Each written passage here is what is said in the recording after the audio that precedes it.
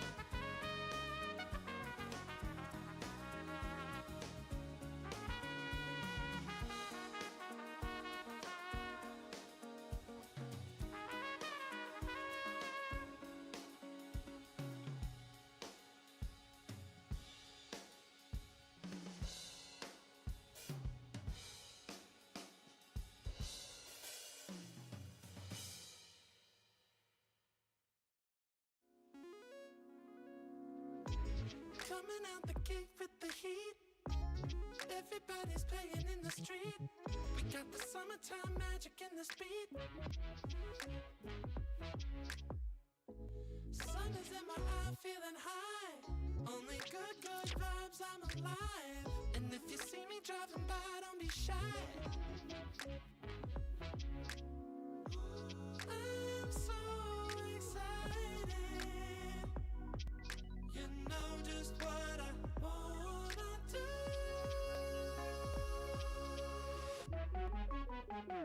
I'm glowing on up, I'm glowing on up, I'm glowing on up. I'm glowing on up, I'm glowing on up, I'm glowing on up.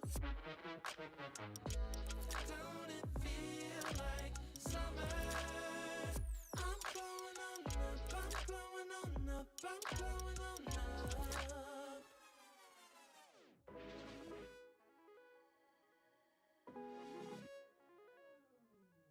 Glow up, show up, soak up, aromas, float to Sonoma, roll up to Nola, trope up, blow up, slow up, show up, get real, choke up, you're flowing, you're glowing. Astral samosa, you're landing on Europa, your horns blowing, you're chosen, all the deep cuts you know. I got the pre-glow and the post-glow, inspiration knows no boundaries where it flows. Your fingertips to the globes tilt to the universe on stilts, hold on and chill. I'm so excited. You know just what I wanna do.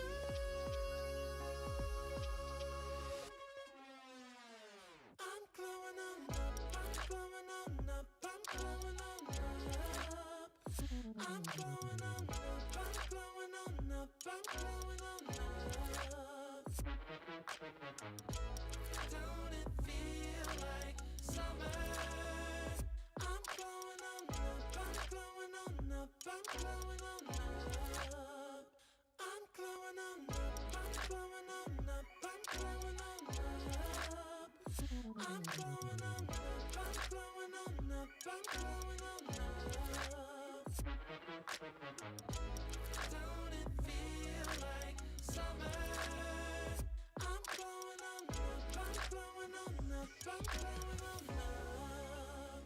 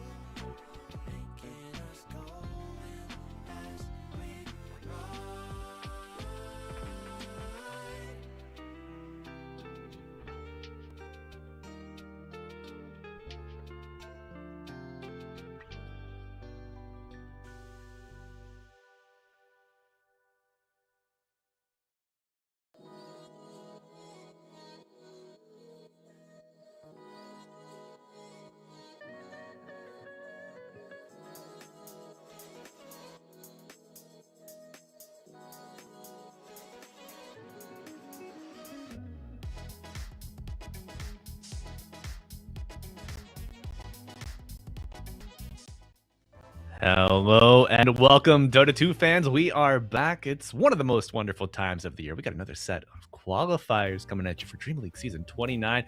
And we're back in China, baby. It hasn't happened for quite a few seasons now at Tomo, but we're home.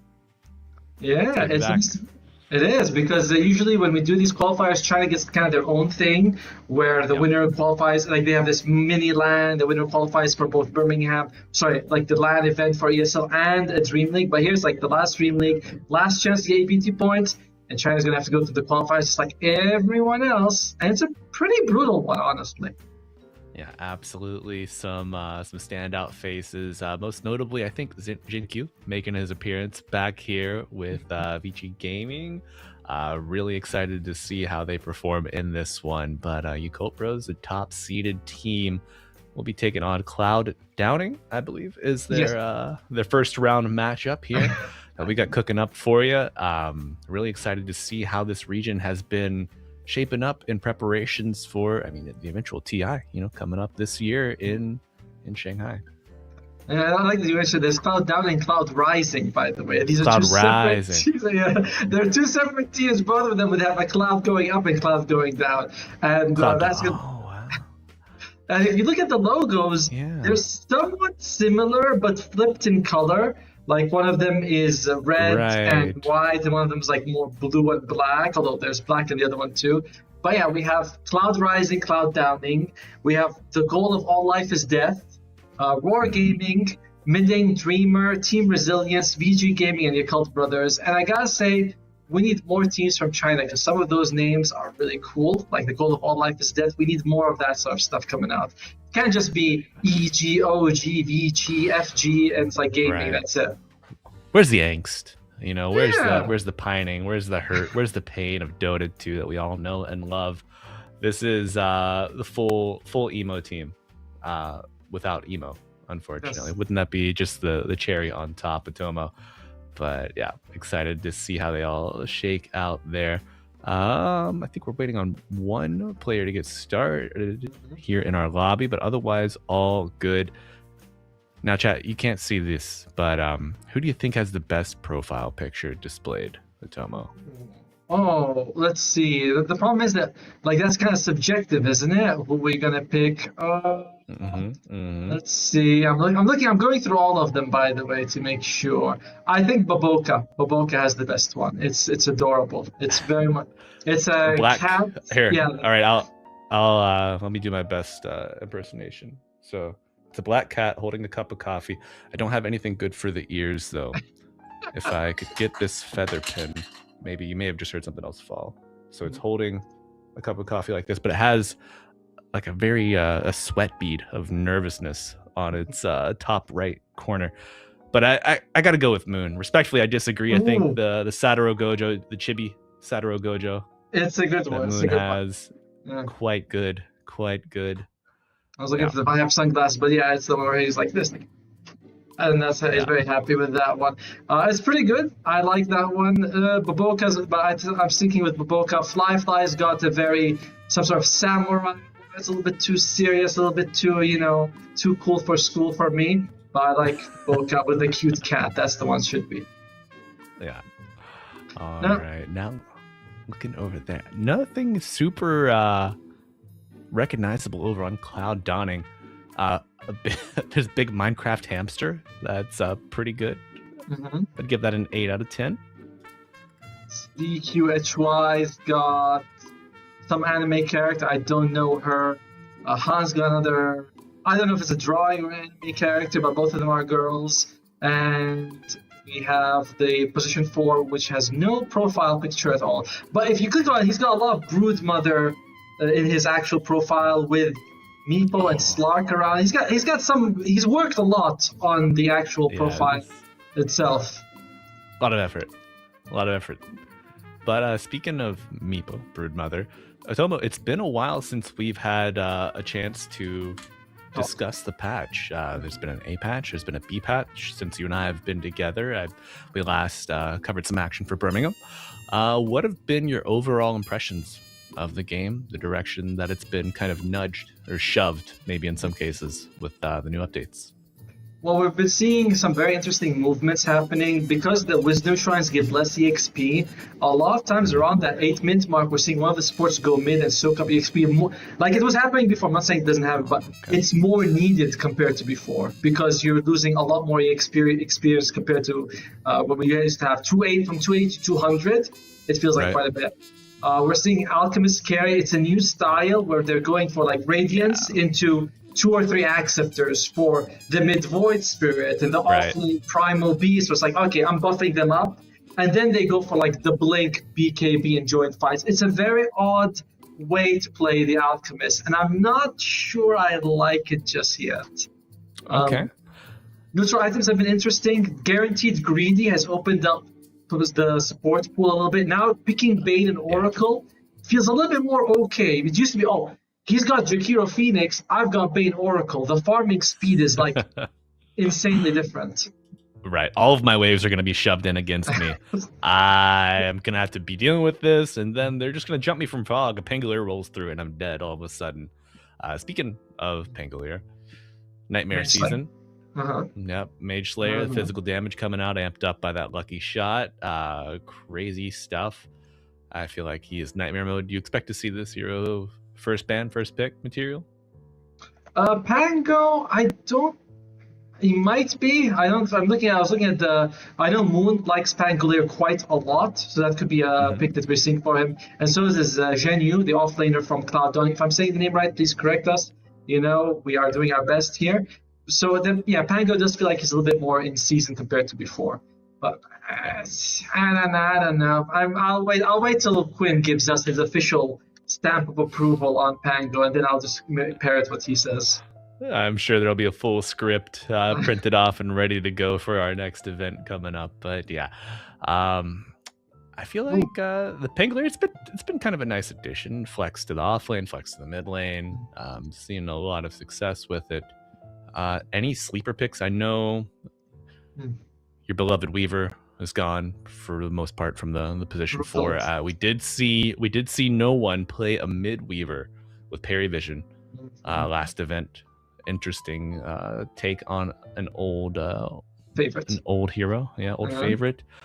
Anything that's kind of come out of the woodworks for you that you're pleased by? I know that there's been some mutterings about Io being insanely strong by if you play him as position 4 now. I haven't seen the item build. I know 9 Class has been experimenting with it a lot, so that's one of the ones I feel like could be really strong.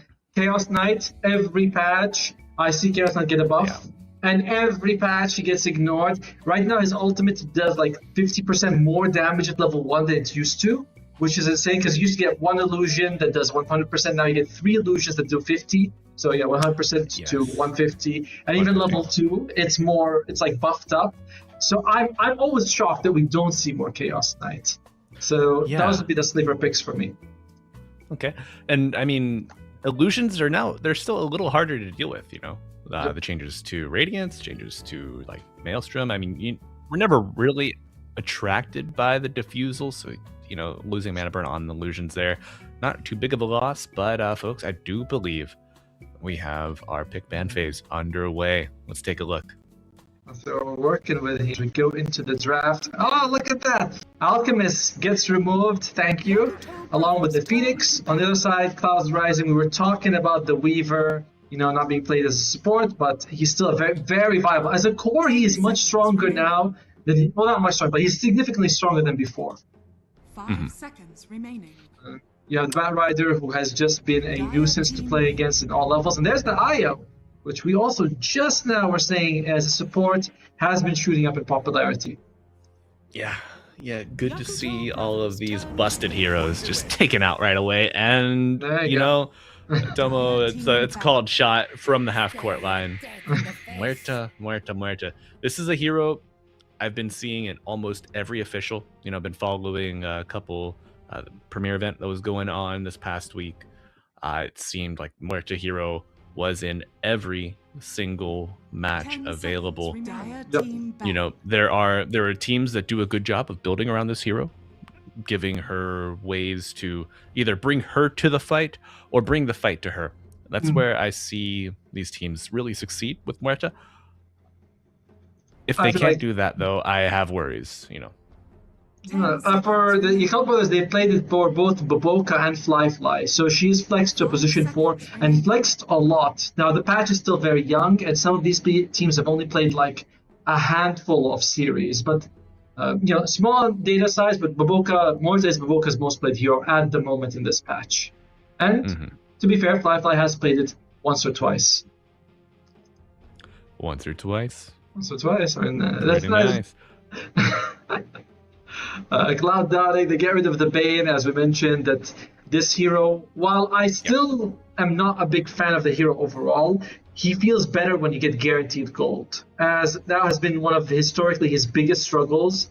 When you have supports that can farm, supports that can't farm, if you give both of them GPM talents, the supports that can't farm benefit a lot more, because percentage-wise they catch up. Yeah, now that, you uttered those words a little too closely together for me. And now I'm thinking, is Greedy just not a GPM talent? 10 seconds remaining. That was It basically is. removed from the game at one 5 point. seconds remaining. I mean, it wasn't like there were talents that gave GPM for sure, but a lot of heroes had that. It was a good time when you could get 90 GPM at level 10 for supports. Could you imagine getting 90 GPM off your talent and then also getting Greedy? Just swimming in it. Swimming in it, man. Free courier, free observer wards. Hunt 200 extra GPM. My God, man. All right. Hoodwink coming out here in the second wave of picks. Loving this hero. I was fearful that she was going to be dead with the erasure of the scurry bonuses on the cast range. Nerfed from 300 to 200 and then eliminated completely with, facets removed. But integrating the cast range, 1100 range on Bushwhack, increased range on Acorn Shot, very nice. And the teams are wow. They've done their prep work. That is evident. The Yakult brothers know what they want. Bristleback gonna run through these little dainty supports. The Keeper of the Light, the Disruptor. Circle's pretty good against him. Remaining. But Bristleback, once he gets that move speed going, he doesn't really care too much. He's just gonna mow you down. No, I'm looking at both sides, man. Like Cloud Downing, I really like the Keeper of the Light, but if you look at it, there's not a whole lot of stuns between those three. It's just the roll. Yakult brothers, they've got the Bushwhack, they got the Mortar Shot, you got Enchantress Catches, decent amount of slow, but it's a relatively low stun game. If you can take an Ember right now for either side, most likely Cloud Dawning, you're in a decent spot. Yeah. Yeah, you are. But I just wonder, are they Cloud Dawning here? Are they just going to be outgunned? Well, there you go. They take the Storm, feeling like they want something that is highly mobile. And Yakult brothers, now you're looking at your mid laner to provide you with a lot of control for the team, which is kind of awkward for both sides. Like you see Cloud Dawning, they instantly remove the Ember Spirit. Puck is gone. The Storm's on the other side, and there's not a whole lot of like mid laners with a lot of stuns. Usually see like Queen of Pain for control. There's Void Spirit, maybe Dragon Knight, and those are the two things I think Cloud Dawning will focus on removing. Void Spirit, Dragon Knight, Ember's gone. Puck's gone. Okay, man. I thought this hero was just going to be kind of written off. 10 seconds remaining. But it seems like teams are just readily adopting him into their drafts again. Okay, DK just never dies. Now people are like, oh, Black Dragon, good, and that's what they're doing. All right, Cloud Dawning, carry pick. Morphling is in the pool. It's not. Morphling's okay. I feel like I'd rather see an Ursa, though. Even though Ursa's not good against Morta, he's really good against the Bristleback. 10 seconds remaining. I'm not quite sure. It's a bit of a tough choice here for Cloud Dawning, what they're going to take as their carry. Rocket carry LC, man. Just throw her in there. Yeah. Can you imagine they go for it, or they go for a Slark? The Slark is fine, yeah. Okay. Natural Silver Edge builder. You get your ult, you get your shard off before Mortar pierces the Veil or puts down the Calling. Gives you some good cover to hide under. from the gunslinger. 10 Okay. seconds. Another Well, method well, of control. Do you think this bristle is going to be in the off lane, or will it be 5 played seconds remaining. on the one? Or sorry, there's still some flex potential, right? I mean, you mentioned before Baboka could run the 4 Muerta. Do you think she's looking more at home in the safe lane? No, in this game you already have the Hoodwink Enchantress, so that's your 5/4, and you have Morta 1, Bristleback off. Then you're going to need some sort of mid with stuns. I feel like it's most likely going to be a Void Spirit. That would be the safest option. You build the Axe, you have double silence, you can get good jump. You're not so susceptible to the glimpse compared to a lot of other mids. So I would like the Void Spirit above all else for Moon. Okay. Yeah, By the way- does well into the storm. Good backline jump. Big fan of the Keeper of the Light as a support. Position 4 Keeper of the Light. You get Tranquil, Holy Locket, then you can choose Shard, Scepter. You want to go for like Boots of Bearings, also fine. It's just, he's a very fun, kind of easy hero to play. And the Yakult brothers, they're not going to have good catch for this Keeper of the Light. The heal is massive, so Yakult, I do think they need some form of catch, and that's why the Void Spirit, good to kill the Keeper, escapes from the Disruptor, the double silence is also really good. Okay. Now, is Void our only form of catch that we could see in the mid lane? I mean, I know the Primal's banned out, the Ember, the Leshrac, your Pango. premier chasers, your Pango Sand King. also. Sand King wouldn't be so bad, actually. I think. And I mean, you have the old combination of the Hoodwink Sand King, too. You get that Mhm. boomerang going, amp up the spell damage, and just lay waste. Sand King would definitely feel quite viable. Who's going to be? It's going to be the Queen of Now select Pain. your heroes. Okay. Okay. Good Plenty damage. of burst. If you go aggro, you can maybe bait a glimpse for someone else to kind of come in, start swinging. How do you feel about these drafts, Tomo? Who's got the upper hand? I kind of like Cloud Dawning's draft a little bit more, honestly. I don't think that ZQHY is going to have a good time against JT in the lane. The Bristleback, usually have more than enough tank for the measly, weak, feeble Slark early on. But later on, like you mentioned, the Silver Edge becomes a factor. However, team fight, you got Disruptor, Keeper, and Pango. Very nice. On the other side, you've only really got the Queen of Pain as your big team fight. So I'm not really liking the Yakult Brothers draft. However, I'm still backing YB because they are the far more experienced squad with a lot more. I'm just going to go for that. Yeah, I too favor the old Brotherhood squad. Just, I mean, the pedigree is there. I like the draft a lot. I've seen this Bristleback do terrible things in officials and pubs.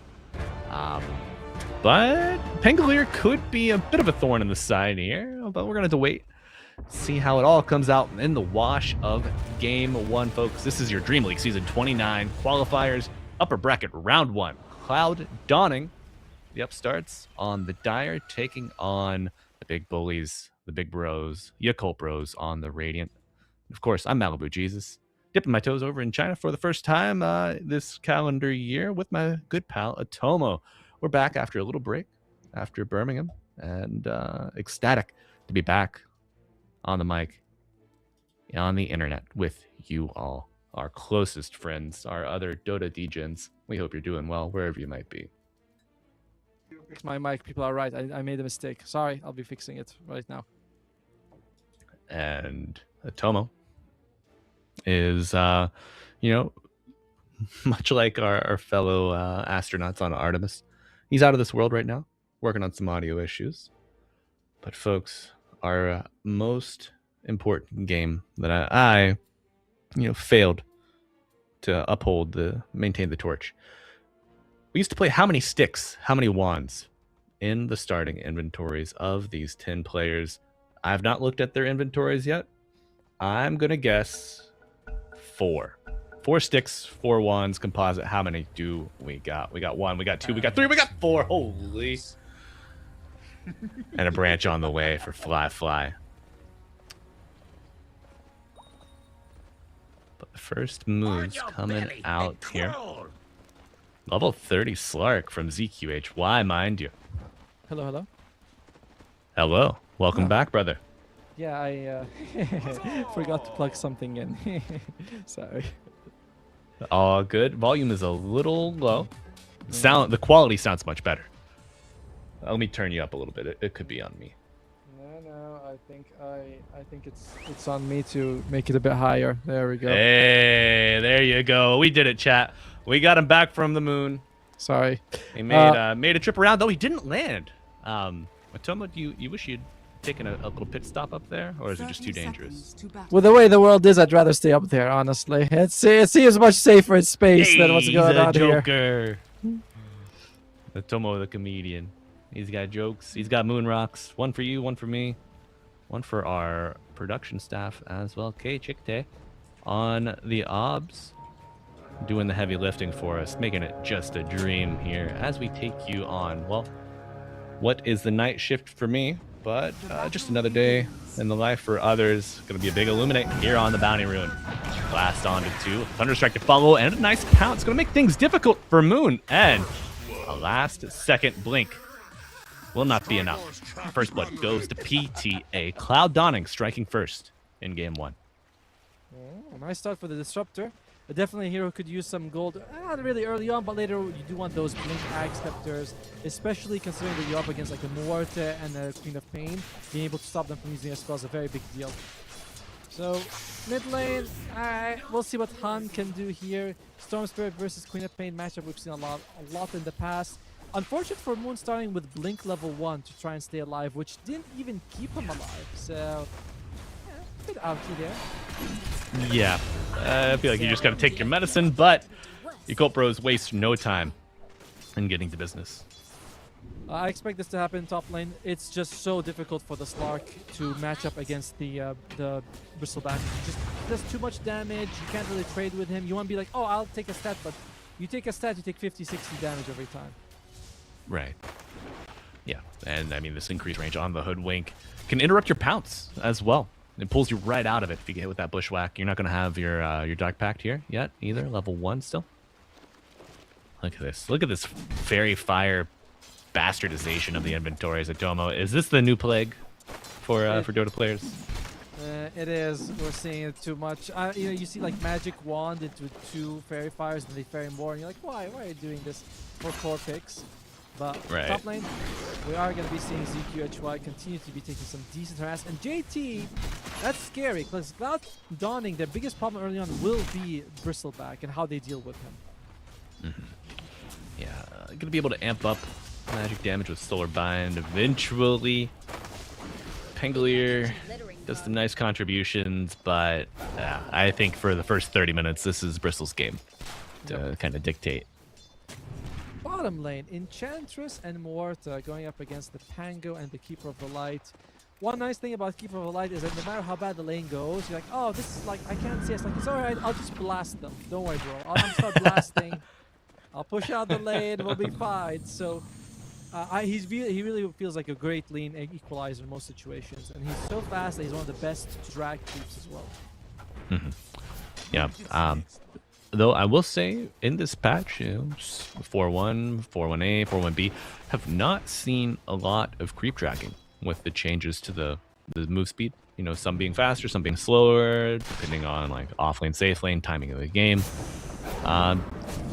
Do you think that this is a thing that teams are just accepting, or have you seen some try to fight against that and still go for the drag? I agree with you, by the way. I have seen a little bit less drag than before. I'm not sure if teams, because they don't need to. You know, before it was like Warlock Jakiro, I have to drag. You know, if I'm not if I'm not dragging, I'm not with it. But yeah, it's a bit less in this patch for sure. Okay. I do like the, Mage Slayer being shifted around a little bit, going back to the old Perseverance. It's going to be the first pickup here for the Pangolier, and it's a great way to get it onto this Muerta. Now, I think Swashbuckle might be one of the only ways to apply Mage Slayer when Muerta is piercing the veil. What's your, is that correct? Have you seen that in action? Because you can't attack her, right? No, you can't, but I'm wondering, does she still take damage from physical attacks? Because, like, does she or from physical spells. Yeah, physical spells. Like, does she take damage from, say, like a Cool Spray? I don't think so. All right, well, that's going to be our observer's homework here for game 1, and the third kill of the game. Going to go to ZQHY. Do you think that's Zeke Quixotic's burner account? His ult? Yeah, right. He's like on, you know, in my day life, I play YouTuber by day. Like, no, I'm not that guy. He just wears glasses, and we're like, who could this man be? I've never seen him before. He just puts on a different set of glasses. I With really the one with the nose on it, all the Groucho Marx. Oh with a my mustache underneath it, right? We're like, who could it? I've never Okay. seen it. If But this he's guy's really- ever at a tournament and Zeke Wix is there, that's free content for you, Diaz. You're welcome. But Zequatics, he's gone for maxing out the saltwater shift. Love this in this lane. So it's like, okay, Radiant I structures might not are be able to trade. Like, I was actually going on old information, to be honest with you. Because going with max saltwater shift, or two, or at least maybe 2 points early, does do a lot to mitigate the harass coming out of Bristleback. Okay. So it's just a waiting game. You know, you gotta be patient, play for your XP, get your levels, and then steal your region, dance in and out of quill range, let those stacks reset. Be patient. Oh, but you will see if patience is a tool afforded to old Zeke Quixotics. Yeah, he's fine. Now, one thing we want to mention is that saltwater shift is significantly weaker this patch in one way, whereas it used to be that if I get a stack, as long as I attack someone before the first stack, before it wears off, I can keep renewing all the stacks. Now each stack is independent.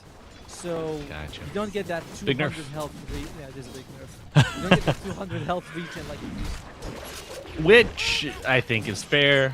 Yes. You know, I've played with Slark, I've played against Slark. The hero feels like it's in a more acceptable place than he has been. I do believe the numbers got better though, actually. Like, I think you get more. Yeah, if you look at all the regions, everything's better than before. Holy JT, the bully, says this is my Lotus pool, and I'll take that and your disruptor, but not before Glimpse comes out.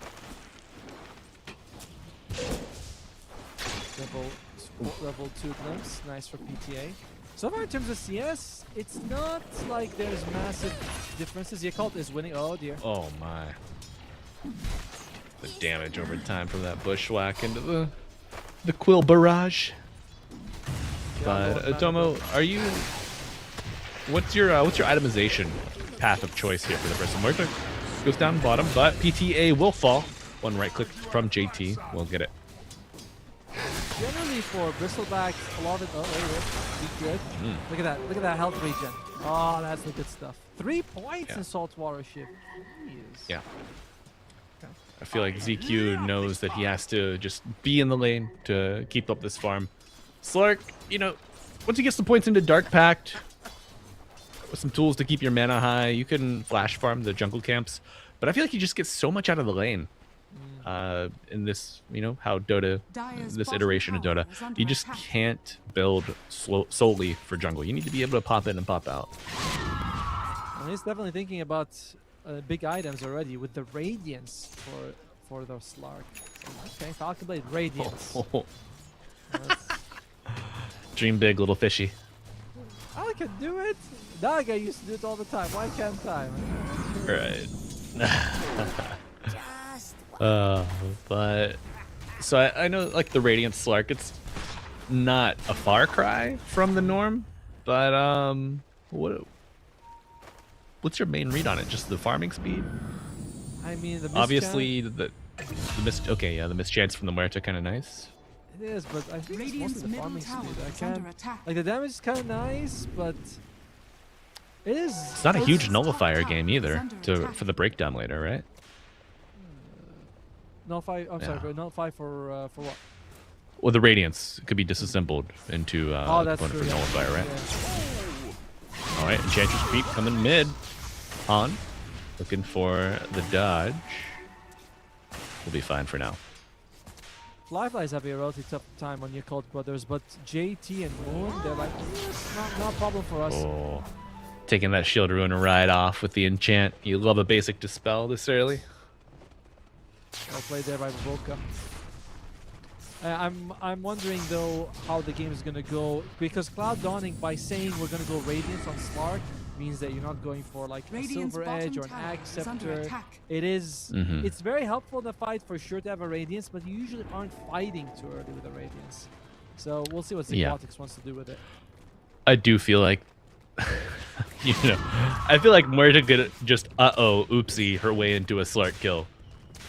Just with the gunslinger procs, the dead shot, and Moon with a sonic wave off the mark. It's easy to accidentally frag a Slark. You could stumble your way into success here. You're asking what JT was going to build. Now, I'm used to seeing Bristlebacks get first item Lotus Orb. That was the last patch. In this game, first item Lotus Orb, there's not a whole lot to reflect or remove, right? There's like the Solar Bind. Yes. That's the drag from the Storm. Glimpse and Thunderstrike are kind of like, Thunderstrike's okay to remove, but Glimpse is like, eh. So he's going to go for the Consecrated Wraps, which defensively is an incredible, phenomenal item in Dota right now. Absolutely. Now I've seen this be an item that people will double back on occasion. We'll hold that thought. Hoodwink here under fire, big blast and a big zip. Gonna be another kill, going the way of Cloud Dawning. Nice kill there. And the stack steal. Yes, let's go. Yeah, still got some time left on the Keeper of the Light ult too, with a regen rune ticking. Do you take the Ancients? That could be a little dicey. Interesting move we're seeing there by Coddle on Cloud Dawning. Oh, actually, there's only one call. There's no call on the other side. He's going for the Spirit Vessel. Pretty good with the Solar Bind. But not really opting for the Holy Locket, the Tranquils, the Shards. Just wants to get as much damage as possible for the team. Yeah, position 4 is inspired by Baboka, inspired by Jinkyu. Step over, buddy. I've got my own impression of you. I kind of like this. I think Cloud Dawning feels like, okay, if Slark's not going to fight too early, we have these high regen heroes coming out from the Bristleback. There's lifesteal on the Queen of Pain. They kept the same innate. It's not a bad idea to be able to remove that with a Spirit Vessel. Or reduce that with a Spirit Vessel. Right. Agreed. Oh, by the way. The upgrades, the Distiller. I've seen this be a very, very good pickup on these high mobility heroes, the Quap. Against the Storm.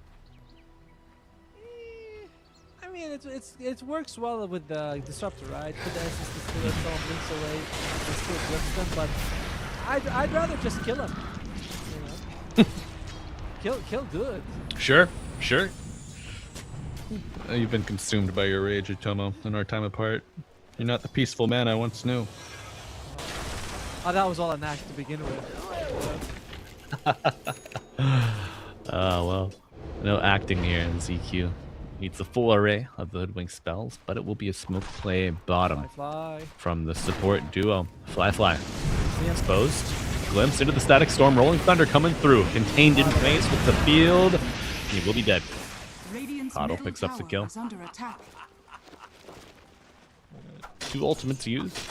Do you think maybe it's too big of an investment, or do you just want to keep Muerta off the map? No, it's very worth it. It's very worth it. Plus, you want to get these ultimates out in case someone TPs in, and you better be rolling, right? So that, bad situation, I'm rolling out. The Static Storm, no one can jump in, Queen of Pain wants to jump in and use a Sonic Wave to push the Panic away. It's well worth it. I think we've evolved as Dota players where we realize, okay, one guy off the map is 5 people farming from our side and 4 people farming from their side. And that's just too big of an advantage to pass out. For sure. Now, I'm having just these epiphanies kind of arrive. For a while we were seeing Greaves on mid laners with built-in damage, built-in mobility, your Storm Spirits, your Quaps, yada yada. But now I'm thinking the Wraps being one of the first items for the offlaners, kind of in a similar fashion. If you get people that can just exist in an area and do damage by existing, Vanguard Wraps, not a bad route. Timbersaw, Bristleback, Necrophos as well. You just played a Necro game earlier today, and it felt quite good. It's so nice, right? They jump on you, they think you're gonna kill you. They get, once they go through the Wraps, you're like, it's okay, I still got Ghost Shroud and a full magic wand. No, don't worry about me, I'll be fine. Yeah. It's I'll see you after you respawn, little bro. We're fine here. So far, both teams content with a bit more poke. I think Cloud Dawning has been doing a slightly better job of that. But on the other side, they're also, you know, a couple are saying, we're okay, we're farming, we believe that we have decent late game, we're not in a rush to like take buildings, which to be fair, they're not very good at. No. Not unless Slark has plenty of stacks. Another thing I find interesting is how certain facets or innates were put into spells. If you look at Queen of Pain, her Scream of Pain does more damage now than before, but 25% of it gets reflected back. So it's like, remember that sadist? Oh, and you gotta be a sadist to take down that word for sure. Good smoke play into the Blink acquisition for Pango. All ultimates still available for Dawning. Really liking how the way Carl's playing this game. Radiant's bottom tower is under no, attack. like no upgrade boots. We usually see Tranquils because you want the move speed. He's checking for wards, by the way. Did you see the little tap he did with the as he moved in? He wants to get like by the pixel. Very cute. Good micro with good macro here from Cloud Dawning. A 7-3 kill lead for them. Narrowly in charge of the economy game as well. Expect to see it shift. Sharpshooter coming out from the tree line. Radiant's middle tower is under attack. Huh. Much closer to the game than I thought, honestly. Like looking at Same. the qualifying. Oh, right. Oh yeah, zipping forward. Han, bloodthirst for the squirrel, and it's a nice squirrel stew for dinner. But PTA a little low in his own regards. Dead shot, not enough to get the kill. And the retreat is on heal from the Coddle. JT takes a step back. Moon, amp damage at the ready. The lack of team fights, especially against Cloud Dawning's very strong team fights, causing some issues. You can see Moon wants to blink in. But okay, Yeah, they see that ward is just doing everything. But Moon wanted to blink in, just didn't have an opening. Nope. And I was going to say that I think he's going to rush the shard this game. Because we were talking about like Void Spirit being able to jump in and silence people. Queen of Pain can do that. It's a bit of a weaker level for sure, but it comes on a bit faster thanks to, shard is cheaper than Scepter. What? Are you sure? I think so. I think it's like a third of the price overall. Yeah. Yeah, right on the money. JT, did he finish Consecrate Traps? He did not. Interesting, he queued it up, but he said, alright, I'll stick to the Shawl and go for the Lotus Orb instead. Huh. Is that really needed? Just get the Solarbind away? The Thunder Strike, the pull from the Storm. The Spirit Vessel. We read the Spirit Vessel is actually. Yeah. Okay. Well, I do hear a Storm of Bruin. Static Storm, in fact, used. Rolling Thunder, Pump Fake. JT will eat all of it. And the Tier 1 tower is still alive and well. Picking up a kill. Fly. Much needed gold infusion there. The lowest net worth core in the game, bar none. Yep. And ZQHY, he's finished his Radiance about a minute ago, starting to work towards the Ags. He's gonna accelerate his farm right now. Yeah. What does Gaben, Observer, tell us, what does Gaben say about this game so far? Because Cloud Dawning, looking like in a pretty decent spot. It's about to get even better. Now Sonic Wave coming out as a way to counteract. A lot of lifesteal coming out. Does he get the TP off? Yes. Narrow dodge here from the old Queen of Pain. 56% it remains. 53 now. It was like, he looked at it, he's like, that was a bad dodge. That was real unfortunate. Little shaky, Cloud Dawning. Oh my god.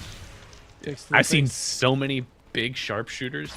Does 1350 damage at max rank. Obviously, we're not quite there yet, but this squirrel packs a punch. She does, and it is magical damage, but it does, gets buffed up by the Hunter's Boomerang as well. Yay! Oh, bringing it forward. Big jump here on the Pango, but Boca getting low, healing through it until the Illuminate comes crashing through. JT showed up to the party a little late. It's the Solar Bind, big static storm, but it's not enough to save him. I think you get to pierce the veil. No, you don't actually. Fly still has it available. 1-for-1 trade. Tower coming out in advantage of Cloud Dawning. And a puppy paws. Check out Fly. He's got the icon for what's it called, the Medallion of Courage, and it's used to look just like the Solar Crest, but now it's like this big blue shield. Oh yeah, I haven't seen this in a while. I mean, I haven't seen Medallion of Courage for a while itself, but the icon is new when it shows up over the head. Valve still cares about us at Tomo. He said as he cried softly into his pillow. They only hurt us because they love us. But Yakult Bro's looking to put a hurt on this tier 1 tower, and they are not tiptoeing about it either. It's crazy. Cloud Dawning, I feel like they put like the past 7 minutes into knocking down this tier 1 mid from Yakult Bros, but then YB, they just step up to the plate, take it down. The draft from YB is coming together. They're putting JT in the front. He's got the wraps. He's got the Lotus Orbs. And Cloud Dawning is thinking, that's a bit of a tough guy to kill, isn't he? The Spirit Vessel from the Coddle feels like it's not doing too much now because of the Lotus Orb, and you don't have the Silver Edge just yet. Daytime Smoke, Moon blinking forward, had the shard, so it was silenced. Will come some back. Okay, Impetus and Sharpshooter. The reach of these supports and the damage they put out is sickening. It's going to be an easy Tormentor too. Now, one thing we want to mention is that Tormentor, despite the fact that he did get massively buffed, the buff numbers only kick in at 24 minutes and above. So at 20 minutes, it's not, I don't know if it's easier to be done, but it doesn't actually hurt you as much as it used to. So if you can take it at 20 minutes, it's actually better than compared to before. Gotcha. Take it off and take it early, folks. You heard it here first. But I will say, Muerta got the shard, so that does give Cloud Dawning, a bit of a read on how her game is going. If they had any speculation, questions about it.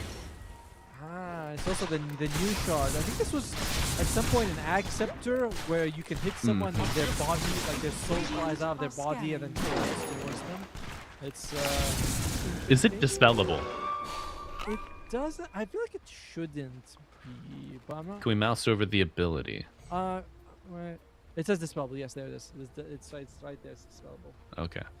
This used to be something you can also use on allies and to serve as a save because your body was taking less damage while your soul was out of there. So Slark able to dispel it. Who's your next up? Call level 25, Chakra Magic dispel. Let's go, baby. Yeah. That's all you need right there. I mean, his 25 talents are crazy good. Have you ever taken the Strong Dispel on Chakra? I like the other one, just because you get so much extra heal. I usually have Holy Locket and Shard, so you get 700 heal. And I only Chakra myself, screw everyone else. So I Illuminate, throw a Chakra myself, Illuminate again, and you get like 1400 heal in like 9 seconds or something. I'm Malibu Jesus, joined by Otomo the Benevolent today. Hey, by the way, he took the same talent, the Illuminate talent. It's so fun. You just, keep throwing it. Harder to do when you have Han on Storm Spirit and you have Chakra. That's kind of selfish. The objective gamers that Yakult Bros are turn their attention to Roshan. It'll be a 23-minute Aegis to the Immortal. Oh, Rolling Thunder came through just a little late. JT picks it up, walking, facing forward, but a beautiful Static Storm zip on top as the end of the Rolling Thunder covered by the Static Storm and the Sonic Wave. It's not enough. The Muerta does go down. Looking for a second. Round 2 as Han on the back line trying to 1v4. Can he do it? BKB active. He brings down to the Quap. The heals coming out from Keeper of the Light. Unaddressed on the back line. He is their sustenance. He is their papa.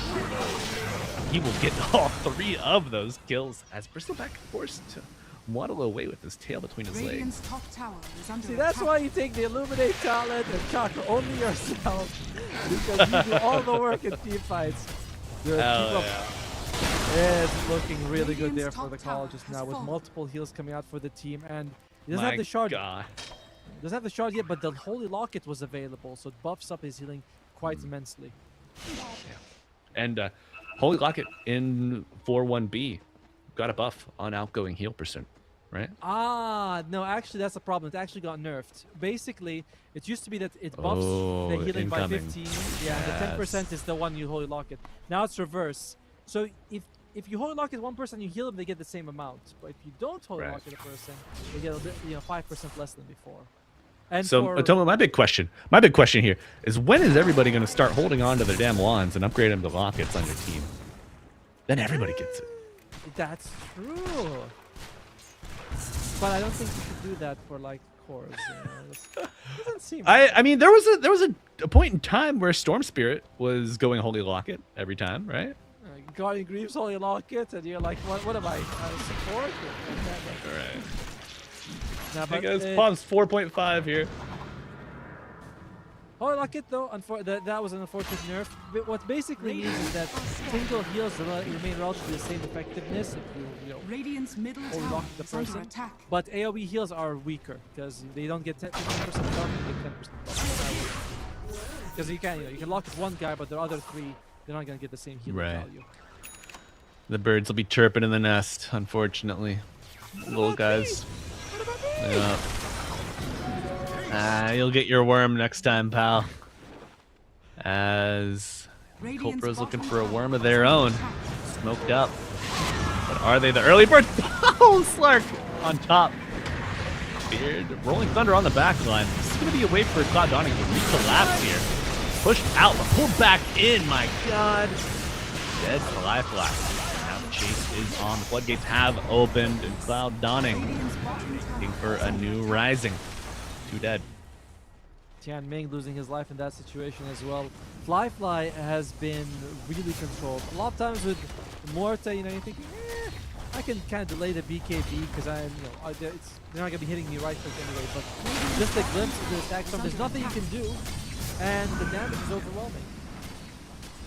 It is, the sustain just from the Slark from the Coddle, able to kind of tank up, keep that catapult alive, do some massive damage to the tower. As Han and company doing damage to the economy, interrupting the farming patterns of Yakult, but Moon not feeling too skittish. Steps up to bat, Radiant's bottom tower has ZQ takes down the tower in the bottom lane. Will we see the forces experience a confluence? I think so. Angelier almost back to Rolling Thunder. Yeah. Well, that's interesting. Baboka has gone for first item Aghanim Scepter on this Enchantress. Yeah, I've seen this. Drums or boots like into Ag. They just want to root. Oh, and you can see that root coming out here.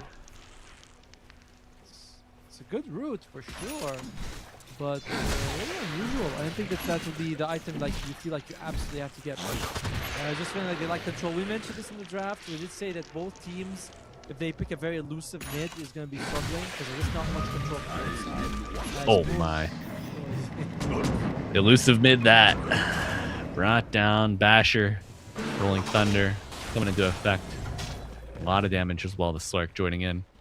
Yeah, you got 2 pounces, man. This Quap is not going to have a game. Ship BKB? She is going for Acceptor. BKB is just a thing for her right now. Yeah. Well, it's going to be a tough one. Maybe more of a nightmare. I mean, it's like you were thinking that this game is going to go very different to your YB. Put JT in the front, the enemy won't be able to go through to him. You have like these range damage dealing support. Actually, all 4 of them are ranged now that I look at it. They're both relatively good at damage. Even the supports are good at dealing damage. But the Cloud Dawning, the Storm jumps have been great. They have Glimpse, Slark with the double jump in the Shadow Blade. They are approaching them from multiple angles. They're not expecting. Yeah. Looking like a very good team out of the open qualifiers, to say the least. punching above their weight class, maybe. How? They didn't even make it through Open Qualifier 1 for Cloud Dawning. They lost to... Like, it's a bit surprising to see them do this well against, you know, Yakult Bros. I do believe that JT's new, though. Yakult Bros, they have made a recent roster change. Okay. So maybe that is a problem for them. Like, all right, we're not really gelling the way we're supposed to. Gotcha. Let's see. So JT new to the team. Who did he replace? Yang, if I'm not mistaken. Yang? Okay. So yeah, back in March 31st, I see. So perhaps it's not quite working. I think, but I'm not mistaken, JT and Moon, they're both from Malaysia. I think that might have been a factor in them, you know, being the same team together. You know, so it helps, but not helping this game for now. No. Also, another Malay line. Ghost stood in for them at Birmingham, but whoa! Okay, sharpshooter not enough to bring down ZQ. Swap here, and now the chase is on. No bushwhack for 3 and a dead hoodwink. Oh, trying to find the quap. My God, he does it.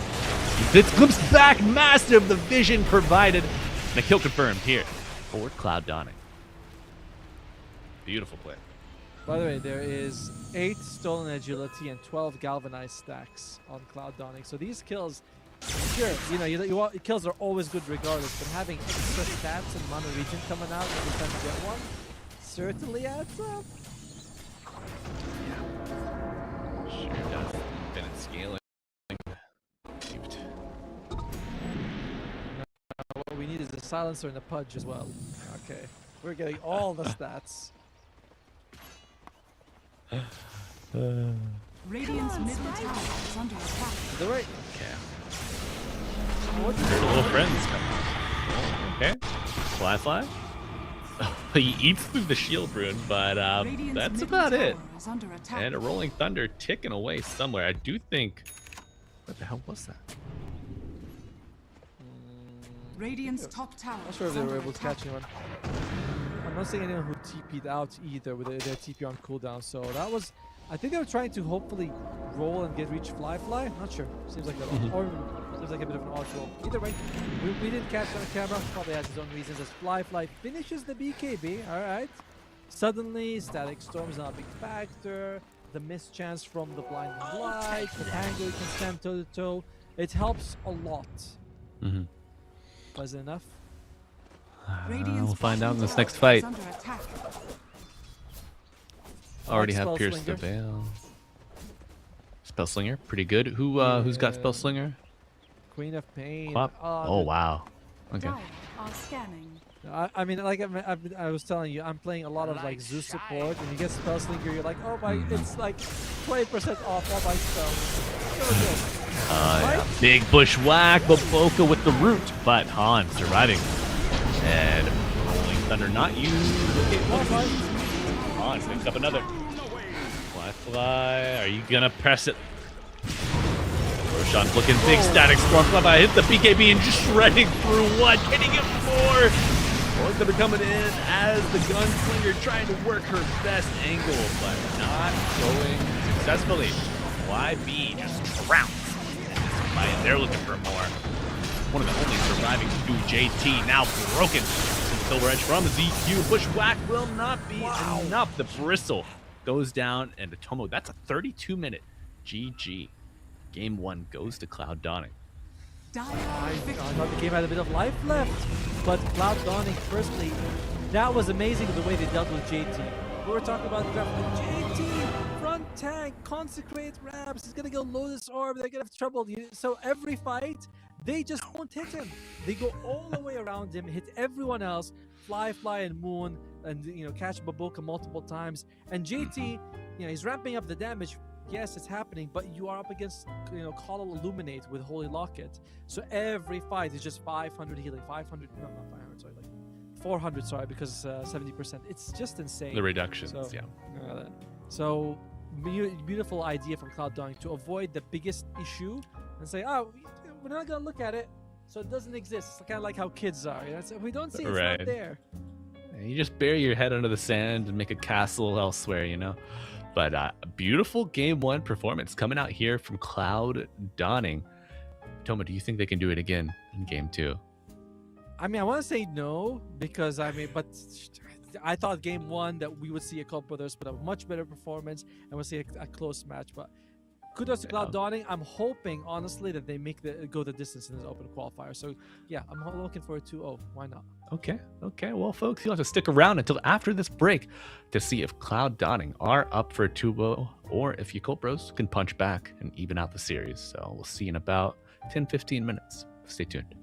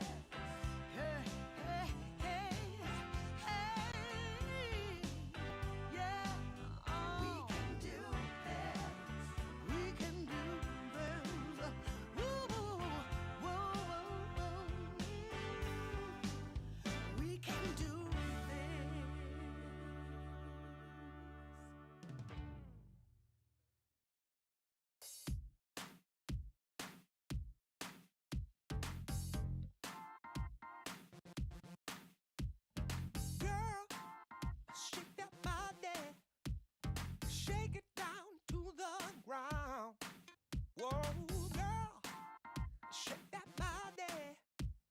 Show me how it's gonna go down. Don't be late to the party. Don't be afraid to scream and shout. 'Cause when we dance to the music, you know that's what it's all about. Yeah, yeah. Hey, girl, shake that body.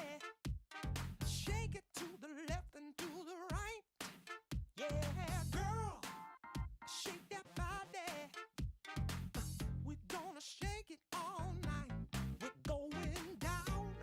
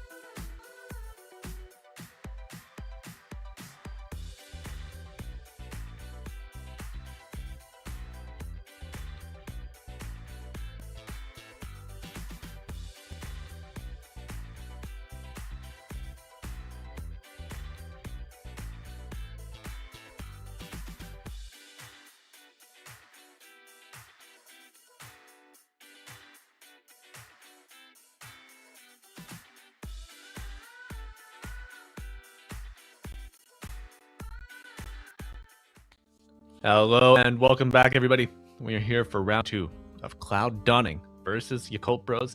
Quite an upset in game 1 at Domo. What's your final read on that? Just Yakult Bros underestimating the new challengers? I mean, I think I'd rather only give credit to the challengers this time. You know, sometimes you're like, maybe this team was messing around, but Cloud Dawning, perfect execution, wonderful way that they went around the bristleback. I like the draft from the beginning. I was saying like this is a better draft, but I backed Yakult, but I'm not gonna change anything. I thought Yakult Bros would win, superior team overall, but the draft from the other side, from Dire, looked just better. And I like the way they itemized. Blink Dagger first on Disruptor just for the jump. They felt like, okay, we're having a decent time for our carry, so we're gonna give ZQHY time to farm. He wants to go Radiance, no big deal. They just outplayed them very handedly. So kudos to them. Yeah, I did expect the laning stage to go somewhat worse for Cloud Dawning before they were able to get their team fight online, but no, it was just fine for them. You know, even getting first blood. How much of that do you think in the mid matchup, Han on the Storm Spirit with 7-0 and 9, whereas Moon 2-5 and 2? How much of the momentum of that game resulted from that first blood and Moon having to skill Blink first? Do you think it was super consequential, or am I reading into it a little too much? The first one did go to PTA, right, on the Disruptor, so it's not like the first blood gold went to the Storm. And within like 40 seconds into the lane, the Queen of Pain had got the level. It definitely makes a difference. Like it's hard for me to like mention exactly because I don't play mid, so someone else will be like, oh, it's massive, it's like a big deal. It definitely made a difference, but I think the bigger problem was Moon couldn't blink in because of Glimpse and because of Static Storm. He's like, I can't. I'm seeing Moon. It's impossible. Like, I want to blink in. I can't do anything. And the last thing I want to mention is just the Coddle going first. I'm Spirit Vessel. Watching it, I was like, interesting, but it did force JT, who was going grabs. He's like, shit, I gotta backpedal, get me the Lotus Orb, which is twice the cost, almost, and then go back for the wraps, and he did not like doing that at all, so definitely hurt me. No, it does. I do wonder, you know, maybe if you just tank, like go ahead and get your wraps built up. You use the move speed buff to just, you know, kite outlast the Vessel debuff. Maybe you play it with that angle, but you know, you have a Disruptor, yada yada. That's all in the past, folks. We have a game 2 draft coming up for you, so let's go ahead and take a look, see who's picking and what's the hot commodity here for game 2, folks. We got first wave of bans fully done. Io, Alk, Slardar, Phoenix, Monkey, Bat, and Pango all gone, and Yakult Bros doubled down. Now, to be fair, Morta has been played by Babuka more than Fly this patch. So again, they could just flex it at the end if they feel like they want to do it. In the previous draft, I was 10 surprised that seconds Yakult remaining. picked 2 supports so early after the Morta, because they instantly were 5 like, seconds here's our remaining. cards, here's how we're playing it. Enchantress, Hoodwinking, like, alright, well, it's obvious that Morta's going to be a core. So I wonder if they're going to be doing that this time. As Cloud9 take the Brewmaster. In all the offlaner matchups, I think most of the time Brewmaster is just the most annoying offlaner to play against. Super annoying, hard to kill later, massive impact, just the S tier pick in the offlane. Yeah, and I almost wonder why I haven't seen him picked more frequently. You know, watching some of the competitive matches this past week or in the tail end of Birmingham, did not see a ton of the Brew. They'll catch up. Don't worry about them. They'll get it eventually. Yeah. Now is the build still, boots, Ags Rush, yeah. Sometimes they go for Hand of Midas.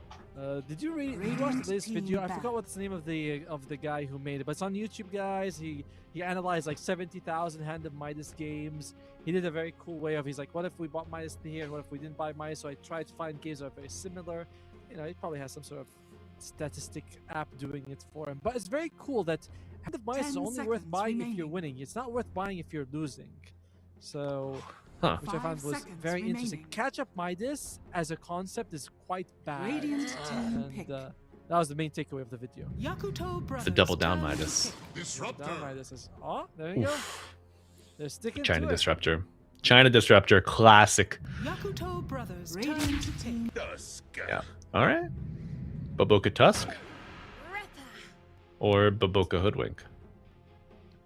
I wonder which one Tian Ming is going to be taking here. I believe Baboka's played Tusk a little bit more than Tian Ming, but seeing a position 5 Hoodwink is also slightly unusual.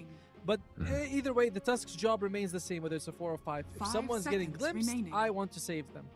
Awkward because in the previous game, PTA rushed Blink Dagger first item, so oftentimes he was blinking static storming people. And there's nothing the Tusk can do in that situation.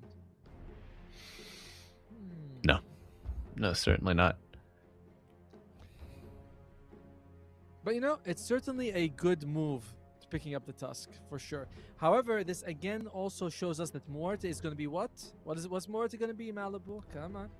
She's going to be a position 1! Yay!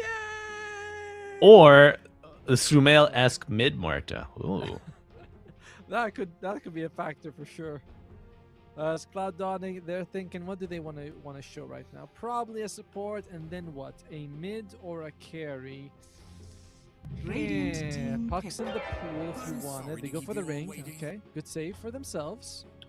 Yeah. Okay. Good save. Another circle to throw down. You know, really good way if the puck were to be picked up from Yakult Bros. Their phase shifted, throw out the ring, easy catch. You could take the puck yourself if you want to, or Storm or Void Spirit. I feel like one of these 3 are likely to come out. Leshrac could be a nice option to bring down the Muerta as well, because all your damage just doesn't care. He's also one of the heroes that benefit the most from the greedy. It's going to be a Clank, so they're showing off their carry. Huh. So, Tomo, I mean, we spoke. One of the strengths of Cloud Dawning in Game 1. Able to pick and choose their fights, establish good flanks, you know, circumvent and circumnavigate the biggest threat, the Bristleback on the offlane played by JT. Clink's certainly a hero that, I mean, that's one of his strengths. They're going to go for Mars, though. They say, get around this, right? Circle this. Arrows? Yep. Alright, so Mars, Hoodwink, pretty damn solid combo. You know, usually like either the Spear or the Bushwhack will get them into a tree and the other one can just fall up after that. Great with the arena, right? Usually like if you throw in a tree in there, probably you'll Bushwhack everyone in the arena. So overall, the Yakult Brothers, the draft right now is much stronger. They're still going to have issues dealing with the Brewmaster, I feel like, but... this is very scary right now. I think we're going It's Going shaping game up to 3. be a 3. Yeah, it's shaping up to No be a game 3 way. series. Okay, so is there a mid laner from Cloud Dawning that could just throw a wrench in the works completely? I'm seeing Pangolier already banned out. Good. Monkey King already banned out. I mean, Wukong's on. Enemy Wukong's in your arena makes it almost unplayable. True. I think Radiant Puck is the team main thing. ban. Like both sides Okay. have to be thinking about Puck because Yakult Brothers, Mars Puck is annoying. Like just two circles. Later on, BKB piercing is very tough. Can I So throw Cloud out? Dawning- Can I throw out my 2% chance here? No, it's always it's 20% when you do it, my friend. No. Cloud Dawning, mid Bloodseeker.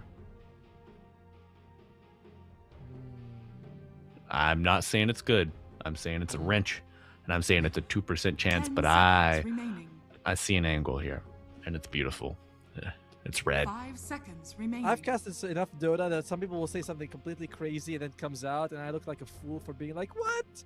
What do you mean mid Oracle? Are you crazy? No, get out of here. No wonder your play-by-play then happens, and you're like, oh. So hey, mid Damn Bloodseeker. it. It's got Radiant some, the team pure ban. damage is pretty good. It's like solid against the Morta. If they stay in the arena, you throw in your Blood Right, I think it's called. Mhm. I forgot Yep. what they do. It could be okay. But Big old silence. I'd rather see a Puck or a Storm for Cloud Dawning, and I think they should get rid of the Puck because they don't have next pick. 10 seconds remaining. Yeah. Okay, so you banned the Puck. Do you think it's likely that Yakult Bros 5 take the seconds Storm? remaining. Whoa. Ooh, they didn't ban the Puck. Okay, so you Maybe had they to hope- pick one or the other. Maybe Radiant get team forced. pick. Which one's it gonna be? Puck gets Oh. picked. I mean, too obvious. What did they take? I think the Choose Void your rather than the hero. Storm. That's fine. I thought Okay. one of the two. I was leaning more towards the Storm based on Hans' performance in Game 1, but it's gonna be the Void instead. I cannot believe they left the Puck in at the 11th hour. Yeah. Their final ban. They banned the Leshrac. So what makes you? Do you feel like the Cloud Dawning didn't want to deal with the early tower push that the Leshrac would afford you, Colt Bros? Is that more That's right. threatening than just the mobility, the slipperiness of the Puck? Certainly a good way to think about, right? Like even the Ringmaster, when he saves people, the pure damage is there. Clink's Ring 10 and Disruptor are seconds all very remaining. low health heroes, and while not, Mhm. Clink's is quite mobile, but that doesn't. But the Leshrac can follow him. I don't completely agree with the threat assessment. I think the Puck is a bigger Okay. threat than the Leshrac. However, Cloud Dawning, they feel otherwise, and they're the pro players. Yeah. So I feel that Hmm. Puck, in terms of threat assessment, late game, absolutely terrifying. Mm. Early and mid, annoying. You requires good spacing, but you've got some tools. The Glimpse, the Static Storm, the True. Wheel of Wonder, the Void Spirit lanes well, moves well to match the Puck, even as a melee hero. But yeah, I don't know, man. I would not want to, if I wanted to play the Void Spirit and I had like my eyes set on it just for the other matchups, I would probably want to play a Void Spirit less into a Leshrac, perhaps. True. But for me, Cloud Dawning, I think that the biggest interesting part of the draft is picking the Clinks at the 4th pick rather than taking the Void Spirit and then banning out like the Storm and the Puck, and accepting that you might have a bit of a tough one. But we'll see how the game goes. This is what I love about Dota, is that we all watch it and we all have different opinions based on our own experience, our own watch history. So Cloud Dawning could very well crush him, and the Puck will become a non-factor. I feel like that's unlikely, Prepare for but we'll find out battle. and see. All right, I'm gonna give my unsung, up-and-coming goats here of Cloud Dawning. I'm gonna put my predictions because who doesn't love a good underdog story, right?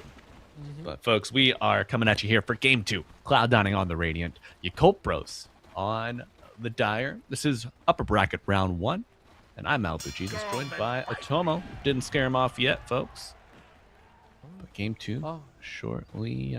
We'll be getting to it. First blood predictions. Who's gonna die? Who is gonna die? Let's see.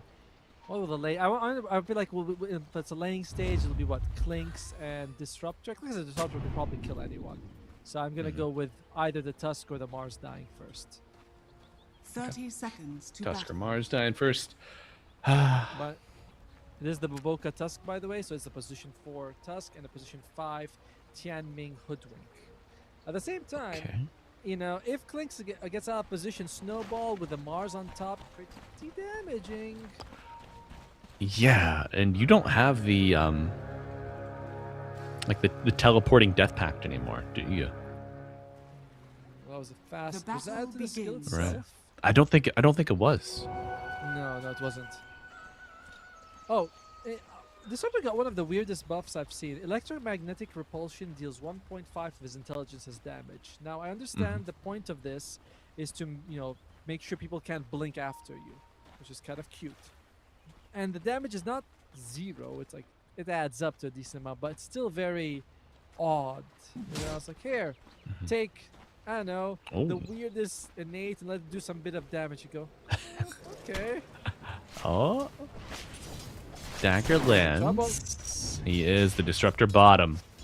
Half HP. There we go. Push him with Push the him again. electromagnetic repulsion. It's powerful. But what is more powerful? Yes, that is the bloodlust of the squirrel. Disruptor Well, dies first. Maybe if it did a bit more damage, it would have scared them off. Good effort. But, you know, the most important, Clinks gets some solo experience soaked up, and Disruptor able to TP back to lane. Doesn't have to do the walk of shame. Still a first blood coming out there for Tianming. By the way, this has been the second time I've seen this, where Tianming is going with JT and Baboka is going top with Fly. I'm like, they are listed officially as Baboka position 4 and Tianming is position 5, but so far in this series they have not played that way. I'm wondering if this is going to be a change. Maybe my finger Could got be. twitchy. Twitchy finger leads to a missed bushwhack.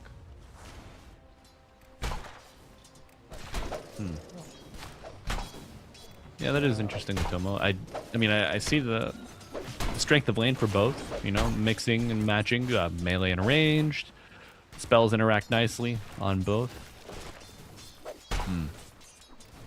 Yeah, I personally don't like seeing like 2 melee in the lane. Well, Yeah. the 2 range is a little bit more acceptable, but 2 melee always feels pretty awful. So that's why I was assuming that they were going to get first blood on Cloud Dawning. You know, Mars and Right. Tusk, strong and durable, but still 2 melee versus 2 range.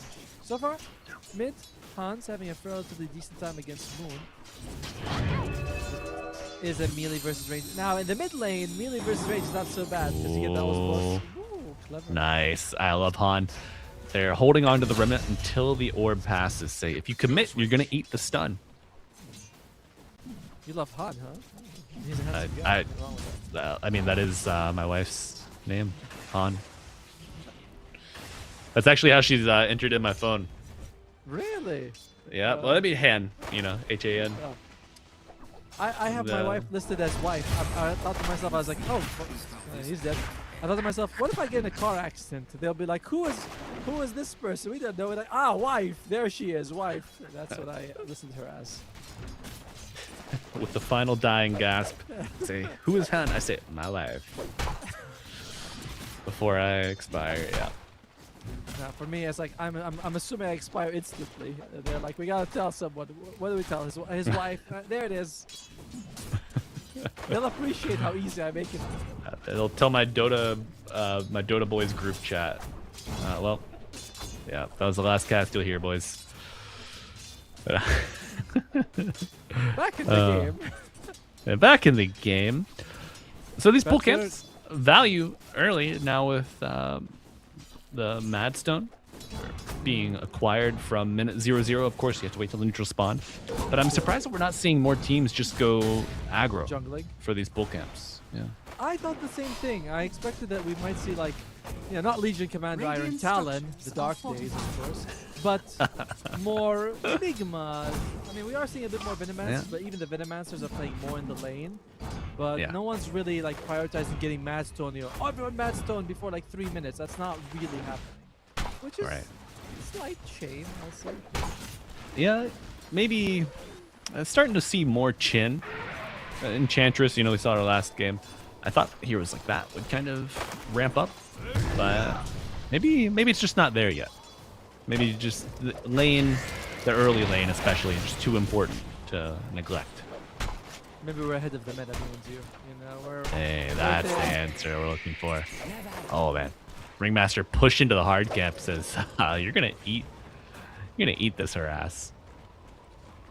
So far, this game, JT is struggling a bit, but other than that, all the cores are relatively equal to each other. The carries, 1 CS apart, mid, 1 CS apart. JT slightly behind. It was like 13 when I made that sentence, or 14, sorry. But now he's catching up, so a very even game right now. Mm-hmm. Yeah, nice to see. You don't want to push over unless you're cloud dotting or an underdog fan, in which case you might. Oh man, the last hitting here from Klinks. You got the fire arrows. Not the hardest. Oh, big acorn shot. He's like, I get like plus 70 damage per attack. That makes it pretty easy. If you miss the last hits with Klinks, you're thinking something's wrong with my keyboard or with me. There's something Back to the last hit trainer. Could be a little bit no expensive. soul shadow fiend for you, yeah. How much damage does it actually give? It gives... okay, alright. So it goes up to 70 at max. It starts from 20 to 65. Yeah. I mean, you get that. You get a Falcon Blade. And you are just swimming in CS. He is, but so is Flyfly. Compared to, remember, Flyfly in the previous game was the lowest net worth core for most of it. And True. that really impacted how involved he was in fights. Interestingly, the Klinks... Oh wait, Klinks is actually dying. Ugh. Uh-oh. The Aquatics. Who Rookie Cryptic cast with now? Well, hey, they'll figure it out. Actually, I think later today, Quixotics and Quinn. I think Quinn's gonna be stepping in for Ricky, so that'll be an entertaining round to watch for you Dota fans out there. Be sure to tune in, give the boys your support. But here, ZQ2 will just be dead for a little bit.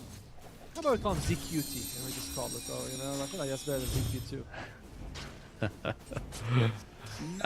ZQ2. He answers to many names. I do worry about the difference in the offlaners, not in like their but the performance in this game so far. JT is just a little bit harder, I think, to play the Mars and have the same impact as a Brewmaster, assuming everything's like same skill level. You're facing it up against like sort of the same teams. Mars can miss a spear. The arena gets countered. Brewmaster. Well, the Mars is quite low. Okay. You think the Brewmaster is more easily a high impact hero? Yes. Okay. By the way, I'm trying to think like. Yeah, Wisdom only went 1 right now. Oh my. Okay. Big impact coming from your mid laner. Running to the top side. The Dire Wisdom Shrine is just there. No one's actually taking it so far. I guess they are saving it for JT to take later. No, it's just still standing. No one wants the Dire Wisdom. Interesting. So maybe they give it to JT, but Glimpse has already been used. We'll be back up in 5 seconds. Spear not even needed. A little post fact. I think there's a TP from Boca on the Tusk as well. So it would have been quite low. Dire's top tower is under attack. There's more. Yeah, Puck, even Moon coming down. Oh, they heard rumors about how cute he is, and they're like, we're not doing this for ourselves. Oh, Disruptor. That's a short range glimpse, buddy. And a dead Raptor off the TP. Down to the tree. VQ. H. Y. Have a nice trip back to the fountain, they say. 2 kills coming out for YB.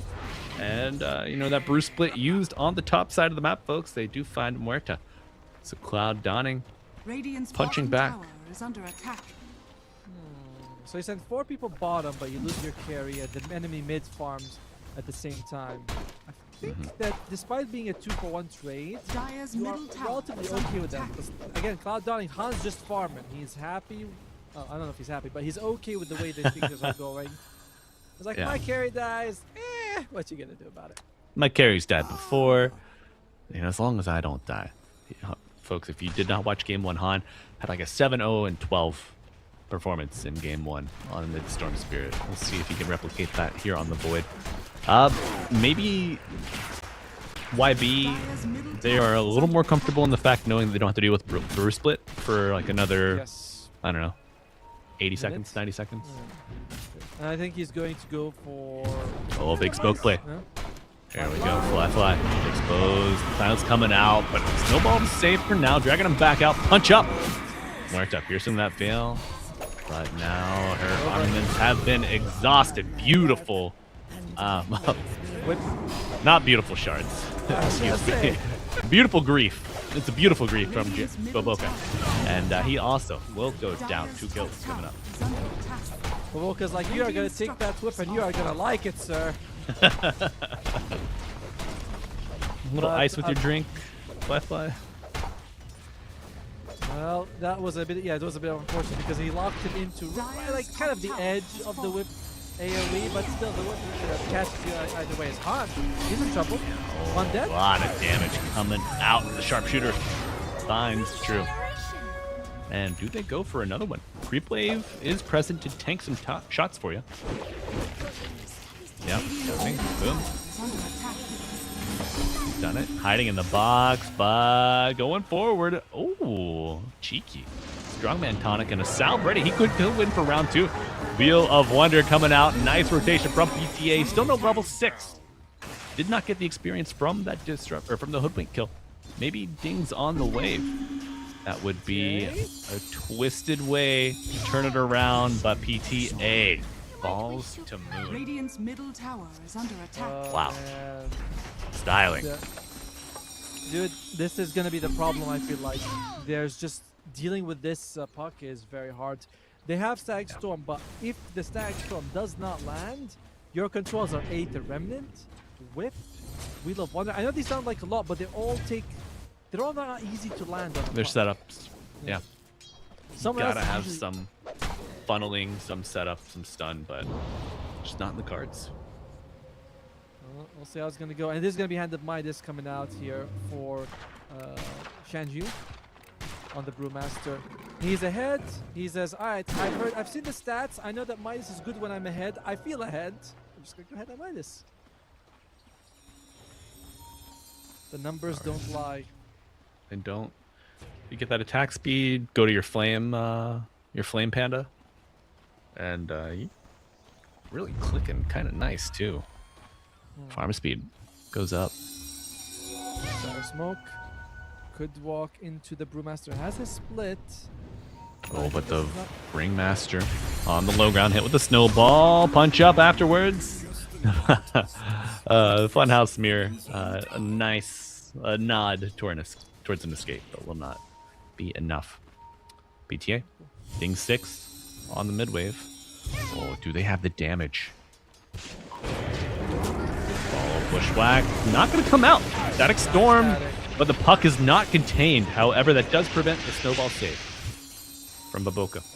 PTA! Oh, he just dodges. He's got the raindrop though, so it wouldn't have hurt him too much.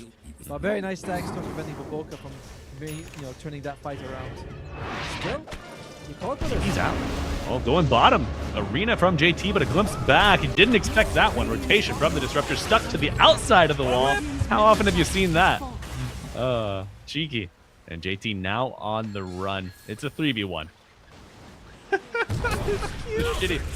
Oh, shitty unicycle coming out for a little chase. And the whip all but sealing the fate here. JT still trying to buy some time.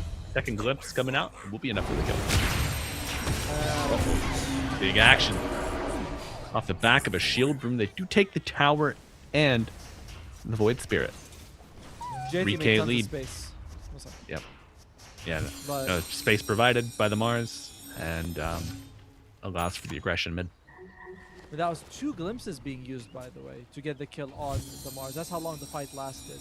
And looks like Wisdom Shrine could be stolen. Naughty, naughty by Mr. Moon. Yeah, he is fearless. 500, 600 extra HP, and straight into a haste rune with the Witchblade. This puck is just a saw blade running across the map at this point. 3 levels ahead of Han. 2,000 gold as well. Massive. Hello, Han. Yeah, going in. Silence. Static Storm. You're going to need a glimpse here. The haste. Gonna be able to pull him back, but he phase shifts it off. What a play. Damn. Hey, I think that they should have banned the puck. Yeah, Leshrac not looking like a worse option right now to play into. What it was, Moon is 4-0-2, so still getting there. Only has a Witchblade, but he's about 600 gold from the Blink Dagger. Whoa, guys, it's a prank, come on! The fear applied, does he get the split off? Yeah, it's panda time, baby. Baboka. Some clicks, Wi-Fi comes back down from the whirlwind, from the old swirly. But tell me, if you ever have to worry about swirlies, and what they do know, they are on the prowl. The Earth Panda is vulnerable, and he goes down. A big spear, a big jump from Moon. Oh, that's. I mean, they even need it. JT now has a Blink Dagger. And you're looking at Cloud Dawning, and you're thinking, guys, what exactly is the plan here? How close is Clinks to the Deso? I believe it is 300 gold away from. Maybe then we'll see ZQT get involved, but I don't know if it's enough. Radiant's bottom tower is under attack. And even if it is enough to tilt some fights in your favor, you know, the rat style of Clinks easily chased down here by the Dire Draft. Oh, he's gotta love the white lines and the dead raptors. Now Dawning, tough spot for them to be in, as they have to start thinking, all right, Hexes, Yules, Rod of Atoses, what are we going to get that can catch the puck? I know that BT is still going for the blink on the Disruptor. I like it, but what about everyone else? Han has the Spirit Vessel. Yeah. Okay. Spirit Vessel and the Shard, so will help out with his farm speed. The Shard. And looks like Brewmaster's very close to the Aghanim Scepter, just about 50 gold away from the point boost, and he'll have it. And if he doesn't die... Oh no. Dodges the Bushwhack, but he will eat the coil. 9 charge on the wand with the Sharpshooter, the damage coming out. Big Hypnosis with the Static Storm on top. This could be everything. They do bring it out the puck. 45 seconds without your mid laner. Massive gold swing. Almost 1,000 for Cloud Dawning. Still 4K behind. Still, that is a huge victory for them, keeping their most important hero alive, the Brewmaster, and bringing down Moon, who has had a flawless performance so far. All right, absolutely. ZQT's got the Deso, and we have Aghanim Scepter on the Brewmaster. So, you know, items are popping in. Yeah, essentially a level 3 ult now for the Brewmaster, getting the bonus point on the Ags. Alright, so what is Han thinking about? Just gonna finish his space boost, that's fine. Juicy wave. You wish you had your shard for this one, but the ZQ, he's not gonna miss a single drop. Delicious creep gold. When you're I know you play carry a lot. If you were him in that situation, would you just show up and auto click and hope you get everything, or are you like patient like him, where you're like, I'm gonna make sure I get everyone, you know, fully focused? Well, I'm old and bad now, so I realize that caution and patience will serve me better than clicking. I'm like, I gotta make this count. I gotta make this count because I'm not getting CS under pressure. Like no one here? At like four creeps? Finally, they see the Maelstrom proc on flat. Final split, pump fake, snowball on the brew, going for the big gal. Static Storm into it all. But she can still attack, having that ultimate activated previously, but it will pop. Be a dead Muerta. Where's Puck? Where's Puck? Puck's in your own jungle. You are left to your own devices. Baboka JT? Dying under the tier 2, but a TP from Mars. Snowball to delay, to save. Puck also TPing in with the Hoodwink. I think this could be... No, Puck was just phase shifted. I'm a liar. And Hoodwink left out to dry. Tough break. All that chase for Baboka, yeah, he was like, no, kick me. I want to be the one who dies instead. Okay, I'll kick you. Better than when I love the support duo, by the way, that situation. That was amazing. He kept throwing daggers. He's like, I just need one dagger to land on fly, and PT will get the glimpse. Misses 2, you're completely fine. Gets him in the third one. Glimpse into stacks from incredible coordination from the two supports like that. Yeah, we've seen Cloud Dawning being very mindful of the vision game for this disruptor. Even in game 1, we saw the massive zip forward from Han on the Storm Spirit, and like a 2 to 3 screen glimpse back. It was wild. So maybe if you're a team playing against Cloud Dawning, the disruptor, this could be a hero you need to steal if you don't ban it out.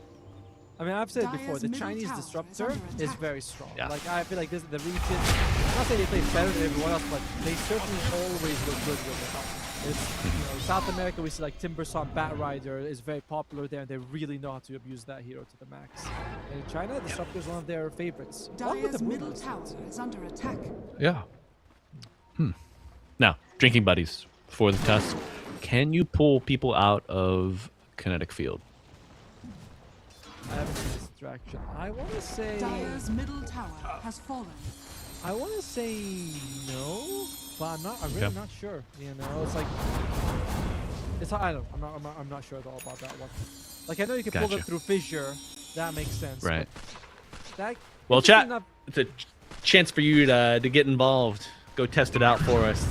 Let us know how it works out. But the Static Storm is going to be a sure ticket to the graveyard for Muerto. Why not you?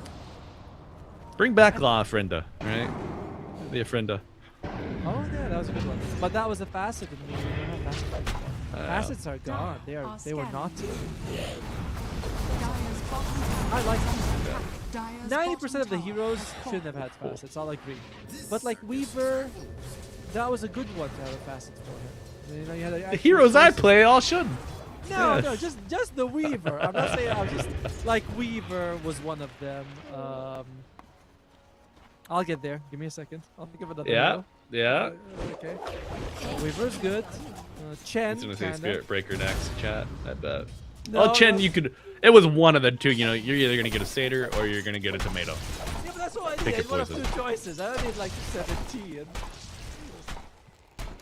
But yeah, for most heroes, the facets were kind of pointless. It's just, for a few, they gave a very nice way of playing it. Like Coddle, that was a good one also. You have Relocate or Solar Bind. Yeah. I mean, I wish you could get both. Relocate and Solar Bind. There was a time where you could, right? There was a time where you could, yes. God, that's so nice. But, you know, Ice Frog, he's like, are they having fun with Coddle? No, that can't happen. Alright, quick item roundup. What we're looking at here, we have finished the Blink Dagger on Disruptor and working. He has it queued up, I imagine he's working towards the Axe Scepter. He has Zecurity, almost has a BK. I think the BK is flying out to him. Very nice. Nothing they have on the Dire will control him apart from the punch. Which, I feel like if you're Baboka, you're thinking, I have to go hit him? Okay. Are you guys sure about that? Because... I would like to not. Top tower he's glowing and he's doing lots of damage. Like, yes, go for it, Baboka. We believe. Have fun, buddy. Yes, maybe we see this Tusk go like the old support Tiny. You go Blink, Core Staff, Yule Scepter. You just buy time. Delay. You know. Could work. Han is about to finish his Aghanim, so it's a big timing. I was gonna say he struggled a little bit, but look at the net worth. All of a sudden, 3 of the top 4 net worth are in Cloud Dawning. It's not a big advantage, but remember, it used to be just the Brewmaster up there. 50-50. That's crazy. Yeah. Actually, They played past their pain point on Cloud Dawning, you know? I'm not sure I completely agree with that. I still think that Yakult Brothers scales fantastic in the late game. You know, level 25 Puck is insane. Mars as well. Yeah. You know, Mort as in Well, terms of damage. So this is not me saying they have no problems. This is me saying the game is playable. Like they've for sure. survived past the point where their game could have been absolutely broken. Oh, for sure, yeah. Like as the game goes on, I would say that the supports on the Radiant become a little bit more useful than the supports on the Dire. Yeah. Pre like blink ags on Disruptor, I do. Oh man, wow. Third item, BKB, a necessity for this puck, but he's got it. Yep, feels too countered by the Disruptor. I think Moon really respects PTA. In game one, there was the same thing when he was playing the Queen of Pain. He's like, he's never blinking into fights because he's worried about him. And this game, the same way. He's like, all right, guys, I gotta get BKB. Sorry. Yeah. What about Ags and Kurasma? No, Dad. They'll still be there. You know he's gonna double back for him. Yeah. I'm liking the new Chasm Radiant Stone. are It's a scanning. cute item, just a little bit of AoE increase. But, you know, it's not like Radiant's attached middle to tower anything. is As, under attack. oh. Oi! That, Hoodwink blink. Wow. How often do you see the hoodwink blink, Tomo? well, we see it here. That's very Stats, rare. man. Someone, go out there, find it for us. Knoxville, where are you, bud? Hey, oh my God! Look at the attack damage, the attack speed. You brewed up. I'm brewed right now. Stay sober, friend. We got a long day of Dotas. JT's got the BKB as well. At the moment, it feels like we might be waiting just for a Roche fight. Neither team kind of willing to make a big play. Both teams feel like they're in a decent spot, which they are. 13 to 13, less than 1,000. Oh, sorry, 1,000 gold lead. Fight. Tower is Roach. under Oh, attack. fight. Roche. Hey, you stop.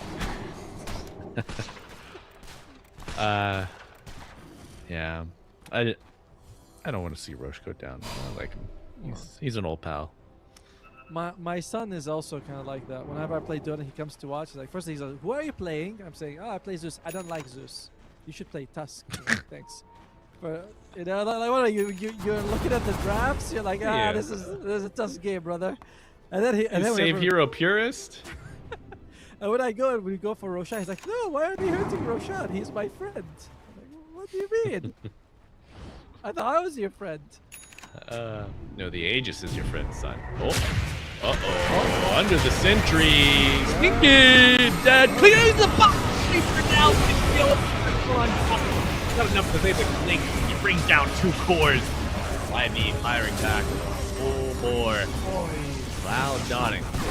Fourth focus not over yet. Brewmaster tried to bring down the Muerto. Will get one last squeeze from the Yakult Rose tree.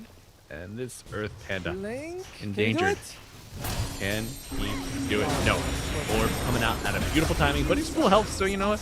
Buying some time, delaying a fortification used as well. He's going in, he's going for the TB, but the bushwhack will interrupt it. No play to be made.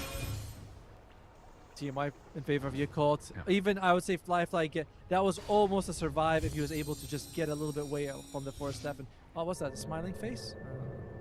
But either way, the BKBs are difficult. Yeah, there's a sense to it.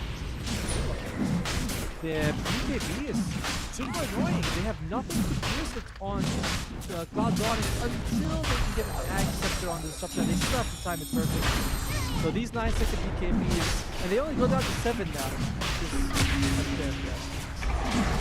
Well, I mean, I think it was a little needed with the change to refresher.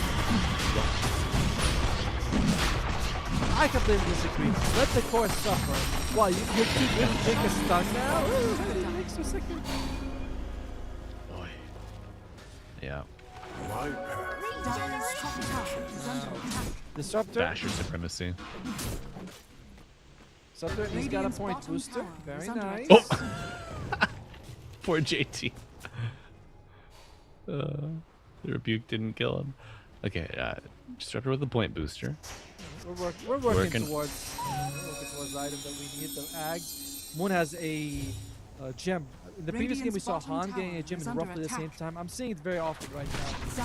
What usually a core, but even a support, 22 to 25 minutes, you get a gem. Especially as PTA takes a Cloak of Flames. Helps you farm, I guess. Greedy Cloak of Flames. Throw a Thunder Strike. Walk up to your wave with your Cloak of Flames. Yeah, I had it. It's already over. By the way, Tian Ming actually on the Hoodwink has taken Serrated Shiv with extra attack speed. He doesn't want to bleed. Oh, wow. That's very new. Aggro. Going for the damage shield. I mean, Serrated Shiv can proc off your Acorn Shot. Yes. So, nice application case there. Oh my. Han will be walking away. Now, working towards BKBs on the Radiance. Whoa. Okay, Bruce Split coming out and Fly. Snowball save, buying a little bit of time, but you're going back in for round 2, buddy, whether you like it or not. Static Storm coming out. I'm ready from JT. Coming out, but he's hypnotized. The damage from the Clinks isn't enough. He gets the BKB off this time. Chase is on Puppet. Ringmaster. Puppetry here. BKB DP from Puck, but the damage from ZQ. Intimidating. Okay, you got the Aegis, you get the Mars, and you only lose your Ringmaster. Not bad. I mean, most teams would want the Ringmaster to die just naturally. Like, we can wait. He dies and we get something. That's what we get. And hit the Torm on top. Oh, yeah. Get it for Disruptor. Oh, no. Okay. Spotlight. Dire Okay. are scanning. The miss chance is pretty good, to be honest. True. I mean, if Fly is not in BKB form, 30% of his damage being gone is pretty nice. He's probably not going to build MKB either. This Hoodwink. Just waiting for someone to step through. I'm looking at PTA trying to farm with the Cloak of Flame. He's like, maybe if I go closer, it burns them Radiant's more. top tower is under attack. No proximity burn there, no scaling proximity burn rather. But Ping's coming out. Puck wants to go aggressive here with the Hoodwink backing him up. There we go. Silence applied, but we'll be stepping back. Radiant's top tower Caution. is under attack. Is Brewmaster's middle name. There is triple BKBs on the Radiant cores, and I think there's triple BKBs on the Dire cores. So it becomes all about BKB management at this point. Radiant's top tower has fallen. Of the two teams, the only BKB piercing ability so far is going to be the Punch. So slightly easier time for the Dire, but as we see sometimes, it all comes down to PTA on this Disruptor. Oh my. Chase is on. Ringmaster is fine for now. Dire are scanning. 3-person smoke to follow. Yeah, he's walking on splinters at this point. He's healthy. Oh, that's my favorite Casey and the Sunshine Band song. Oh, BKB's used on both sides. Got Storm down with a punch up. Will not be enough just yet, but ZQ will fall. Moon picks up the kill. DP out from Muerto, but she gets pulled in. It's not long enough of a duration on the BKB. 1-for-2 trade and Cloud Dawning. Looking to rain on the parade of YB. Punching back, can they find a +1? Bushwhack catch, and they're in on Han. Jumping forward, BKB used here on both, but now Fearful Mars with the Nightfall. Snowball to go in. Yeah, Puck is there with the Hoodwink and Baboka. Oh, it's a beautiful find. Step. Get another step in 3 seconds. My God. Radiant's top tower is under attack. The catch on Moon is tough, and the BKB Radiant's is, you can see courier right there. has been Oh, killed. Fly almost makes it out. That would have been a nice thing to get. Yeah. Brewmaster losing his courier with 2 very expensive components for that refresher. Go. Looking at things, the Roshan's still going to be about at least 2.5 minutes, possibly to 5.5. As Mars has got the Hex right now. Oh, yeah. You know, I like what we have on Ringmaster, and I do feel like he's, you know, the saves are great with the Escape Act and the Glimmer Cape, but he also needs something like a Hex to be very useful as the fight goes on. Meanwhile, PTA, just a glimpse back, has the blink. Can he make it out in time? Yeah, he's Oh. No way. Even throwing spells to farm this camp, that's crazy. 200 gold from the Ag Scepter. You gotta be bold. You gotta get that money. I'm not opposed to taking Do you know that Ag Scepter's cost hasn't changed in like, I don't know, 15 years? It's just been the exact same components. The real world could take a really nice lesson from this Atomo. I was gonna say, I was thinking about the economy. I was like, he's got, of course he got to farm in this economy, but Ag Scepter is one of the few items that has had the exact same cost throughout the. We need an Aghanim Scepter-based economy, folks. Down with the petrodollar, down with the gold standard. I want the Ag standard here. You get a point booster, you're getting a leg up in the world. You get an Ogre Axe, you're halfway there. A little over halfway, you know? Maybe you feel like, I want to be a bit smarter, get the Staff of Wizardry, and then you say, you know what? I want to run. You get yourself a Blade of Elven Skin, or is it Boots of Elven Skin? Everyone knows you run faster. Everyone knows you run faster with a knife. Yeah, especially towards other people.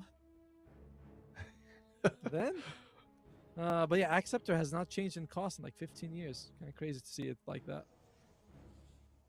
Wow. But next patch, Aghanim Scepter cost increases 6,000 gold.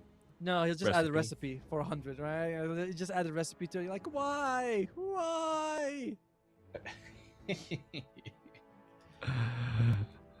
Alright, so situation of the game. No one's disconnected. We just paused. I think he's at 1 minute, by the way. I see the one. Stretching break. I'm not sure. Is it 69% chance to win for Yakult Brothers? Pretty good. And working towards a second hex coming out here on, I believe it's called Huai Mei on the Hoodwink. No, wait. Hoodwink is, sorry, Tian Mei. My bad. Ringmaster is Huai Mei. I see. My Mandarin isn't as fluent as it used to be. I did take a couple of lessons in it in university, mandatory. But it was kind of a bit of a joke class. They're like, yeah, sure, yeah, you're going to learn back. Yeah, good luck, buddy. Yeah, have fun.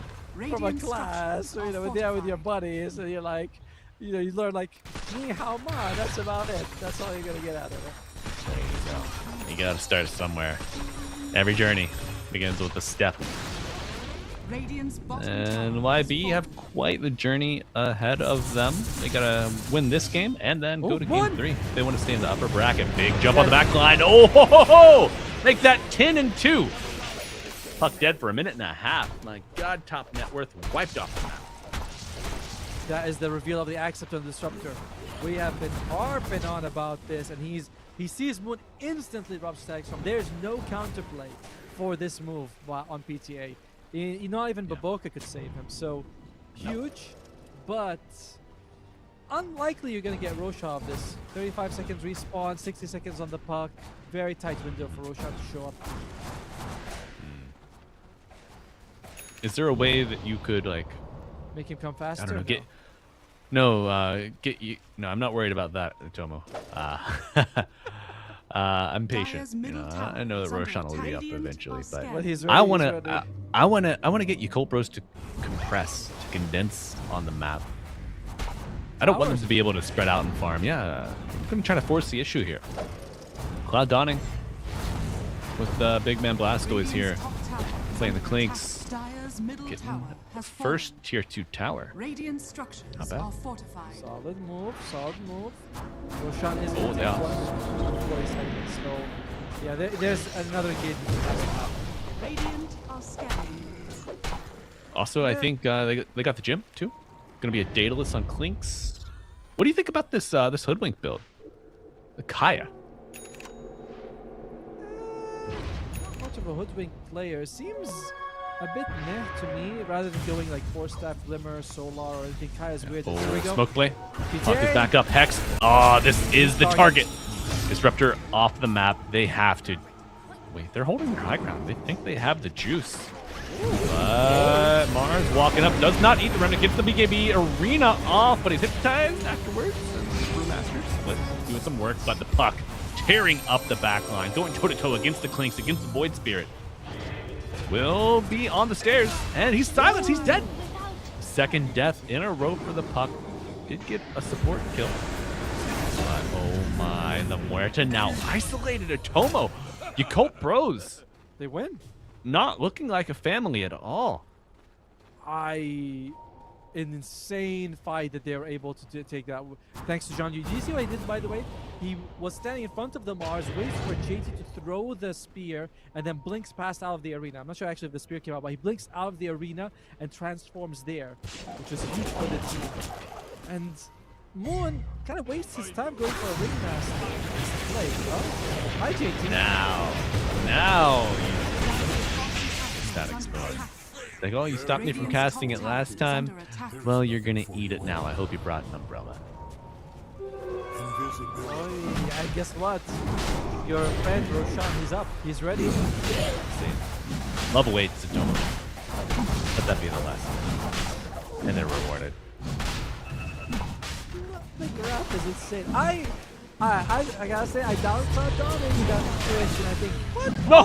Whoa! Whoa! That's a freebie. She wanted to steal the Aegis, but a little bit of a debate goes a long way here. That Roche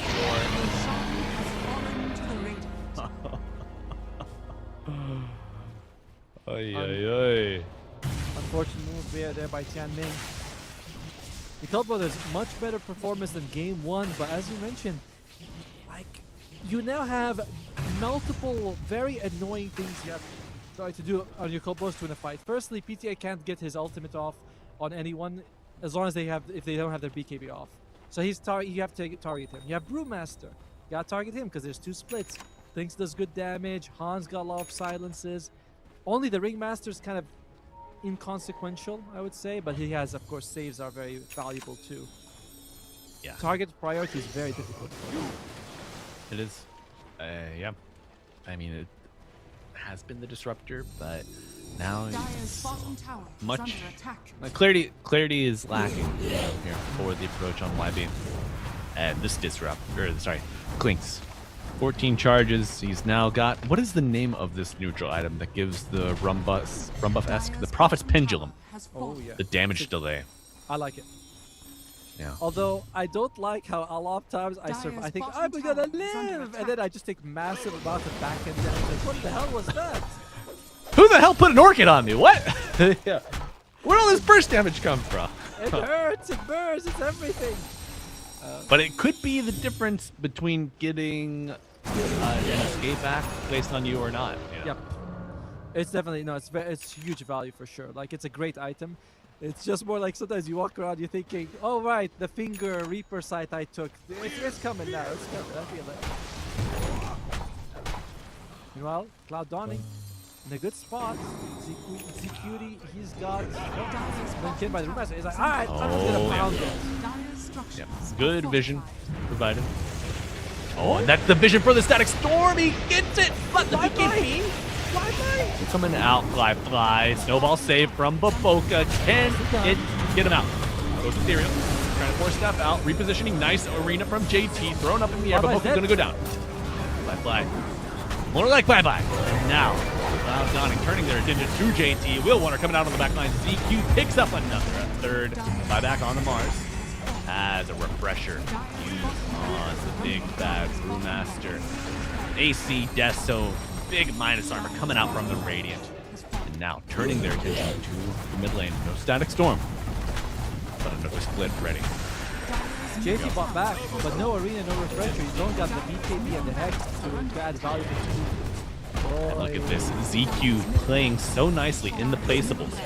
Has his skellies around him, has the remnants. Brewmaster eating a lot of the early CC. Very healthy, and that opportunity is for Han to blink in. Dagger hit. Low, retreating. Tier 4 is threatened. We'll use the Bruce split. Here we go, boys. Once more into the breach. Baboka up in less than 10. Storm Panda interrupting any bushwhack hopefuls. And now playing under the cover of the Remnant. Clinks turning to the Ancient. GG is called. Tomo, we got a 2-0. Biggest upset you could imagine. The 8 taking down the 1. Cloud Dawning. Total series time of a little less than 75 minutes. They do it. Take a 2-0 upset. And, I mean, get your foreheads out. Get your pogs. Scudstorm. Sorry, my, let's see. I can make that work. There we go. Magic Desk. That's a bit of a shock, honestly. Like game 2, firstly, the Cobalt played better. The draft was also, look at how we praised the Moon puck many times, and rightfully so. But a couple of just catches from Cloud Dawning. Firstly, when they catch Moon that fight bottom, the first reveal of the eyes, like, okay, that's a good kill. Then they kill PTA, and you think, oh, 4 versus 5, there's no way Cloud Dawning is going to take this fight. They take it, and they crush them. Then they catch JT, and get Roshan, snowball themselves to victory, and PTA, that last fight, blinks in on fly, drops the static. I don't think his team was ready for it, but he's like, I don't care, I'm just going. And Baboka tries to save him. They lose 2. No buyback. Game was over. I want to give credit to everyone, but PTA's Disruptor is very, very, very, very impressive the way he was playing. Absolutely. PTA, PMA says, guys, just wait Ags. Easy win. Yeah, don't let this guy get the Disruptor. I think it's that simple. You got to steal it for yourself and make sure it's banned out. I am curious to see if PTA has that high level of proficiency or dominance on other heroes you could see in that role. But to find out, folks, you're gonna have to wait to our 3rd cast of the day, where we will see Cloud Dawning move into the 2nd round of upper bracket play. They're gonna play the winners of, let's see, are they gonna play the winners of the series below us right now? Yes, going on. Team Resilience versus Cloud Rising. So will the Dawn and the Rise meet each other? That is what we want to see. Is it going to be a cloudy day, folks? You're going to have to wait a couple hours to find out for that one.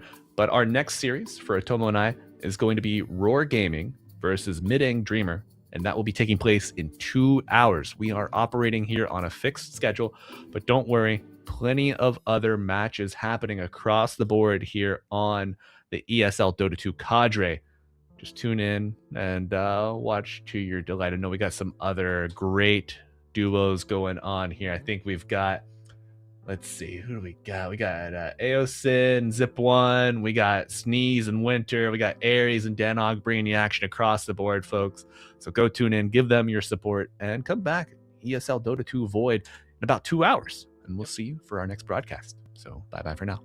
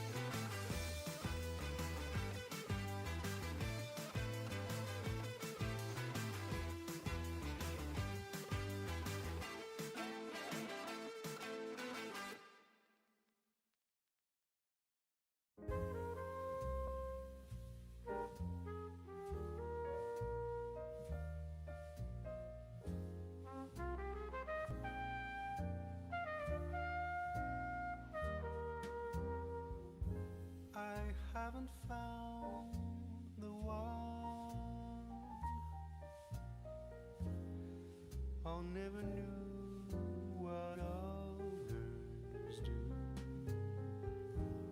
I hope and yet again, what do I know then? I believe it's all meant to be. All my dreams are so out of reach. I fool around, but we never know. I fell in love, but a long time ago.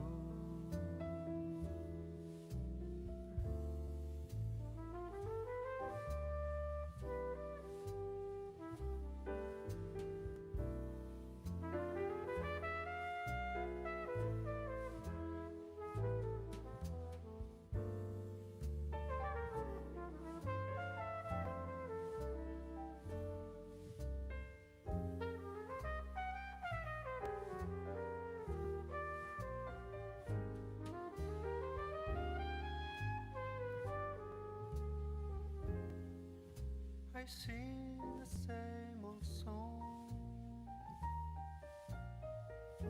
been going on for far too long. I hope and yet again, what do I know then? I believe we're all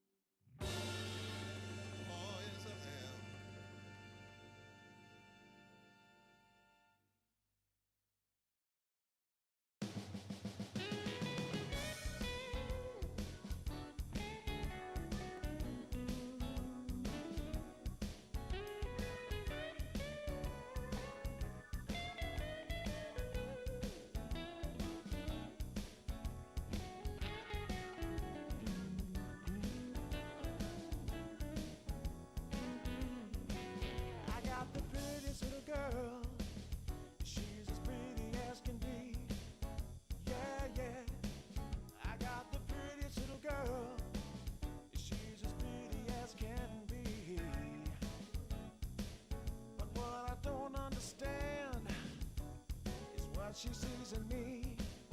Ooh, I've been drinking too much, staying out all night. I can't remember my left from my right. I'm kinda blurry from my head to my toes. It might seem like nothing, but there's one thing I know. I got the prettiest little girl. She's as pretty as can be. But what I don't understand is what she sees in me. Oh yeah, yeah.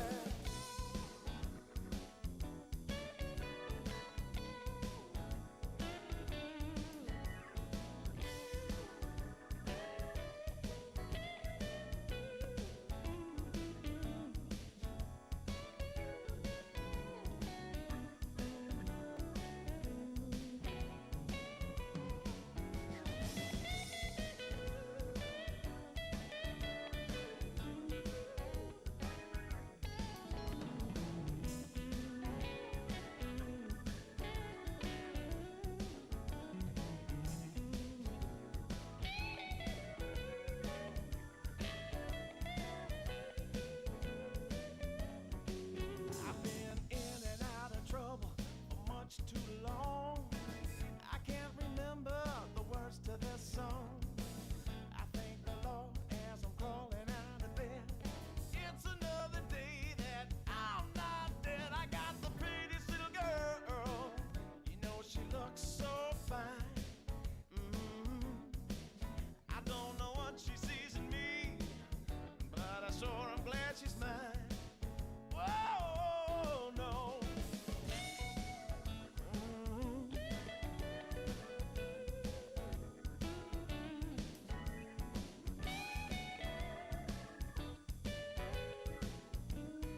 Oh, yeah.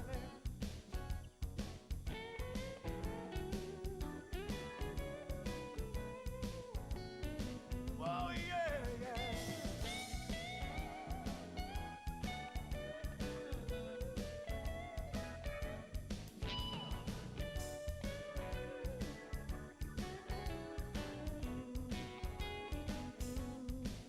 I got the prettiest little girl.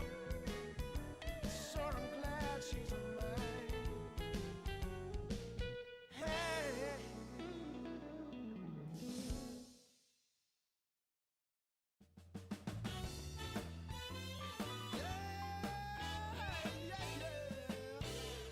Oh, yeah. Take away my bag of bud, my camels and jack. Go ahead and take them all, I don't want them back. Those nasty things mean really nothing to me. Cause lately it's so plain to see. All I want is you. Honey, it's so true. Give it to me, baby. All I need is you. Yeah, yeah, yeah. Come on, you can take away my mint Cadillac. Take my Harley too, I don't need them back. I got an engine, Lord, it runs so right.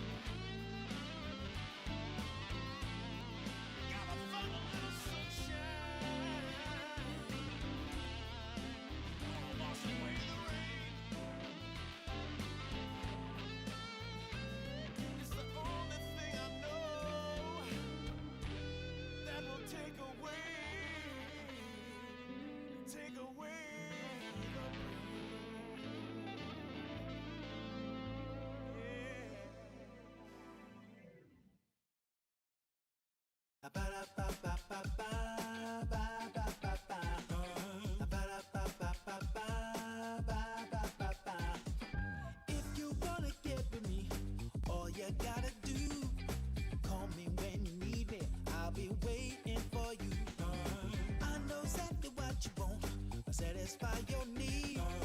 We can have a good time. Don't you worry about a thing. If you want it here, or if you want it there, you got it. Have yourself a good time. Act like you don't care. You got it. Get that motivation. You got it. I got just what you need. You got it. I got just what you need. You got it. I got just what you need.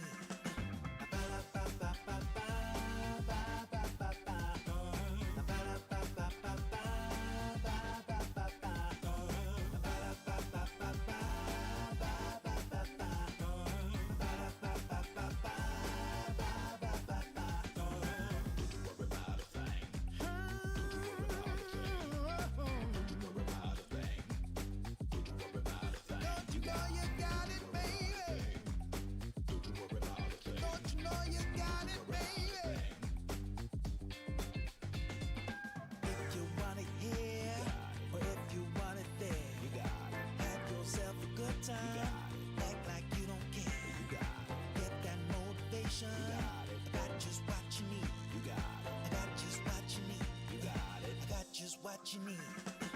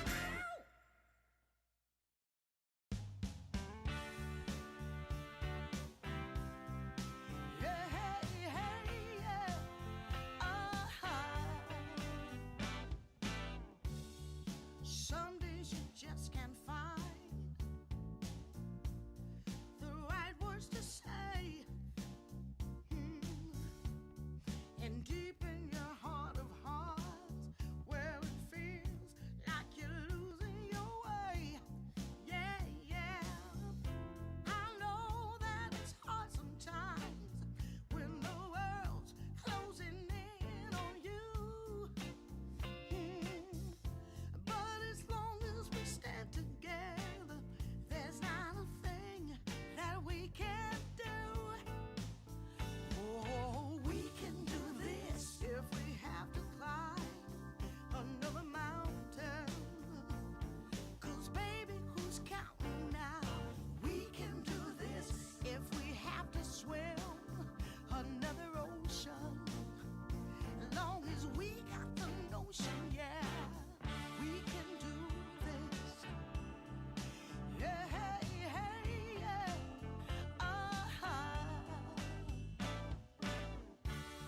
Sometimes you just can't see your way through the dark. And sometimes you're deeply hurt by some innocent remark. Oh, well, I know that this too shall pass, though I don't know exactly how. Yeah, 'cause as long as we stand together, there's not a thing can stop us now. Oh, we can do this if we have to climb another mountain. 'Cause baby, who's counting now? We can do this if we have to cross another river.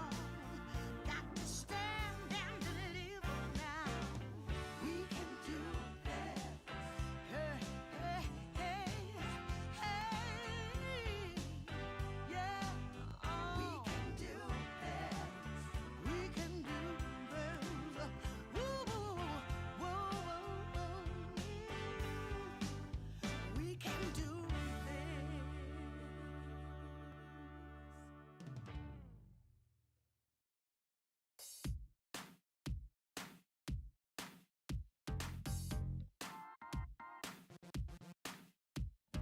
Girl, shake that body, shake it down to the ground.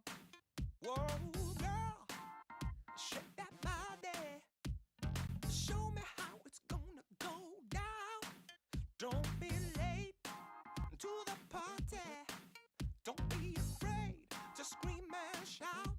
'Cause when we dance to the music, you know that's what it's all about.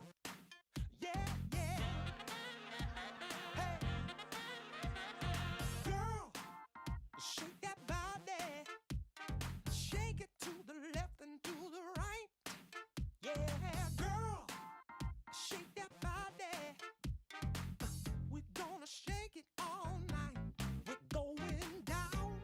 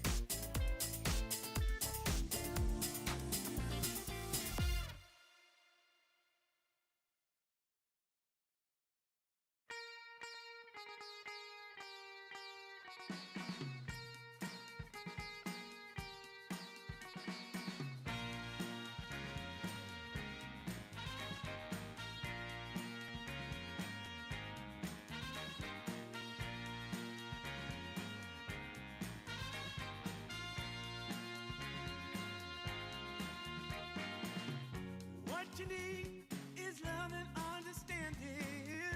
Find a heart whose love is true.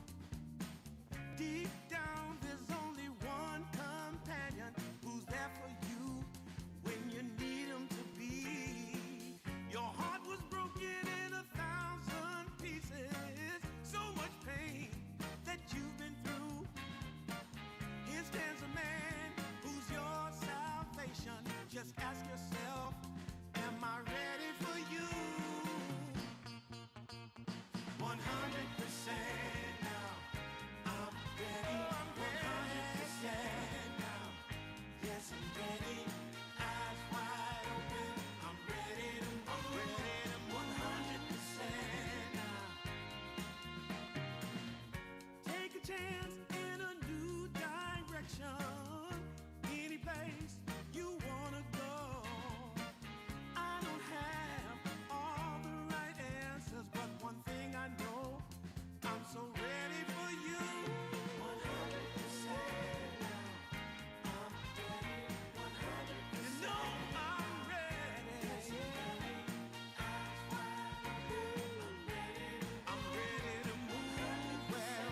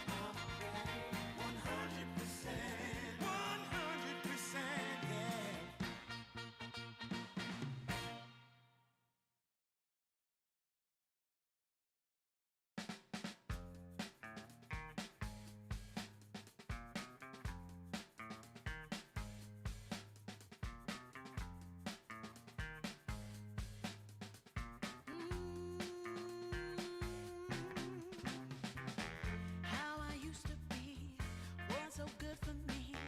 In my mind all the time, no one I could turn to. Now that I can see your love has set me free. You came along, made me strong. I've waited such a long time, and I just can't believe in this new love I have found. Yeah, don't want it to stop when you know you got a good thing that makes me feel fine. Ooh, wherever it leads me, you know it's all fine. I never thought that this could sweep me off the ground. Oh, I don't want it to stop when it's feeling this good.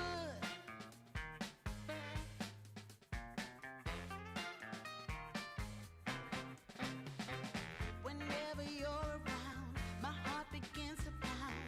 Though I know you'll take it slow, no way to stop this feeling. For every single day, whenever you're away, in this place there's a space where I'll be waiting for you. And I just can't believe in this new love I have found. Yeah, I don't want it to stop when you know you got a good thing that makes me feel fine. Ooh, wherever it leads me, you know it's all fine.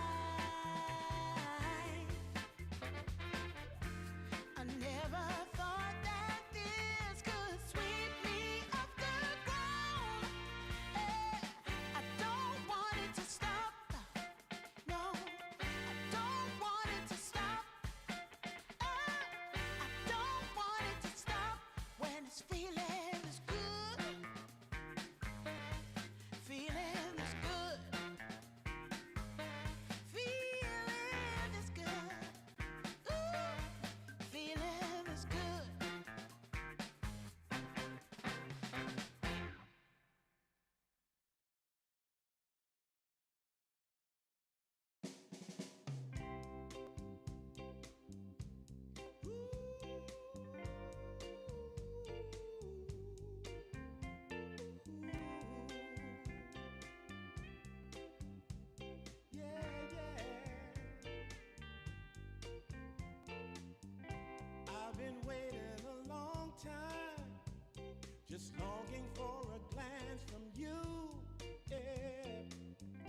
chance to look in those big brown eyes.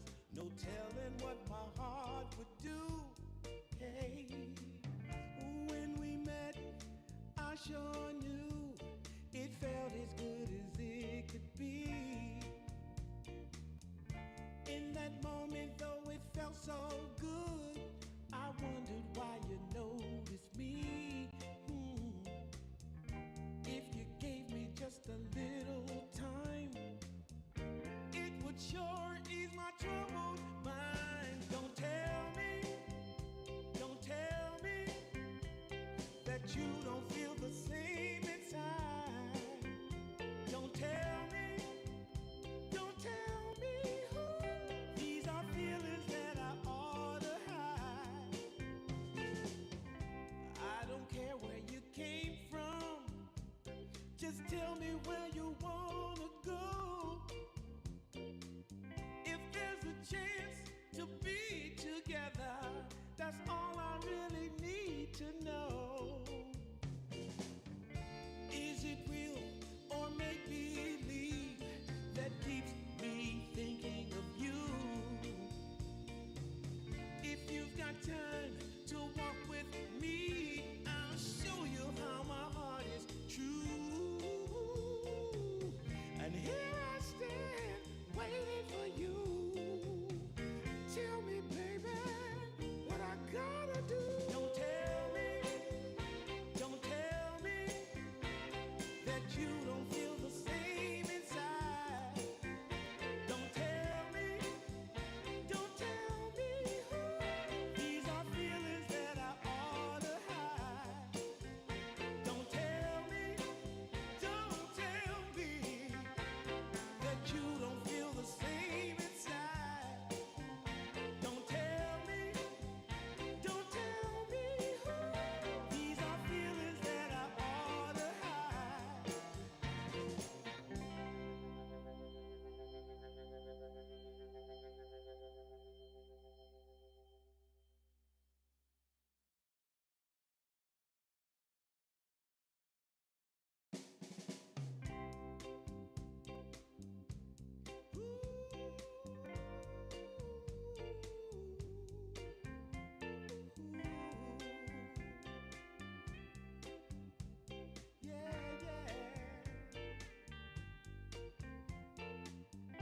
I've been waiting a long time, just longing for a glance from you.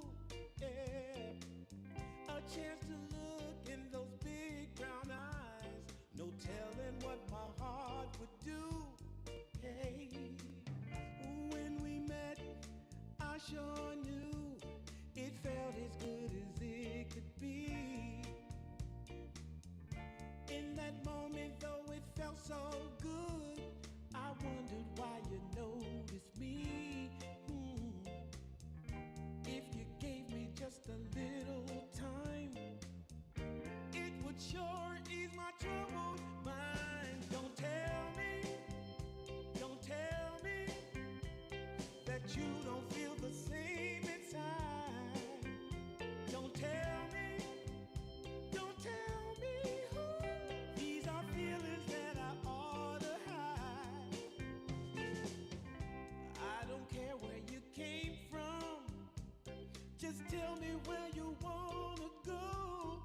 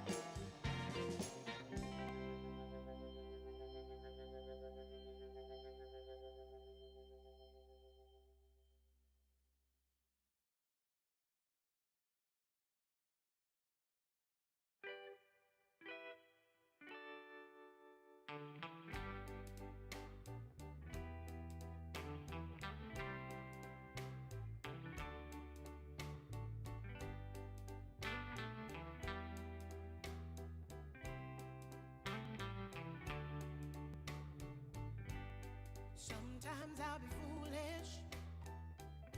Sometimes I know I get mad. Sometimes I say the wrong thing to you that makes you feel sad. But one thing is true in all that we've been through.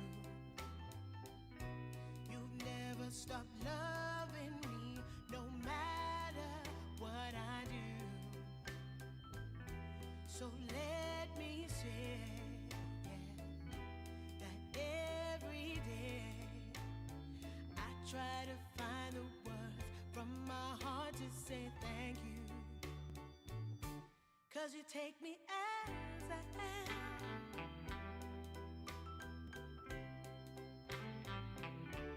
You take me as I am. Oh, baby. If you stop loving me, well, I would understand. But I won't take you for granted, no, no. When you hold my hand, your love makes me feel that I could fly to the moon. Not even the birds above can sing a sweeter tune. I needed to say that you find a way to make me feel anew. And I want to say thank you, 'cause you take me as I am. Oh, baby, take me as I am. Oh, Lord,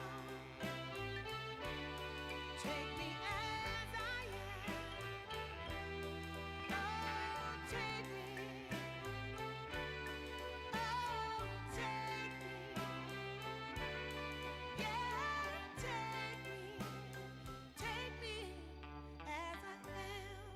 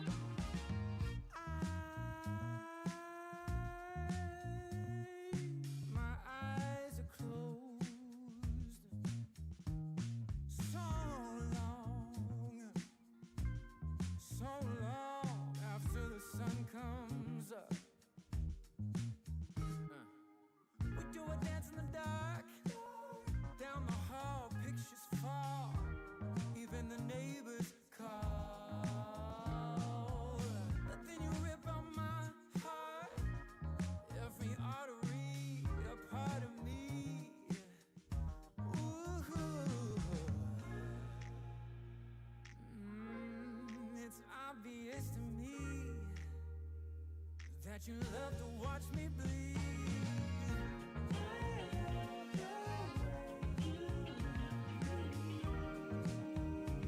But not half as much as I love when you leave.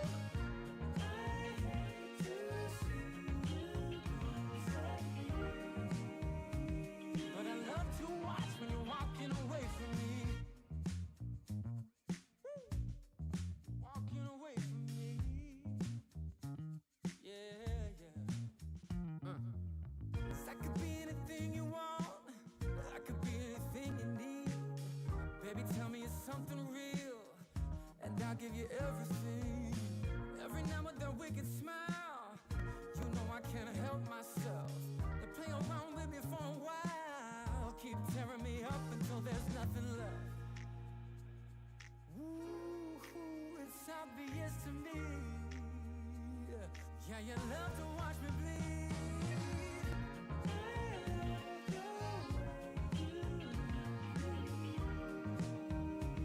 But not half as much as I love when you leave. I hate to see you sad. But I love to watch when you're walking away from me. Yeah, yeah.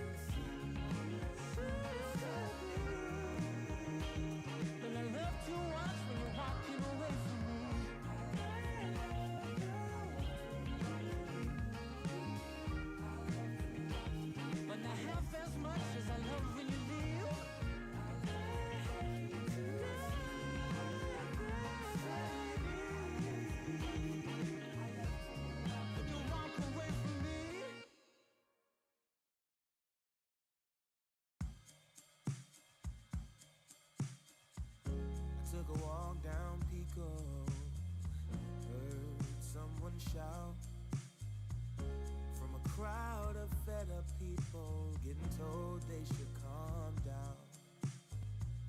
Didn't wanna fight, but the tears that fill their eyes are brought by the people sworn to preserve their rights.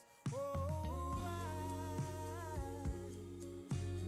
how could you not see it all coming? Stuck in our ways and running out of time. Time to change. We've got to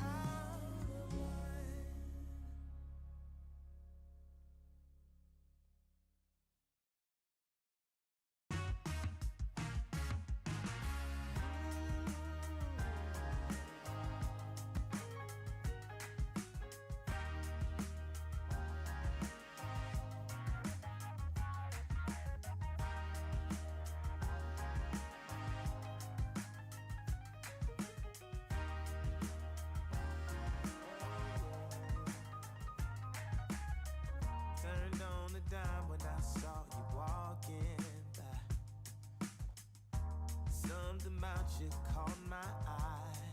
Yeah. Ain't trying to waste my time, just standing in your line. Gotta take a shot for you pass me by. So you wanna be alone for a minute? Well, come on, tell me what's on your mind. I wanna know what makes you happy. I wanna know, can I make you mine?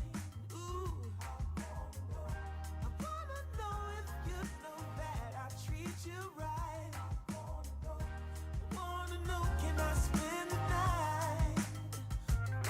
Well, I had my eyes on you for a little while now, but you never noticed 'cause you had a man. Ooh, yeah, and it's plain to see how bad I want you, girl. I'm trying to be much more than friends. Hey, so you wanna be alone for a minute?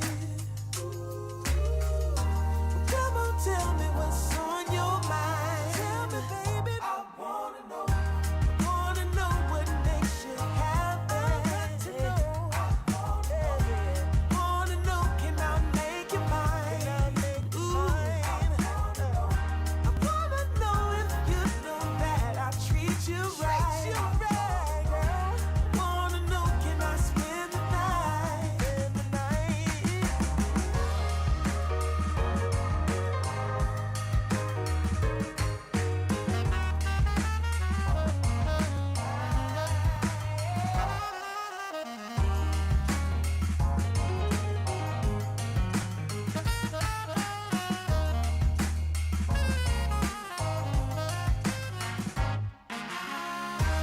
Wanna know what makes you happy. Wanna know what makes you.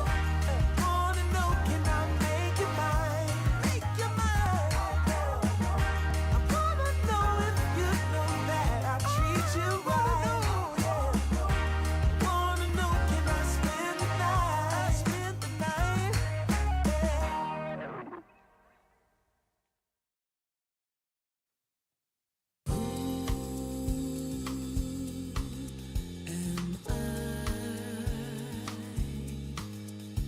A boy, a useless toy, running so scared, eyes wide shut from pain. This fight, this poisoned land of fools and broken dreams. Oh, please set me free. Take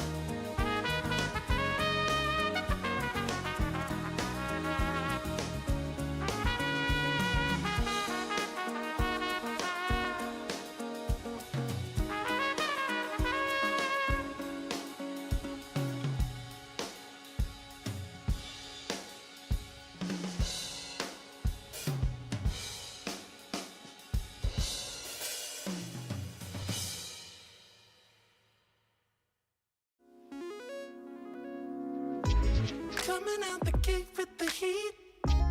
Everybody's playing in the street. We got the summertime magic in the speed. Sun is in my eye, feeling high. Only good vibes, I'm alive. And if you see me driving by, don't be shy. I'm so excited. You know just what I wanna do.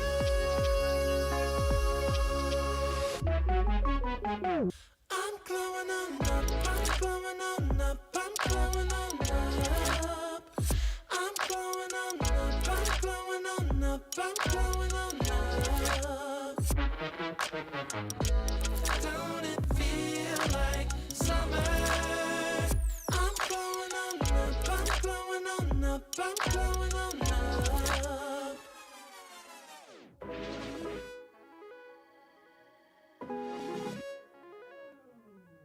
Blow up, show up, soak up aromas, float to Sonoma, roll up to Nola, trope up, blow up, slow up, show up, get real, choke up, you're flowing, you're glowing. Astral samosa, you're landing on Europa, your horns blowing, you're chosen, all the deep cuts you know. I got the pre-glow and the post-glow, inspiration knows no boundaries where it flows. Your fingertips to the globes tilt to the universe on stilts, hold on and chill. I'm so excited. You know just what I wanna do.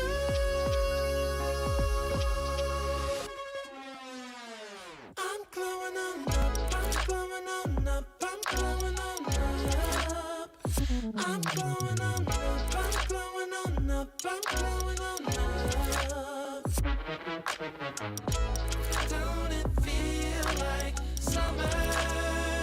I'm glowing on up, I'm glowing on up, I'm glowing on up. I'm glowing on up, I'm glowing on up, I'm glowing on up. I'm glowing on up, I'm glowing on up, I'm glowing on up. Don't it feel like summer? I'm glowing on up, I'm glowing on up, I'm glowing on up.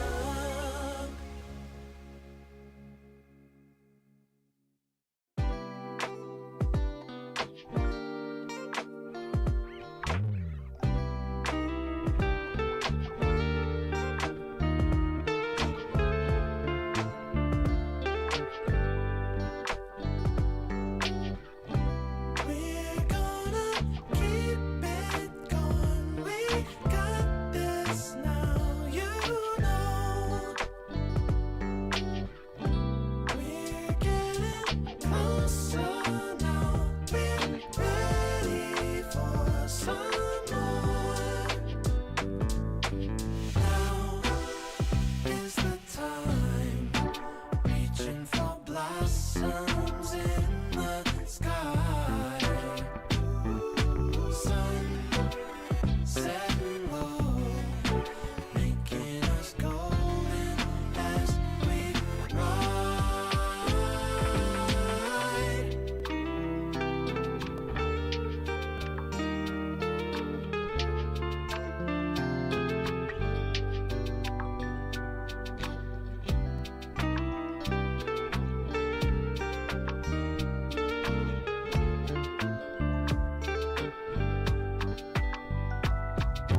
Now is the time, reaching for blossoms in the sky. Sun setting low, making us golden as we ride.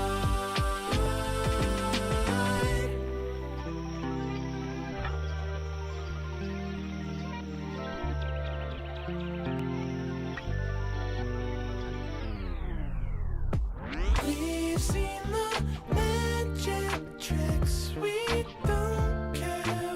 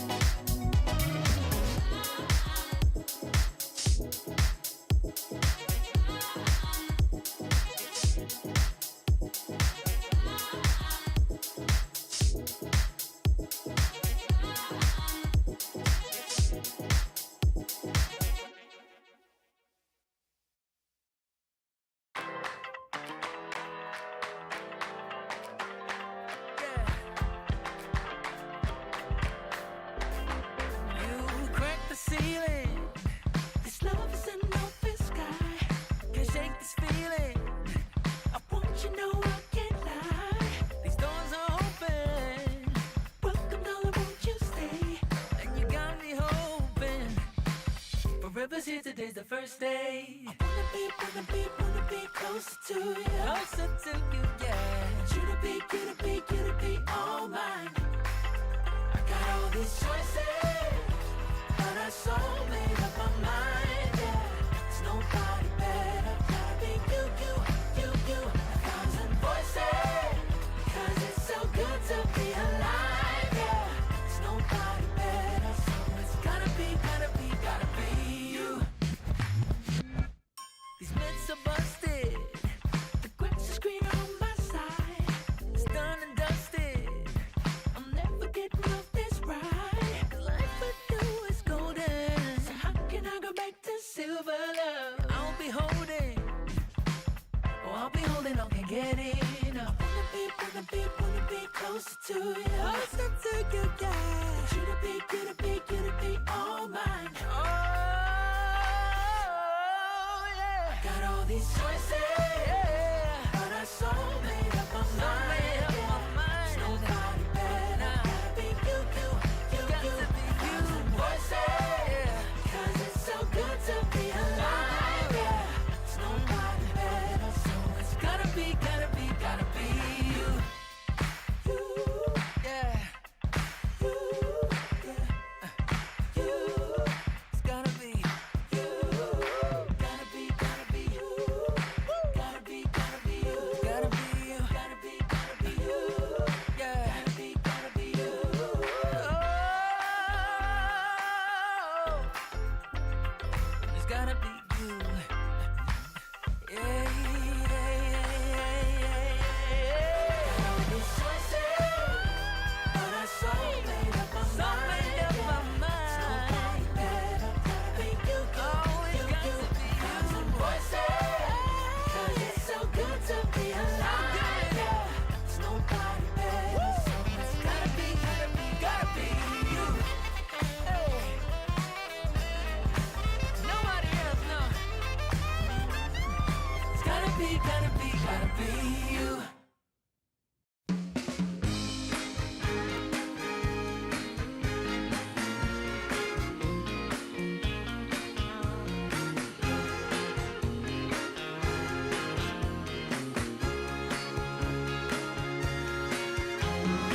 I want music, good music playing and dancing to the groove, and I want to sing at the top of my lungs. The evening has just begun. Hips are swinging and feet are stomping. Happy people gather round. We will party all night long. This will be magic night to remember. A joyful celebration for a whole new generation. This will be magic night to have together. No more limitation. We united as one nation. I want keep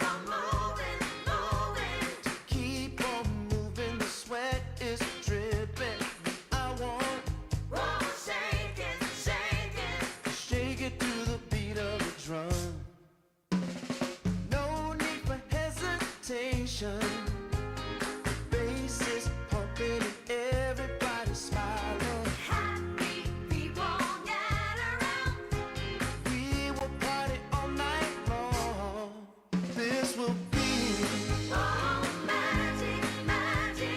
magic night to remember. A joyful celebration for a whole new generation. This will be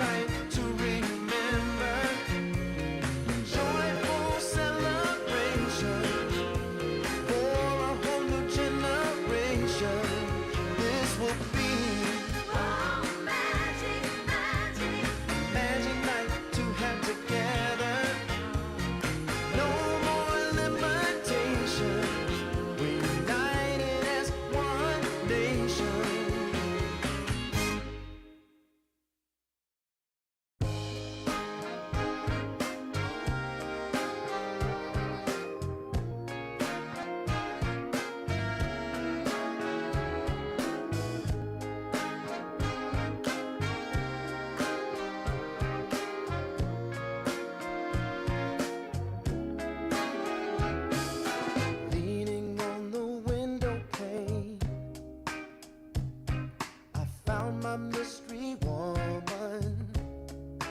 Her flame drives me insane. She's heavenly creation. The spirit of the hot summer day. Controlled by her emotion. Tomorrow seems too far away. Now I've got my shot. I'm meeting my soulmate. Lady, can you see me? You're my everything. You're my lady. Lady, can you feel me?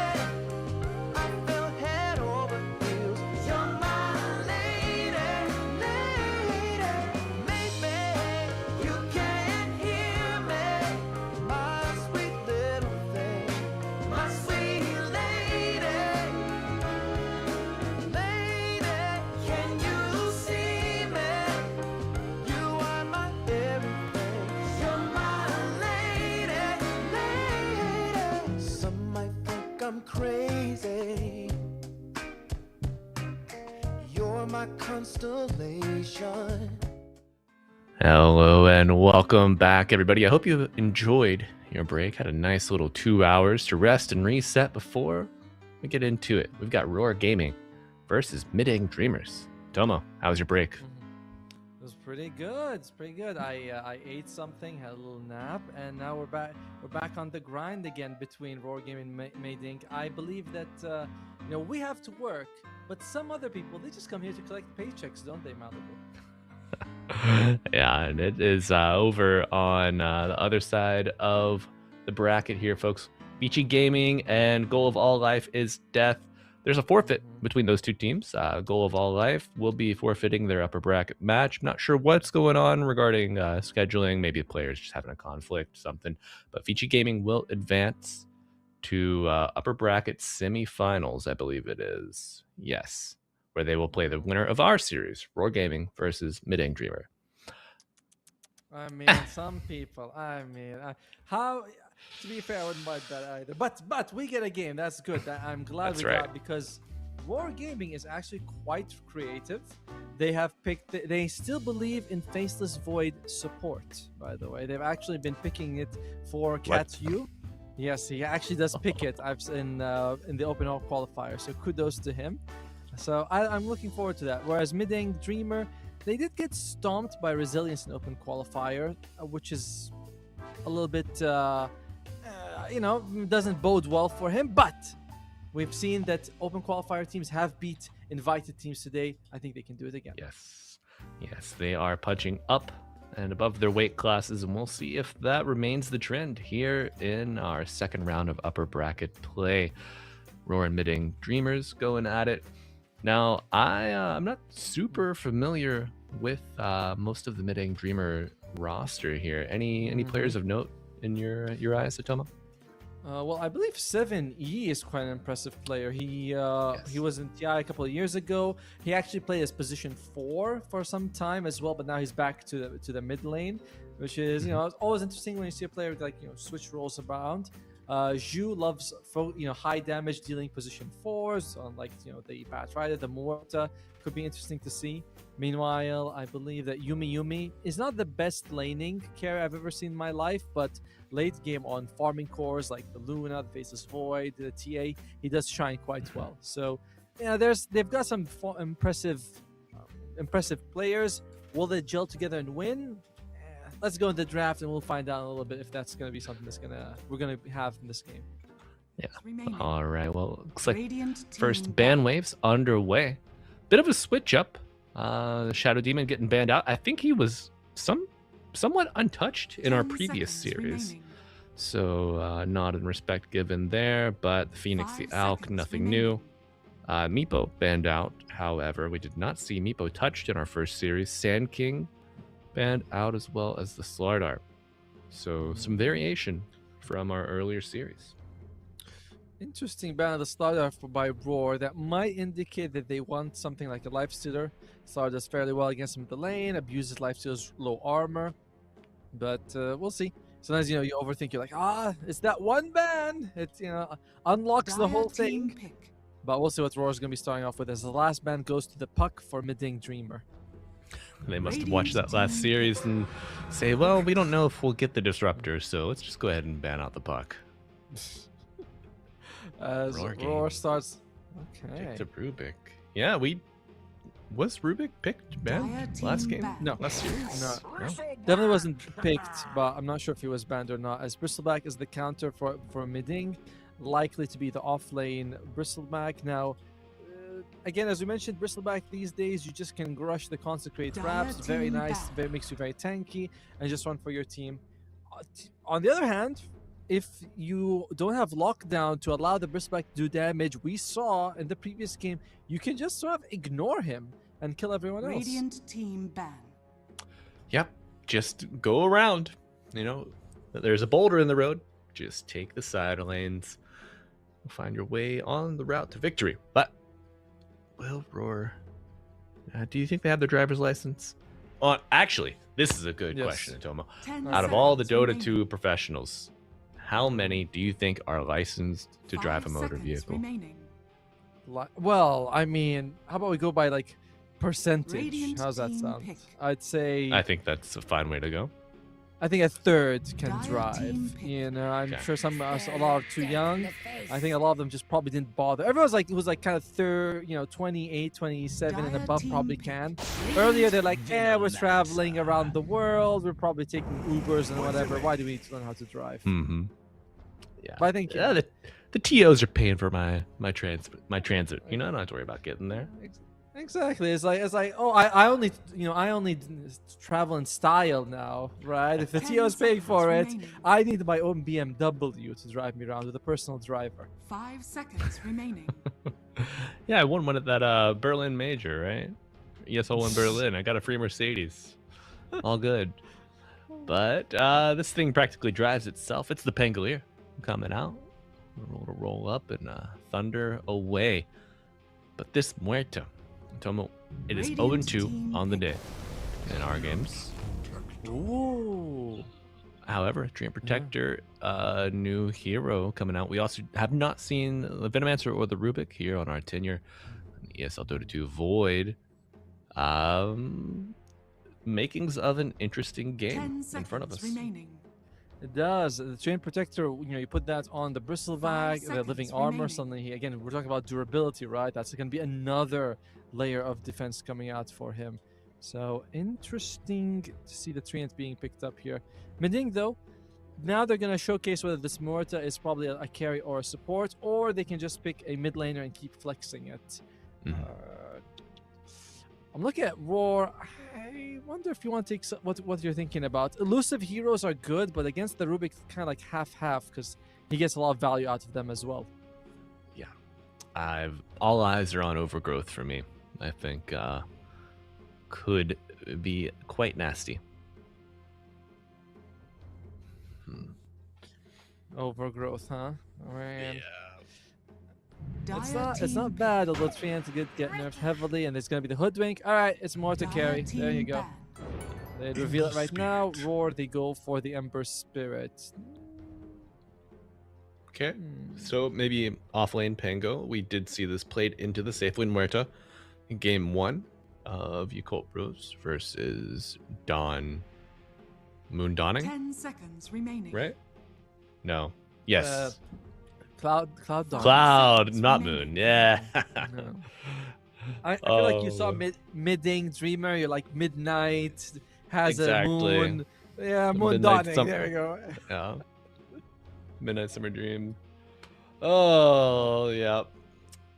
Just Isn't it Midsummer's Night's Dream? not Midsummer's Night Midnight Dream. Summer? Yes, Radiant it's team just ban. literature-based pitfalls all around, folks.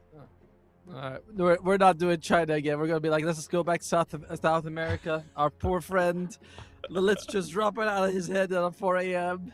Yeah. Dire team ban. I just It's like not me you got to that worry and about. you- It's Ramona. It's the big boss, man. She walked in the room and was like, "Hey, it's bedtime. Why are you not here? I got my stuffy. I'm going upstairs." Like, you can come with me now or later. I don't care. You can stay here with your boys, but don't wake me up. Exactly. Now, Roar. Yeah. Making a splash. No void, no monkey. They need a carry for Roar. They're gonna go next. Pick something for, I believe, if I'm not mistaken, Yukio is his name. Now, what would they want? I wouldn't mind a, what you call it. We've seen the Slark work as a counter to both the Morta and the Bristleback previously. It's not great against the Bristle in the lane, but you max out Saltwater Shiv, it makes the game a lot more playable. Remaining. And Morta, you could just jump in and out. Oh, she's ulted, I'm out. She's 5 not ulted, seconds I'm back remaining. in. Yeah, good workarounds. So- I do like the TA ban and the Luna ban. As you mentioned, the high Same. tempo can work to their benefit. And then, of course, with the TA, you get some nice minus armor synergy across the board with the Pangolier. If you look at Roar, their cores are very good at going in and out against the Mortar, right? The Ember and the Pango. Like, Ember, you have to worry about getting silenced, of course, but like they're very good at poking the Mortar. Oh, she ulties, we go out. So Slark would fit into that plan. I prefer something more like an Ursa, to be fair. I think that is better in the lane, and you don't care too much about the Mortar later on. You can just like, oh, I'll just enrage. Doesn't matter what her damage is anyway. Yeah. Ursa Warrior's not a hero that we saw earlier. I believe it was unpicked, unbanned. We'll see if that continues the trend here or not, though, as they are taking their time on this one for Roar Gaming. Critical pick. You know what the enemy carry is. You just have to make sure you get the right counter to it. Now, with that being said, we'll beat the Faceless Void. Okay. I have a bone with this hero right now. Yeah, you don't think they're gonna run it as the 4, as you mentioned previously, right? No. It's this carry Faceless Void. Remaining. But there are some issues with it. For one, Faceless Void nowadays buys the 5 Aghanim seconds Scepter remaining. because that's where the backtrack is. It's the back walk, whatever, the reverse time walk, sorry. And that is a lot of investment to get it. Where before it was a shard, it's like, oh yeah, I needed to jump in and out, shard, 1,400 gold, easy. 4,200 is expensive. Where do you fit it in? After your farming item, after your BKB? It's not. I don't know. The Faceless Void item build right now is evolving, in my opinion, and needs some time to cook. Okay. It still applies to time lock whenever you land, Choose your right? hero. Oh, Yes. That's a doom. Okay. It's So mid Bristleback. Mid Bristleback by Mideng Dreamers coming out here. Very interesting here. Whereas Roar Gaming, they're going to have SS, which is Shanxi on the Pango and going mid Butterfly Effect. Oh, sorry, going offlane Butterfly Effect mid Ember. Yeah. we wanted something different, Tomo, and we have certainly gotten that. Okay. Now, Mid Bristle, yeah. Yeah, mid Bristle. Will he be able to pick up steam and just run down the enemy team? I think as you mentioned, Faceless Void certainly has issues right now. As a whole, I like the Roar draft a little better. I do wonder, I mentioned earlier, teams that play the Muerta seem to do better when they can deliver fights to her or deliver her to the fights. Mm-hmm. I don't know if they have the tools for that. I mean, Overgrowth, great at pinning him down, making a shooting gallery out of the enemy team. But aside from that, I don't know. No, it's a good point, right? Like the Faceless Void, one of the nice things about this hero though is even though I'm not a fan of his current item build, or at least I haven't seen one that I like, holy shit, that's a lot of games being played. Yeah. Oh, we got grinders, folks. We got hoagies and grinders. Here, game 1. Roar Gaming. Dire taking on Mideng Dreamers from the Radiant. Tomo and myself, Malibu, bringing you the action. Tomo, what you got, bud? What do you got? I'm just looking at those amount of games he played. You know that there's some people out there, I won't say who, who have played that amount of games total as one hero, like, I don't know, Slark. You know? No, we can't. Don't. Oh, no. Not the memes they pervade, man. They were so good. Yeah, very good time for us. But in this game, the good thing for Roar is really just landing a Chronosphere gets you so much. And it shouldn't be too hard because you're up against 3 melee heroes. And, you know, Morta is not exactly a mobile. So if you get doomed, that's a big problem. If you don't get doomed, your path to victory of landing Chrono on 2 is pretty good. Unfortunate, I would say that your allies aren't the best at using the Chronos. Like, I'll swashbuckle them from from outside. I'll fist. I'll get a gale or something. It's not exactly an impressive group. It's not. I think you're gonna use it mostly after the Rolling Thunder breaks up a fight, and then enemies try to dodge. They get a little clustered, but more on that after this. Oh, he's gonna lose the invis, but we'll be fine. 2 for 2 in terms of bounty runes. No one coming out ahead in that one. Now we're going to be looking at the laning stage. Rubik, Pango versus the Treant and Muerta. Hard to think who's really going to have a whole lot of killing power. I suppose maybe the Pango and the Rubik slightly more. Yeah. I think maybe with Rubik, you'll be able to work your way into some better trades, especially if you get like a level lucky shot. And then of course just the burst damage from the Fable Swashbuckle combo could catch someone by surprise. I love that that the Fate Bolt was changed to now work on all outgoing damage. Used to be physical damage, but now it's like, okay, I Fate Bolt, everything's reduced as whoa. All right, Scorched Earth nerfed a little bit, but apparently not enough. To be fair, level 1 damage is the same, so we haven't hit nerf territory yet. Like Ju's like, hey guys, I thought this. I know it's nerf, but all right, not level 1. Oh, my bad. Well, Lloyd, looking for Team 5. Keep that tag up, buddy. Oh my! 2 kills for the underdogs. Mideng Dreamers striking fast. Dude. The open qualifier teams from China, they're eating something different. There's something in the water that's. Tell me about it, because first series the open qualifier team won. Here, this is a team that lost to Resilience, and then they come in and they just get you 2 kills early on like that. Yeah. Wow. And I mean, in terms of drafting too, a bit of a middle finger. The mid bristle. Gotta say, this is something that I've not seen. It tells me that the 2 teams have very different approaches to what they're going to be doing for their mid laners. Butterfly effect, probably a vessel, run around, make space, highly mobile, and good damage and catch. Other side, you're looking at 7E, very different. Probably consecrates wraps, durability, hitting towers, letting people jump on him. So it's a very, very different approach. Movable object versus stoppable force. Oh, and 70 gonna get a nice wave drag. Easy range creep. Oh, not so fast, huh? Yeah. Butterfly effect with the reach. But now 70 essentially going to have a triple wave collected in the mid. Oh my god. Bottom tower is under I think at one point he's like thinking, did I drag too many? Maybe. He actually might. Okay, I think it should be fine. Might lose 1 or 2 CS, but we'll be pushing under his tower, so you're going to lose a lot of that equilibrium that you've gained. But I mean, Ember, ultimately the loser here, I think, just being out of XP range. As I do believe that the Radiant creeps, at least 1 or 2 of them might die before he gets there, and it's gonna be not exactly what he was looking for.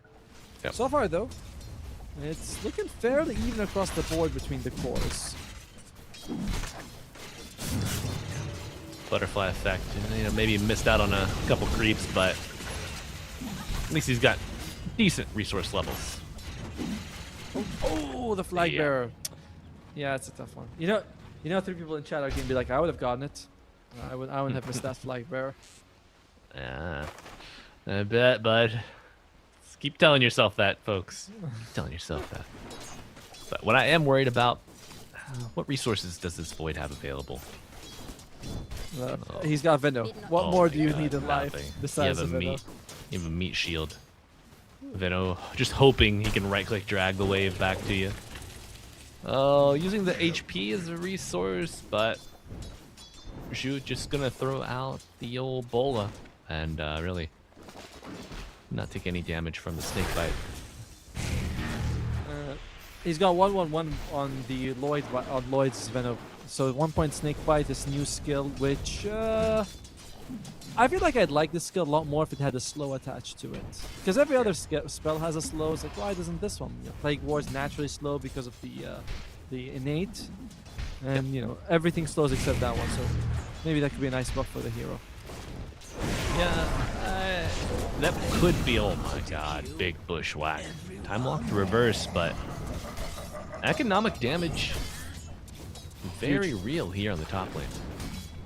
Zhu was also very lucky, by the way. He was right next to a tree when Veno threw an attack on him, and he was salving up, and the salve didn't get cancelled because of that.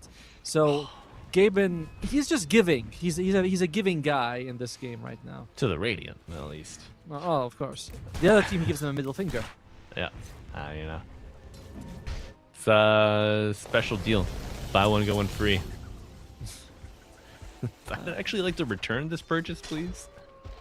It's not really working out for me. It's like, you're keeping it. By the way, Pango's innate also is usually kind of useless, but against the Norta does have that impact of reducing your proc chance by half. Yeah. That Gunslinger. Oh yeah. Not bad.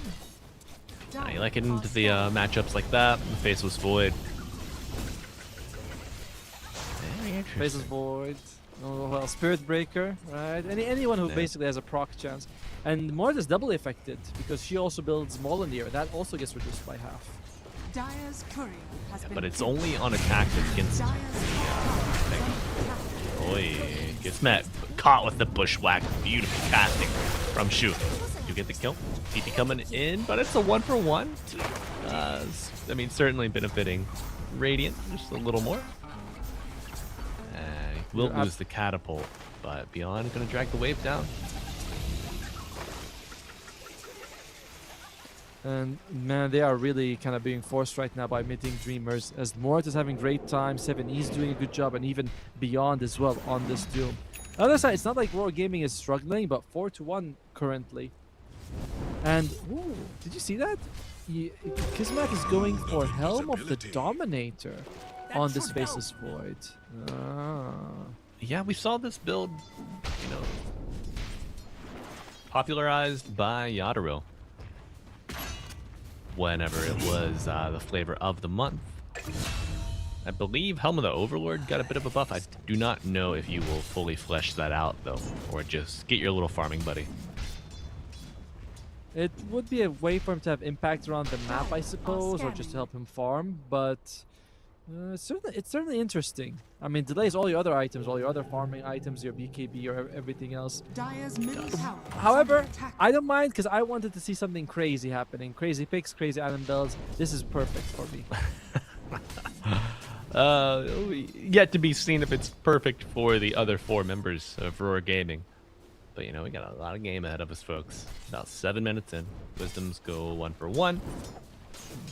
Butterfly effect, at least getting a little counter ward action happening. But early 2K lead for the Radiant. The more I look at the Mideng draft, the more I kind of like it.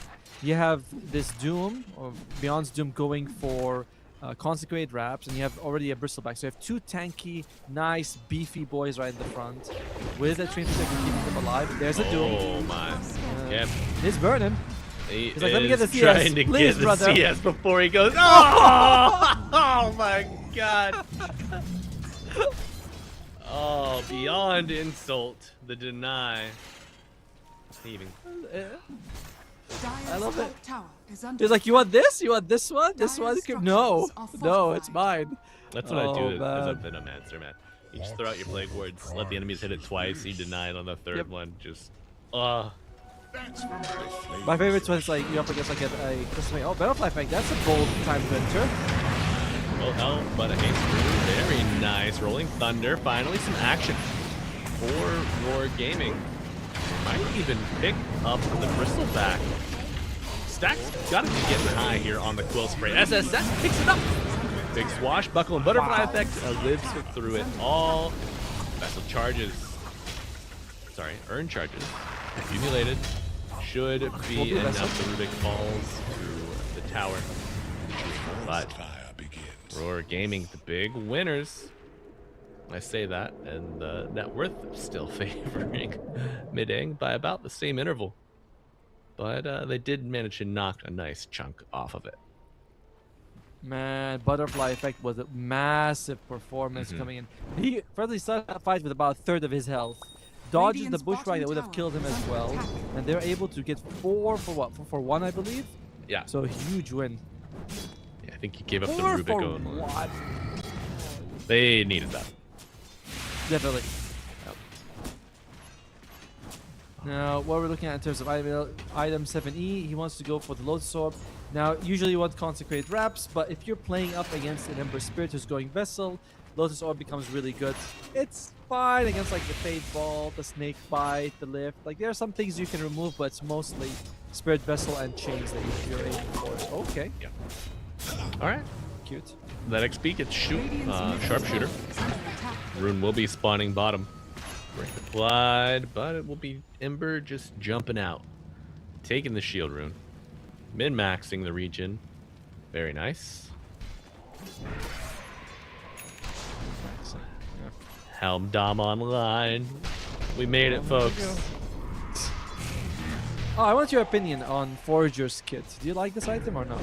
I'm seeing it being picked up a decent amount. Oh, my satyr. My big, beautiful satyr. Oh, it's the bait! Ah, more on the Forager's Kit after this. Blood Grenade, throwing it all. You need every... You can't kill the squirrel. Oh, man. That's... if I'm the Faceless Void, I'm just retreating into the jungle and never showing my face until I have 2 or 3 items. At this point, he might have to. He is quite farmed. Quite poor as well, beyond. However, with the Doom being used, that... Never mind. I'm a liar. Doom wasn't used. Void had jumped out at the last moment. And now, Butterfly Effect getting low. Dangerously so. No, he gets a slight. Does he get a... No! No spirits to jump to. Oh my, perhaps a miscommunication. Sniper! And one more death. The sniper coming in from downtown. And a beautiful bushwhack. Shu playing an amazing hoodwink. Mideng Dreamers. Oh yeah, Mideng Dreamers. Dire's top Surging. tower is under attack. Doubling their lead. Insane the way they're playing around Roar Gaming right now. Like the Chrono wasted. They go on Beyond who kept the Doom because we mentioned it earlier. Like he was thinking about it, but you know the Void and the Spinner were moving away. So I was like, I'll just keep it. Butterfly Effect jumps on him and he just turns around, dooms him. No Remnant to jump after once the Doom times out. They need SS to join them. It's actually been kind of crazy. The Pango has been very uninvolved. 1-0-3, I believe. Yeah. Dire's We saw, bottom I think, tower we is saw the under biggest attack. success for Roar playing around the Pangolier bottom whenever you had Rolling Thunder up, and then, of course, Butterfly Effect on the haste route. It's great outplays there. Those are the moments you need to chase, the moments you need to repeat. Maybe just a bit too eager to get revenge. Yumi, by the way, is just farming the whole time, undisturbed. 0-1-1. He's like, if they leave me alone, I don't really need to do anything, do I? Right. And Otomo, you know, Mask of Madness picked up on the Muerta. This was an item folks were originally looking at whenever she got released, and then people realized, you know, her spell kit, very good. If you're not able to cast that, sometimes enemy gap close could be too much. You need the silence, you need the repositioning of the dead shot, but she picks it up. Pierces the veil. Overgrowth out. Rubik low. Will die before he can steal it. Spell was on cooldown. Oh my god, everywhere! Yeah, the chase is on. Good chains. Buying time for Butterfly Effect, but an even better bushwhack. You don't even need the Doom. You just run them down. So it is available, and SS gets caught. Locked down. Just in time for, you guessed it, the Wisdom Shrine. The positioning and skill usage from Mideng Dream is amazing. Like the way they were able to sort of corner Butterfly Effect. They had someone in the north who when jumped to the first base, like, oh shit, there's someone here. Goes to the east, there's still the Beyond is there, and they're able to get him with a bushwhack when he makes the final jump away with the Remnant. Incredible. And as you mentioned, they are going to go for gets it. Can die happy. Goodness. Will he get the TP? No vision for the telekinesis. Oh. Yeah. That's an allied tip. For sure. 6,000 gold. 14 minutes in Atomo. You got Chronosphere. You got some big spells, but it's not over until the fat broad sings, you know. I was gonna say something else, but yes, definitely not over. Then it is, as you mentioned, you always have Chronosphere as a way to come back to the game, and they're looking like they might want to get Kismet involved in these fights. He's showing up, but what can he actually do when he gets there? Question.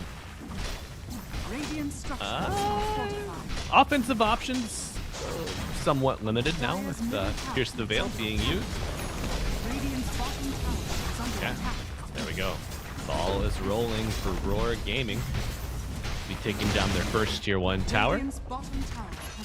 However, likely to lose your mid tower. 7E. White Bat. Level 12. Lotus Orb, Arcane Rune. He does not run down the Rubik just yet. Expecting perhaps the positioning. I wonder what Clove is thinking when he's like stealing from the Bristleback. You know, you get close, but you're like, yay! That's what he's thinking. I'm gonna go hit some creeps, baby.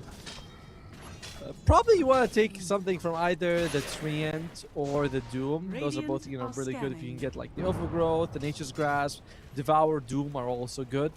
Bushwhack is nice, but you don't make as much use of it because you don't have the Acorn shot to land it for yourself. Yeah. The range though, you get a 1100 base range on that with your passive, your Arcane Supremacy. It's pretty nasty.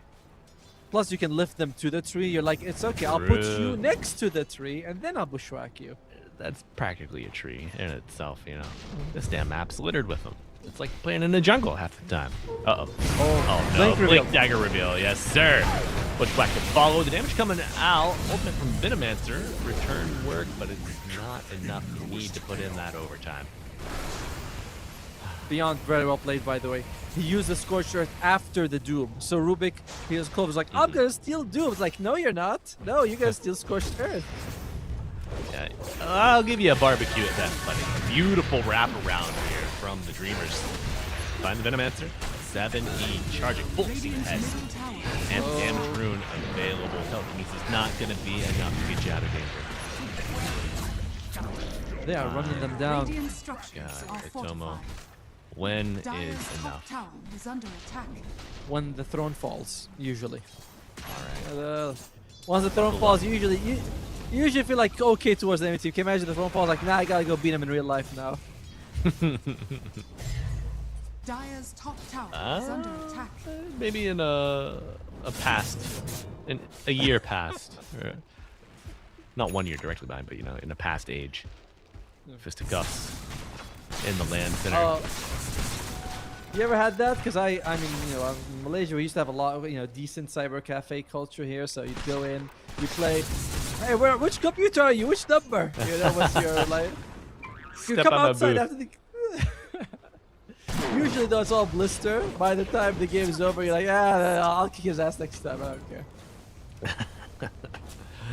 No, I've only been able to play Dota on LAN, like with a full 10 lobby, I think maybe 2 times. PC cafes here in the US, a rare commodity, though much appreciated. And even when we did play it, there was like a local card shop / like gaming shop we were able to bring our own PCs to host like a neutral land. But Thank you. reflect on the good times later. The Bristle is able to escape. Oh, Chronosphere used, and no, he freezes the Pangolier. Tomo, disaster. He's so tanky. He will go down. Finally, and the Doom being used. You're gonna get one. You're gonna get two. A low yield, but somewhat of a return. Pangolier should crash. Slide, but Muerta looking to pierce through. Can she find a rare miss from Shu? That SS. Nobody can go back in. Overgrowth, but the Pangolier on the wall. Oh my! Shu picks up a triple. That pesky well, and that's what gives the team an exquisite touch. The Dreamers cleaning up, making it look like a Radiant's cakewalk. courier has been killed. They jump on Bristleback, who we did say he's gonna get Consecrate Wrap, but he got after the Lotus Orb. He's Consecrate Wrap, Lotus Orb, Brawny with Power Treads. He's walking around with 2,200 health. You put Living Armor on top of that. Very tough for Wargaming. Chrono expanded and doesn't even kill him, by the way. And all that, and he was shooting quills out of his ass the whole time and does the most damage to the team anyway. Yeah, that's nightmare scenario here. And I'm doing some quick research. Not quite mathematics. Looking at that voice line Dire from are Team scanning. Zero, and I'm trying to see if any of the Other Roar players Gaming were, folks were on Team Zero, but I think some of the Mideng Dreamers were on Team Zero. That's our voice line. The support Veno doing what support Veno does best. Be useless. Hey, come on. Oh, okay, all right. Sorry, 1-6 and 2 is he? Is that Not always useless. Just happens to be in this game. when they moved Poison Sting from an actual ability to innate? At first I was initially happy. I was like, now we got 5 skills. But the Poison Sting now is significantly weaker than it used to be until like you get max level or something, which is not ideal. Yep. Yeah, it's tough. and- You rely on like the trading of the snake bite, but whenever the enemy lane can just stun you and wait for the snake bite to pass, and you're not able to like interrupt CS with it, you lose a lot of your ability to flex on the enemy laning experience. Yeah. You also lost a lot overall as Vendor. Remember, your innate was the damage per debuff. That's gone. Your facet was the free, the free Plague Wars. That's gone. Now that's a shard that you have to buy.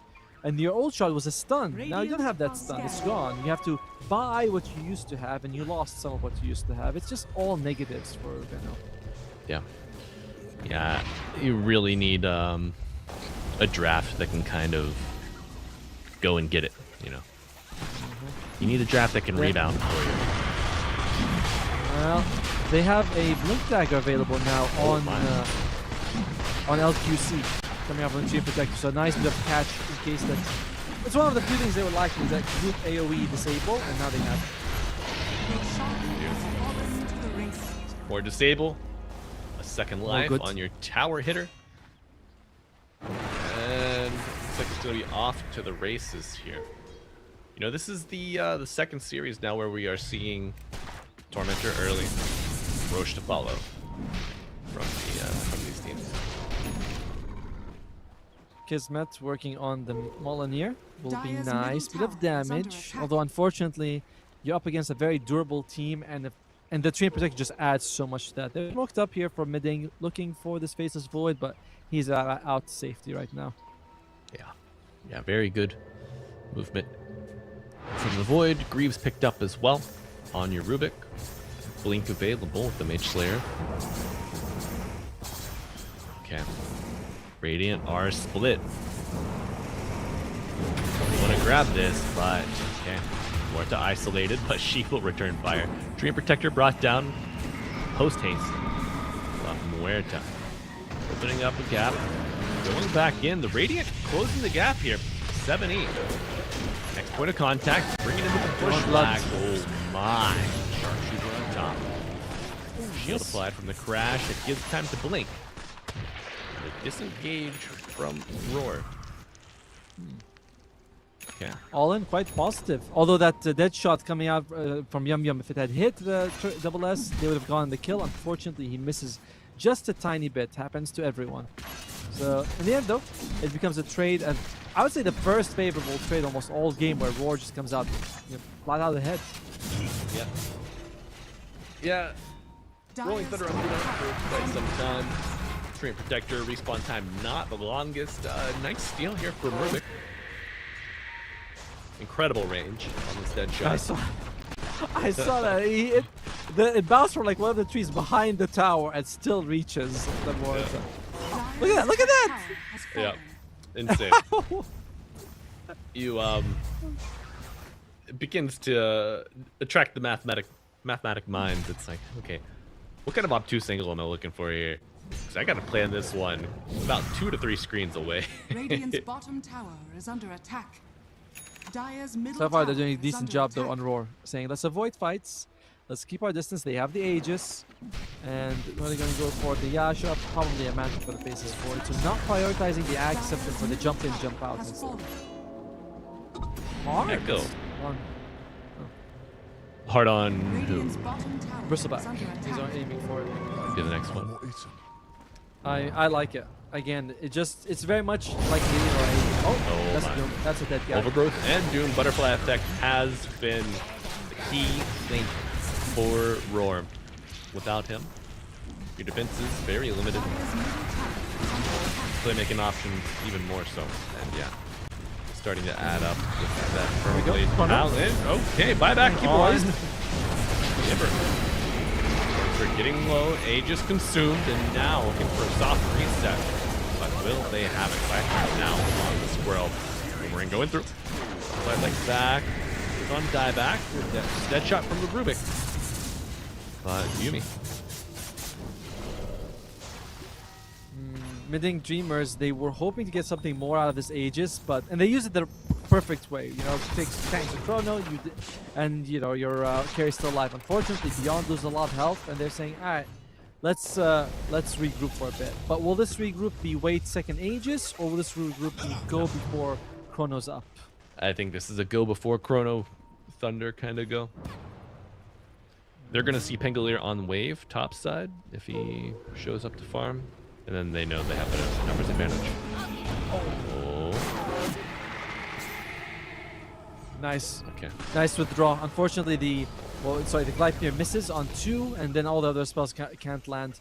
Now, Mideng Dreamers, you might start thinking, guys, I think Rolling Thunder, it's not a long cooldown. Maybe it's going to be second Aegis. Yeah. Agreed. Oh, really? Ghost shove that's... here. Yeah. It's cute. The Helm on Mjolnir. Yeah, baby. That's the play. Radiant are It's scanning. like the old giant treant. You put your solar crest on it. Let it run down the lane, just wreaking havoc. Speaking of giant treants, you know that you can actually get Ags on treant. It's a really good Ags, but not, if you are core treant at 70, he's just running away. Or is he? He's got the heart. He's a tanky boy. Is and you can imagine. Is that a regen rune as well? Yes, he does. Oh my god. You see, Malibu, sometimes 57 health regen just doesn't feel like a lot. So you just kind of top it up with a bit of a health regen. Right. Yeah, it's just not enough. So why not, pop that all damage barrier, give yourself some extra armor, and go to town. Just dare Roar Gaming to even take a whiff of you. You know what's also taking a whiff? Zhu is now top 6 in terms of net worth. He's like, I'm getting the whiff of the core feeling right now. Yeah, that buyback certainly has damaged the economy of Butterfly Effect. Not the wisdom, bro. Oh. They stole, I think, the 14-minute one as well, so that's 2 extra wisdoms going out of Mideng Dreamers. Just everything going pretty tough for them right now. The supports. Some of the supports have eyes the lightning on the void. Beautiful scouting. However, it's Chronosphere, controlling you. Oh man, the chain CC, and you're not gonna be able to time walk that off. Bad news, Kismet. Bad news. Did not even have to use the overgrowth. So combo this 5-on-4. Gonna be coming at you very quickly. Got the overgrowth to worry about. Flasher. Toss from himself. Toss. Whoa. Maybe you should have thrown butterfly effect out, but however, the overgrowth not catching them directly. Pushing them back and not stealing it either on close. But short work of the tier 3 tower with a very inopportune, I'll say, fortification use. I mean, it does get refreshed when the melee rack falls. They might as well use it, but like you mentioned, not exactly the best timing for it as well. Rolling in. No Aegis on where to mind you, but a BKB will get her out of immediate danger. 70 making use of beef that he has accumulated. Only have enough. At 21, has Lotus. He's holding. Hold. Okay, Lotus used to dispel. And now just easy reset. Disgusting. It is. The Chrono bottom, by the way, is giving them a huge opening where they're like, okay, we know Chrono's down. Our sports just killed them. We might as well go for range racks. That's all they got so far, though. Because Matt, 50 seconds, he's like, I'm not going to help because there's no point if I'm staying the base without Chrono. But that's also 50 seconds for Mideng Dreamers to do what they want. Yeah. What do they want? What do they want? Raxus, Barracks, build blood. Go Also, get it. get some. Bricks for my brick Glibnar. Getting the bricks. Oh, the Ravage is not enough. Stolen Doom. Soul Doom, okay. That's nothing to scoff at, but the newly reworked Harpoon. Oh my god. Radiant's top tower is under attack. Hoodwink. Creating a tree for the Doom to Harpoon to. What do you think? What are the odds that we see it before the end of the game? Oh, in this game, yeah, it's very likely. I thought you said, what are the odds we're going to see this be a pub combo? I was like, never. No. Hoodwink's throwing A-card shots so someone can harpoon to them. Very cute. But looking at the net worth deficit, it is massive. Or Gaming, realistically, they're one team fight loss away from calling it. Like, 7,000 difference between carries. Off lanes like 5,000. It's massive. Oh, 70. Glide and the Glider to find him, but he's the Doom off on the bristle. Gonna be. Oh my god, big overgrowth. Chronosphere on the other side of the fight. Disrupting it. Minimaster the fall. Hoodwink is brought down. Wink picks up one, but Doom already picking up another buyback on the Rubik. The chase is on. The Doom has its fire on 70. Expect him to unleash hell. That's on the run, but a US Scepter delay, perhaps the inevitable. Pull back down, shot up, and question mark indeed. Perfect timing this time from Yumi. He is like, just as the moment the Pango lands, that shot was able to hit him. And again, we have used the Chronosphere. We get one kill, but it's not. It's like a small jab. What we need is a decisive uppercut to actually change things. Small jab, but following up with a right hook for the Aegis. The link up in 4. And a very healthy Bristleback. His eyes on the prize. Take down the tier 3. In space for his team to hit. Butterfly effect back up, but at a 4-level deficit. His enemy mid laner. Hard pressed to find his footing. Now, double catapults. Scooped up Muerta. Makes quick work. Covered by the silence of the calling, they will retreat. 28k lead here for the Dreamers. Beginning of a 1-0 start to this series. Will they find it? And you've also got this very thick Bristleback right in the front. You have so many issues to deal with. How do we kill Muerta, Bristleback, and Doom? Well, especially with this chain behind them. It is brutal right now for Quick work of our friend Roshan, who will donate an Aegis to the cause.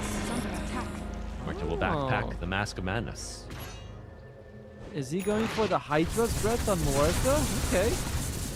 An item that stat-wise is like okay, but it's not, for 5,900 gold, it's kind of a little overpriced. But he's like, I want to be able to hit even more people. I think the poison debuff should last after time walk, right? It lasts for 3 seconds. I'm not sure. Yes. You time walk only 1.5 seconds of damage. It's nice. It's 2.5% of your max health, but that's not really a whole lot when you think about how much you actually dish out damage. You know what I mean? Yeah. My So- God. Hydra's breath and competitive. Here we go, boys. Your pubs are about to continue to be bad. Radiant are scanning. Look at that. Big wrap. Throw it out there. Yeah, big wrap from Roar, but Bristle kind of reads it. Has the gem. Gets the D-ward off. Yeah. Doesn't here, scout I out the smell 'em. heroes. Yeah. Their stink is around somewhere. Okay, Butterfly Effect breaks. Finds him with the Stormcrafter. And a 2-hero Chronosphere, but the Ravage from the Doom. Oh, they don't have the damage to finish him off, but they kill. Okay, they get it. Doom is applied to the Faceless Void. Target you wanted to protect. Buy back on the hook. UBM picks up 1. Ouch, your Void. This fight not looking good. They call it. And GG. Yeah. 34 minutes. 35 almost. A little longer than our game 1 in our series 1. Radiant. But the trend remains, Tomo. Lower seed underdog punching up, taking down the directly invited team. Mideng Dreamers take game 1. I mean, they are the ones who I feel like took advantage of more of the good stuff that's in the patch, where they take this, Doom very high priority. You take a Bristleback, you give him Consecrate Apps, 2 of your heroes have it. Even though Morta lost our first series by a lot, she's still, in Southeast Asia, the other games, she's crushing in every game that she's being picked. So, Morta, very high value target, pick, seeing Hoodwink do well. On Roar, it's Veno, a hero that is this patch doing really badly. And Baseless Void, which is very awkward to build, so just better drafting and of course much better gameplay on Radiant. I thought you just called him Baseless Void. I'm like, kind I'm of baseless. Yeah. I leave those to you. You're the ones with Sure. with those good corpse. Sure. Thank you. But for me, the mid Bristle, certainly a wrench in the works of Butterfly Effect's mid performance. Great play across the board here. The Doom just doing the most. This Hoodwink, an absolute nuisance. Good teamwork coming out across the board. And I don't know. Just a one-sided game. The old Veno Void Lane does not inspire.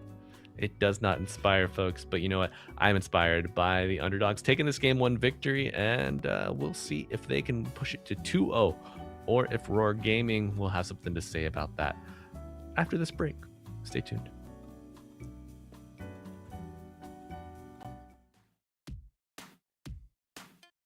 Shake that body. Ooh, girl. Shake that body. Yeah. Ooh, ooh, ooh. Don't be late to the party. Don't be afraid to scream and shout. 'Cause when we dance to the music.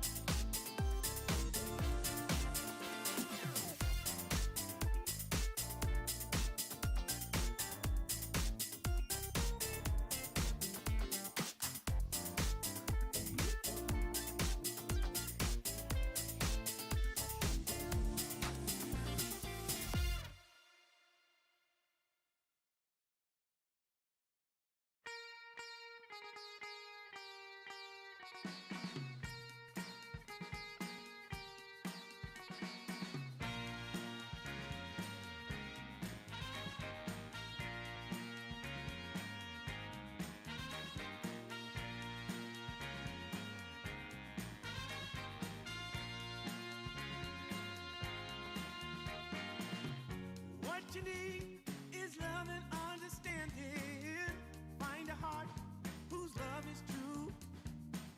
Deep down, there's only one companion who's there for you. Hello and welcome back, Dota 2 fans. We got a game 2 coming up for you very soon of Roar taking on Mideng Dreamers. Tomo, in our previous match, Mideng Dreamers upset the direct invited Roar Gaming roster. Thoughts on that match before we move into the draft? I think it comes down a lot to just a really good, better drafting from Mideng. Roar, they took heroes that we are kind of saying aren't in a, are being figured out a little bit, like the Venno and the Faceless Forge. On the other side, you had Doom, which is like S tier. You have Bristleback, who's really good with the wraps. You have Morta, who's one of the highest damage cores. It just feels like Mideng has a better grasp of the pulse of the meta right now. Okay, all right. So Muerta got her first win of the day here in China between our observed games. Yep. What do you think that the Mideng did better than Yakult Bros did in the previous series? I feel like they just had really good frontline for the Muerta, right? Because that was a big thing. Like Fly was getting caught a lot by the Disruptor, whereas in this game there's no such catch for you. Like you're always in a good spot for your Muerta. You have these frontline in front of you, you have a Treant protecting you, a Hoodwink, and they jump on you. In the previous game, 2 times Muerta versus Disruptor, and anytime Muerta, we mentioned like she's got a lot of strengths, but mobility is not one of them. So when she gets out of position and she gets glimpsed back, and suddenly it's like, oh, we're surrounded by your friends. And that is just like I don't like to support to have this. So that was mainly the main issue for them, is the Disruptor was really good against her. All right, well, no Disruptor, no problem in that previous game. Let's see if it makes its way out of the ban phase into the first picks in our game 2 draft. We got it live, folks. Let's take a look. Let's see what we're working with here. As so far, is Alchemist banned? Oh, Alchemist doesn't get banned out. I kind of want to see the little guy. All right. Oh my God. Mideng, the Mad Lads, they do it. They first pick the Bristle. Is Amar standing in for these guys? Like, what's going on? No, Amar, he is already in DreamLeague 29, if I'm not mistaken. Actually, Falcon's probably invited there, right? Are they going? I think they may have dropped out. Let me take a look. All right, not mentioned. The teams that are going to be there. Oh, 2 teams from Division 2. Looking forward to that. That's going to be kind of fun. But Mideng, they start with the Bristleback. As they showed in the previous game, this is a flex pick for them as either a mid or an off laner. Can probably be picked carry. It's not exactly the most complicated hero, but just it's a good patch overall for the Bristleback, as Consecrated Wraps gives him so much additional durability, and it kind of comes in the stage of the game where you want early on. And the other side, they take the Hoodwink, stealing Zhu's hero, but also giving them a much needed break against Mr. Bristleback. Yeah, a great little swipe here for Roar Gaming for their first pick. And yes, folks, the top 6 teams in the EPT leaderboard standings get invited to DreamLeague Season 29 directly. Remaining. That is Tundra, Yandex, Extreme Gaming, Aurora Gaming, Paravision, and Team Spirit. So Falcons just out of that. Wait, really? Kind of crazy, isn't it? I was like, yeah. But we'll wait for invites, because sometimes a team might be in there, but not exactly. So we know teams have skipped tournaments in the past. They're like, all right, I'm already qualified for EWC. I want to take some time to rest. Like, we have seen it. So, sometimes teams want to go, but visa issues arise through several members, and they just can't make it. So I'm gonna wait. Remaining. I feel like Falcons is somehow gonna be in DreamLeague 29. I don't know. 5 seconds remaining. Yeah, I mean, if I were them, I would try to be doing everything to make sure that I got there, because they are not locked in for EWC yet. So, but we got a draft in front of us. Next, ban waves coming through. They protect the Bristle, banning out the Viper. Team ban. True. And the Mars. Generally, Bristleback isn't going to be buying a lot of BKB Radiant fairly team early. dire That's going to hold him team back. pick. But he is still up against a Hoodwink that's annoying as Jakiro. First Jackie game coming out. You heard it here Is first, this- folks. Jackie Boy is back. I mean, ever since the liquids have a mana cost, it's not been the best for Jakiro.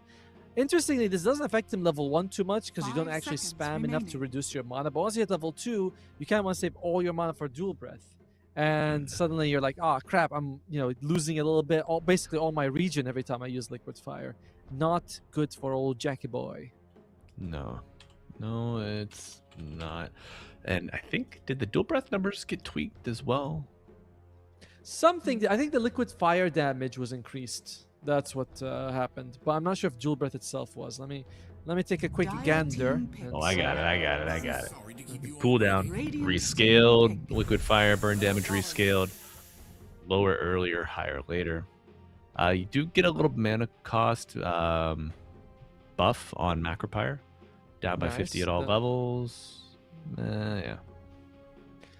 I mean, so this is the dual breath changes are also a bit of a nerf because sure it's lower on max level, but you usually keep this at level 1 or 2 for most of the first 10 levels, right? You go like 1-1 and then max out liquid fire, or you go 2-0 and max out liquid fire, but you never max out dual breath, so you're always either 1 or 2 seconds behind cooldown wise from before. Sorry.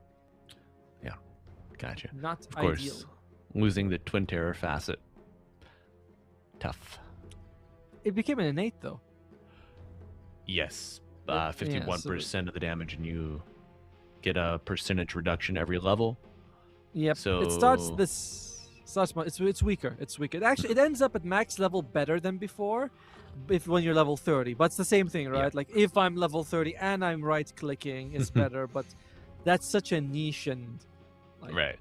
If I'm right clicking at level 30, my team's got bigger issues. 1, I'm level 30. 2, I'm right clicking for reliable damage. But I do like Shadow Shaman getting picked up here. I mean, it's works great in conjunction with the Bristle, with the Ring. Very easy setup, good, reliable control. In some crazy world, if this were ever in any stretch of the imagination a core Hoodwink or a core Jakiro, it prevents them from getting a level 15 break against you. Very nice. But it will be Slardar picked up for the third middle pillar of their draft here. This was banned out. Strong here. This was banned out in game 1. I like that. I like the Slardar. Could work really well with the Hoodwink or the Jakiro, whoever goes with him in the lane. Very likely the Hoodwink, of course. So it's going to be probably SS's hero. We'll see now if they're going to be taking Kismet. I feel like you should take the care. Yeah, there you go. Terry comes out. Because you kind of like, it's going to be Jakiro +1. Who's it going to be? It's going to be a Terrorblade.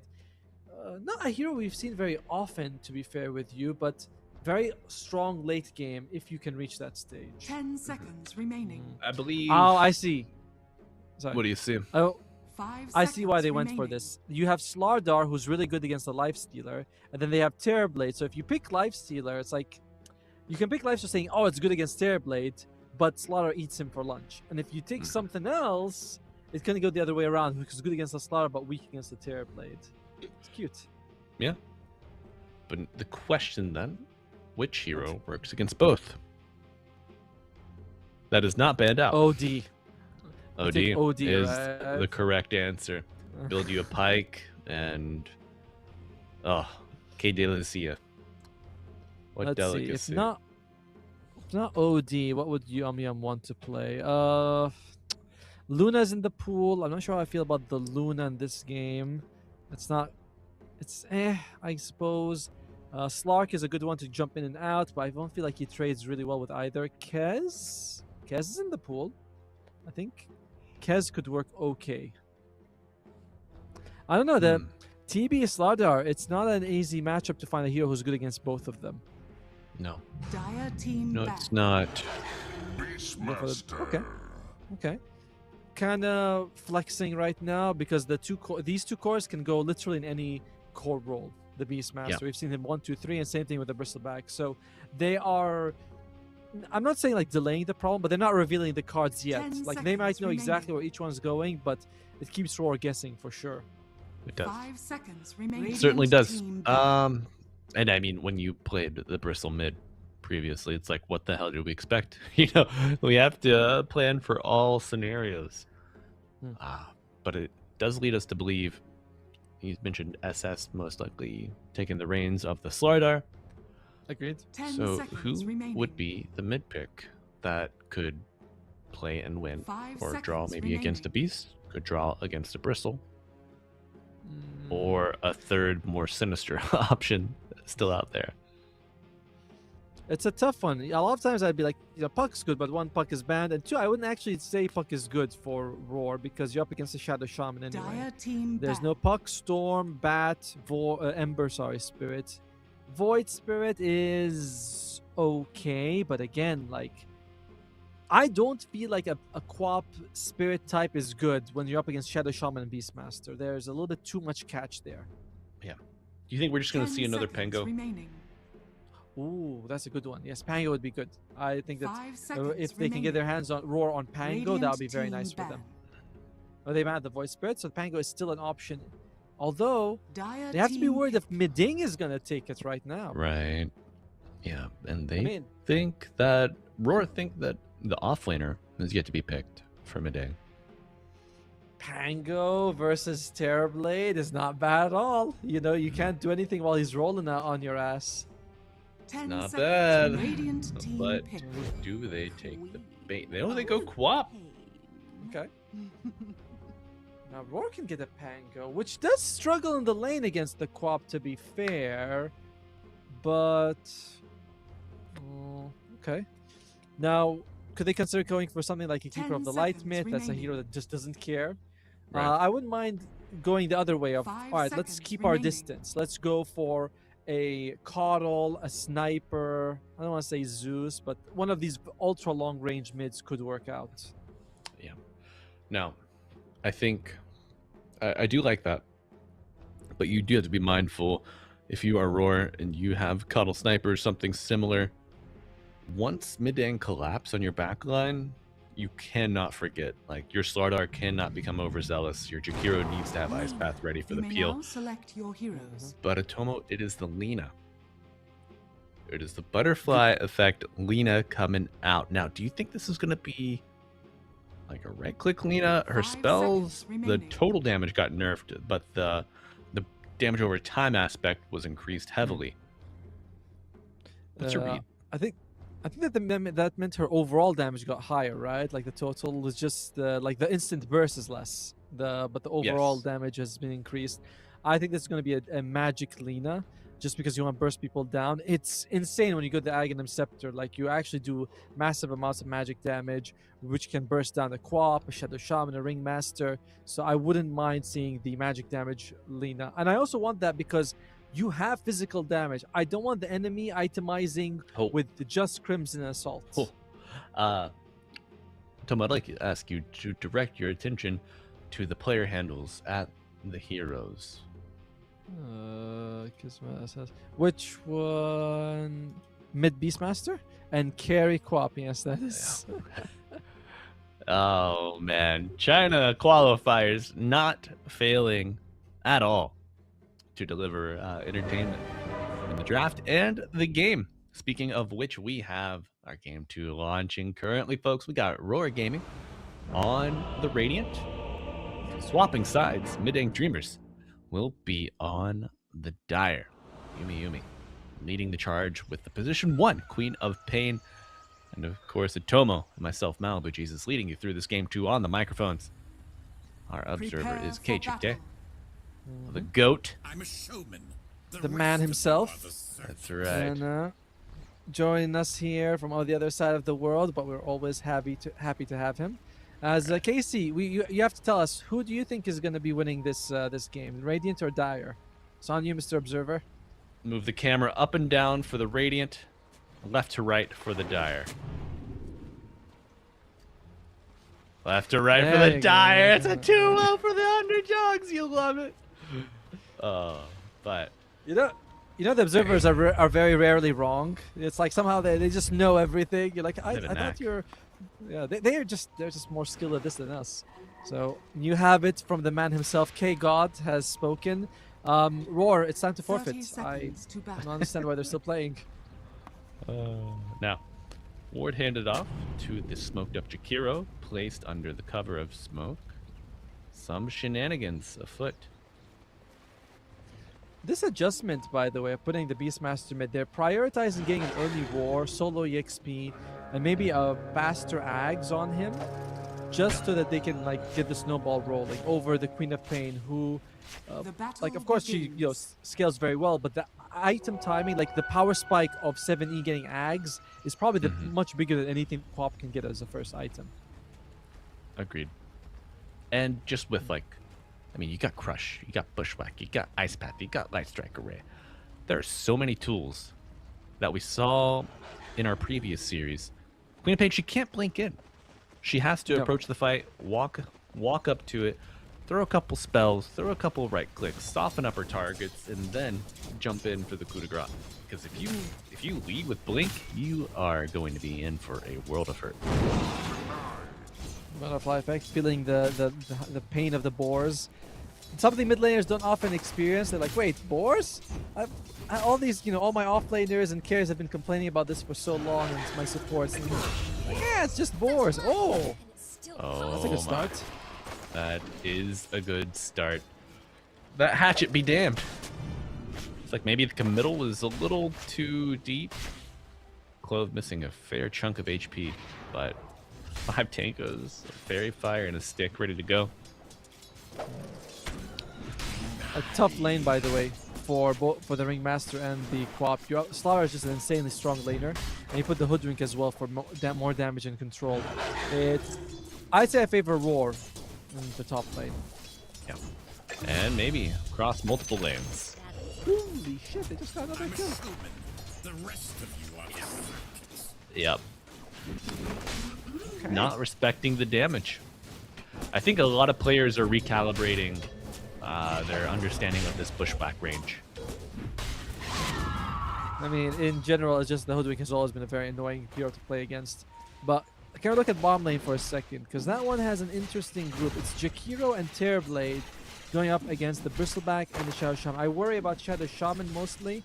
I think Zhu is going to have a relatively tough time, but Beyond should be okay. I don't think they can zone him out. Yeah, it'll take probably a crazy dive, a gross misplay from Beyond to really be threatened, especially with this hard camp unblocked. It's for Zhu, honestly, there's not much for him to do in this lane. Like, you really can't approach the enemy without meta, dual breath, liquid. Like, you really just don't want to be there.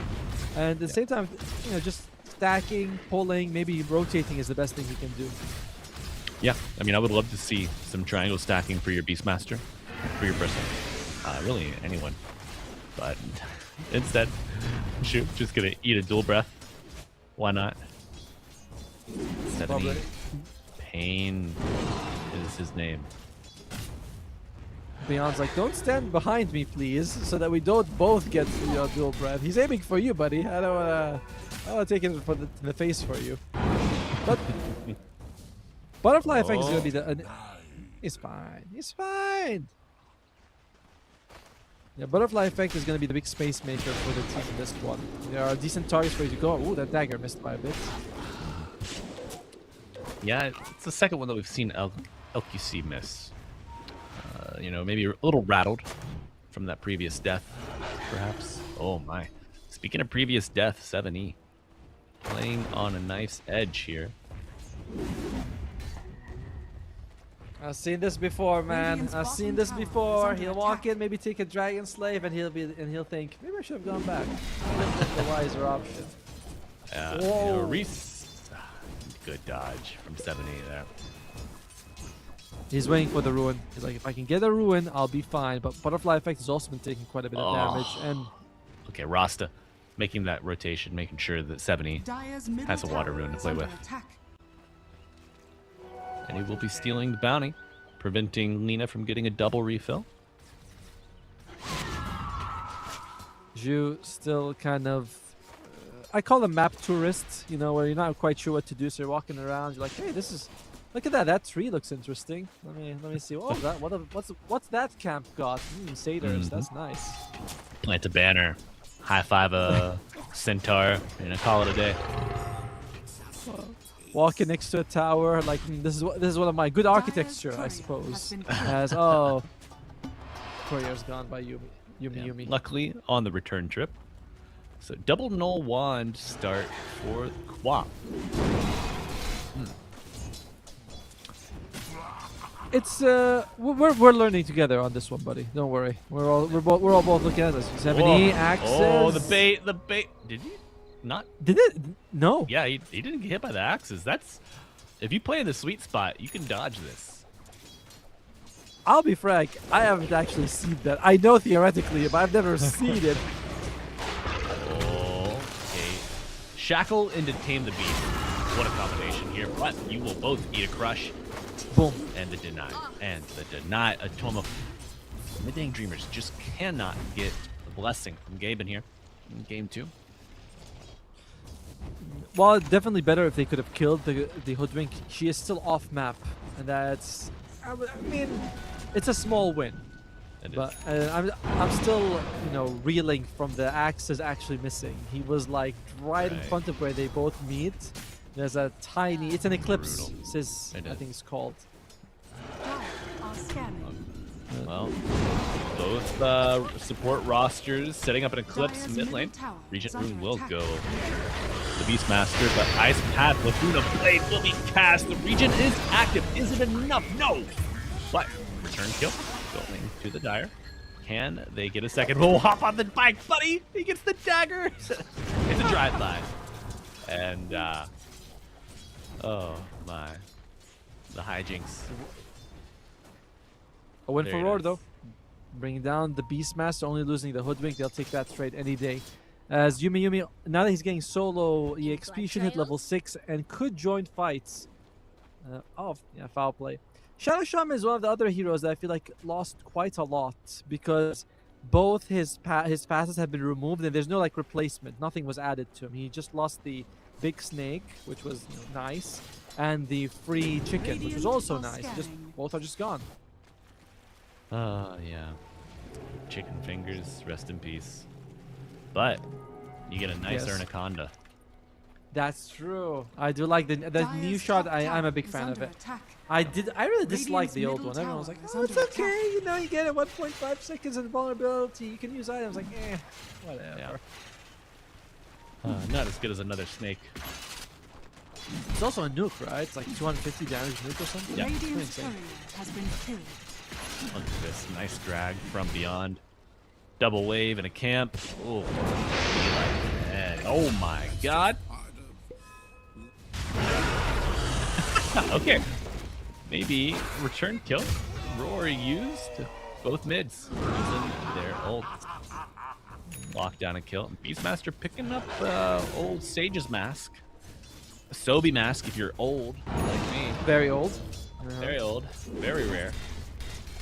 My friend, I remember when Ring of Basilisk used to give you damage, mana regen, and armor for the whole team as an aura. It was 6 damage, 1 mana regen, and 2 armor. Like, if that item came out in the laning stage now, it would be obscene. You think, what? 6 damage for everyone? Really?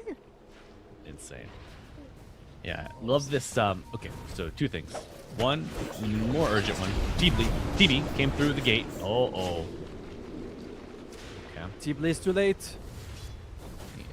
But with this metamorphosis, expect them to get put a bit of a hurt on the tower. Dang. Oh, Bushwhack found the Quap. Beautiful Shackle coming out, limiting the... Oh, no.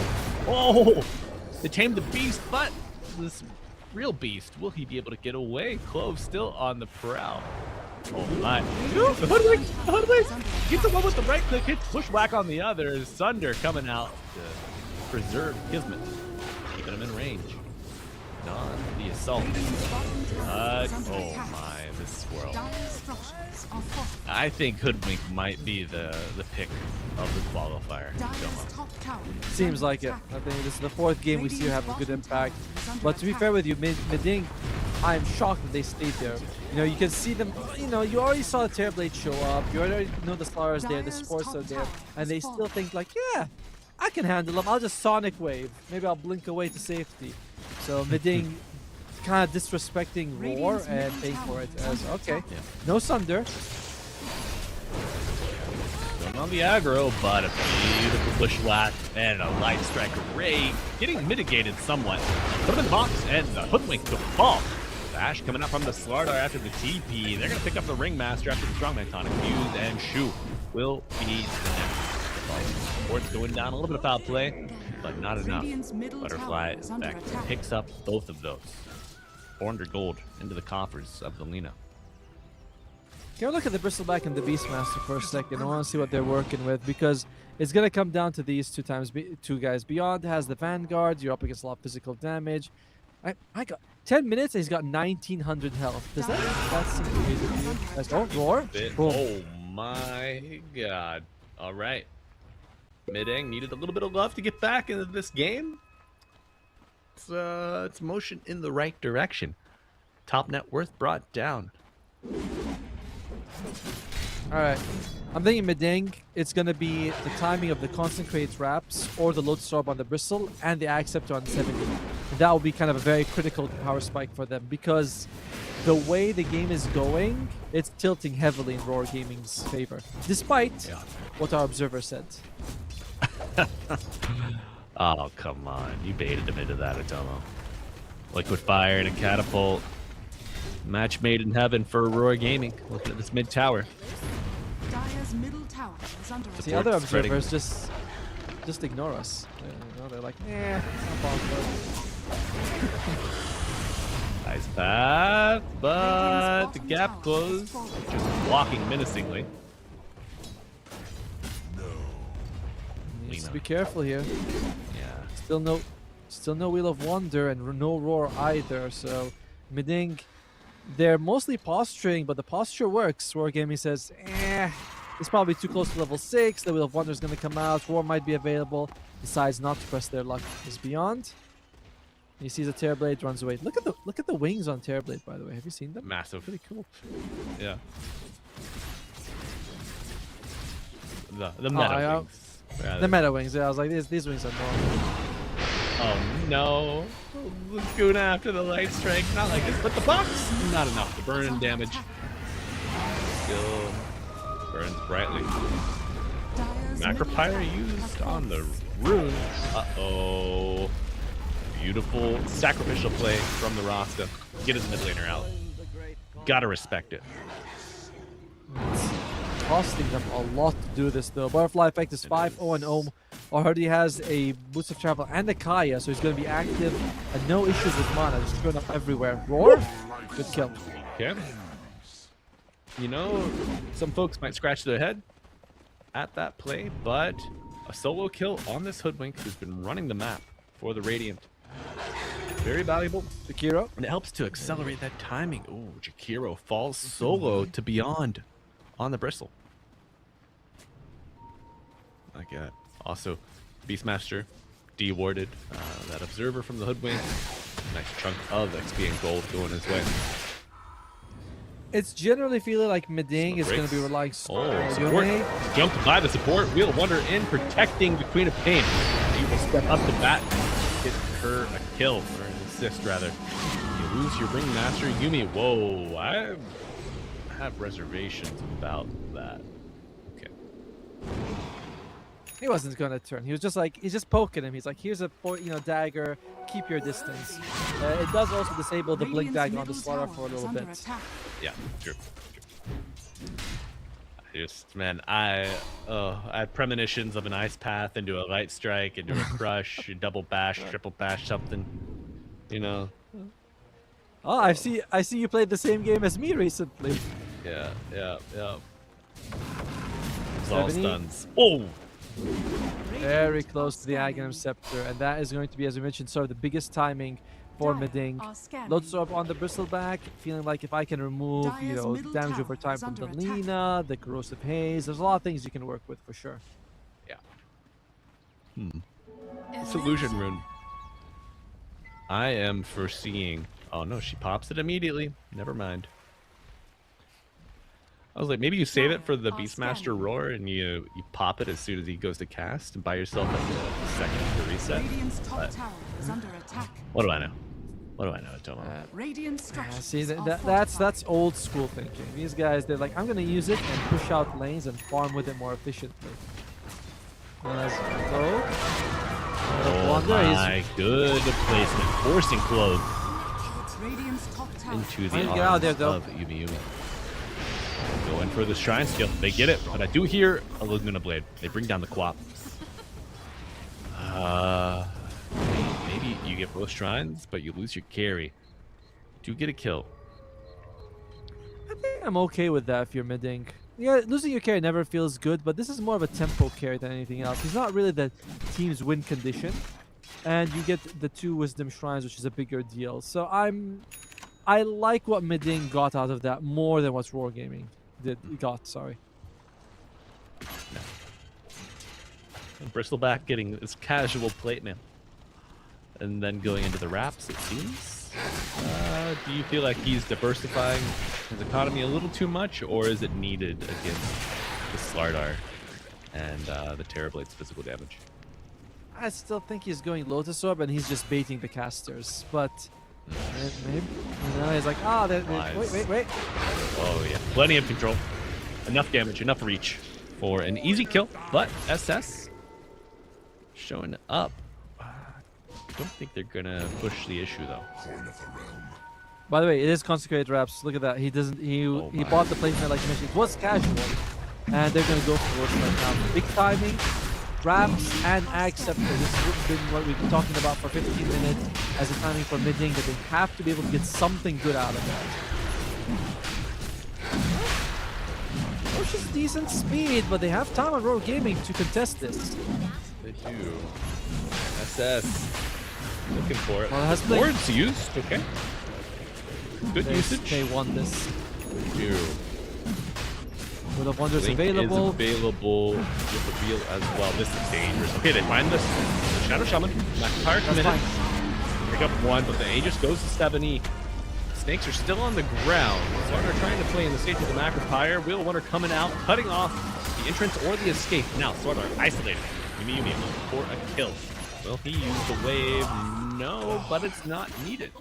Ultimate's still available. Priority of heroes changes based on the spells they use. Like Oracle, when he has False Promise available, he's a very high priority target. But once he uses it, you can really ignore him. Shadow Shaman, that situation, very similar. Once he threw the snakes into the Roche pit, they really should have considered ignoring him. As Yumi, oh, he's in trouble. Oh my god. Big The save box. from the Ringmaster. He's alive. You gotta watch out for the sharpshooter. Okay, comes through. He's fine. He's way back. Dire's bottom tower But is under attack. you know, Radiant's That's a top tower. tower is under attack. a forced Dire's error. bottom tower has fallen. Maybe an unforced error. Oh, losing Shu. I was gonna prattle on about how him dying the first time was okay, but then he dies right straight after. You're like, okay, it looks a little worse right now that your economy is so bad. I'm trying to help you out, man. Come on. Your sponsors are watching this. Just let me make it. What sponsors? You're getting sponsored. I probably have. You know, but aside, they probably have some on Mideng. I hope so. As They're working so hard. They deserve it. they do. Right now, though, it's a critical time for them. They're behind on net worth with a sort of snowbally type of draft. It's a bit scary for them if the game tilts any more in Roar Gaming's Dire's top favor. tower is And under right now, attack. there's an Acceptor on the arena. And there's a dead LQC. Oh yeah. Puppet gets a hand up the you know what. And the next move. What do we got? 170. Working on this blink. Lotus soon on Bristle. Nice. I mean, you can I'm reflect just- the Laguna Blade. That's pretty good. Right? You reflect a Radiant's supercharged top tower Laguna is under Blade. attack. Oh my, Selena. Has fallen. Gonna be singing a different tune. At the same time, though, I mean, well, also if can Mideng actually did something obvious? Yuma's in trouble. Oh, Blink Crush into the sharpshooter, but a box save once again. Wheel of Wonder afterwards. Buying time. We're back in, but he eats it. How does he? Okay, the heal from the Sonic Wave was enough to temporarily save, but he's messing with that. He's going in. He's got the Aegis. Doesn't necessarily want to die yet, but he might not have a choice. Oh, cut off by the ice pad. Beautiful teamwork from Roar. Looking for another Rasta. Foul play is afoot. 70 going in. There's a Blink Dagger, big box, push black, buying some time for butterfly effect, but will not be enough to reset. Strictly in need of some more space. However, Mideng bleeding out a couple kills in the meantime. Oh, cheeky Cumber's toy. Sonic Factor will be enough to sustain, but making them work for it. 4 dead. While the Terrorblade farms level 16. Holy. Yeah, your carry is level 12 on the other side, though. But they do get the Tormentor, and Shu is going to get that big Chungus Snake coming out for him with an AoE damage spell, by the way, on top of it. 275, nothing to scoff at. No. Good tool to cancel blinks. Scout in areas that you don't necessarily want to throw your hero in. Oh, and let's look at the big snake take it down. Radiant are scanning. Oh, they all chased him. It was like, wait, what? That's not right. Does finally have his Blink Dagger available on Zhu. Very uncharacteristic compared to game 1 where he was doing massive plays on the Hoodwink. Here he's 1-6. Not the best so far. Yeah, I mean, it all comes from that laning stage. You just can't step up to contest Terrorblade Jakiro as a Rasta. Your impact is off to a much slower start because of it, you know? Oh yeah, look, our observer, he is twisting the knife a little bit. He's like, look at that, 1-6. In the pub, that's when you start getting that report button warmed up. Yeah. That's when I unbind my enter key. Anything I type is not gonna help me here. Consecrated Wraps, yeah. On the Quap. Holy. Wants to make sure he has got much durability as possible. 70 working towards the BKB, which on the other side, not a whole lot that pierces BKB. But I believe like it's just the right clicks and the corrosive haze. I feel bad, by the way. I feel like at this point I should be more calm when I play Dota. But then you go in, your Night Stalker is 115, buying Hand of Midas, AFK Fob. You're like, come on, dude. I'm trying.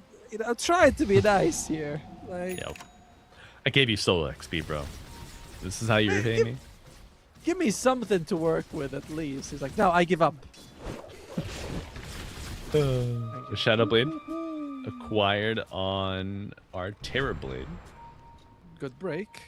We'll be going into the Silver Edge, as you mentioned, for the break. Now it breaks not only the Bristleback, but also the Drums of Slom as well. So it is very good to have against the Beastmaster. Radiant's middle tower is under attack. Threatening. And this tower. Finally, 23 minutes in. Radiant's middle tower has fallen. Well, see, Malibu, some push drafts take a while to get the pushing going. Mm-hmm. Dire structures That's the we call that the big rock push strat. You know, it's a really big rock that you got to keep on shoving your weight into again and again and again. But once it starts rolling, very hard to stop. 70. Uh-oh. They see his birds. Uh-oh. Whoa. Yeah, that's a roar. Rasta brought down off camp, but Clove buying as much time as he can. Can we get a Scurry camp? No, we cannot. Yeah, the holder of the Scurry camp is dead. And Kismet brings down to tier 2. No interrupt available. With Roar on cooldown and Beastmaster not really in the neighborhood either. Favors Roar again this trade because it's a tower and a support kill for just a support kill. So, and plus when the place Clove died is very not nice for 70. He's like, I don't want to kill you here because I'm far away from camps and shit. But Clove's like, You want to get me? You're gonna have to get me in your base. Yep. Die as far away from your own base as possible.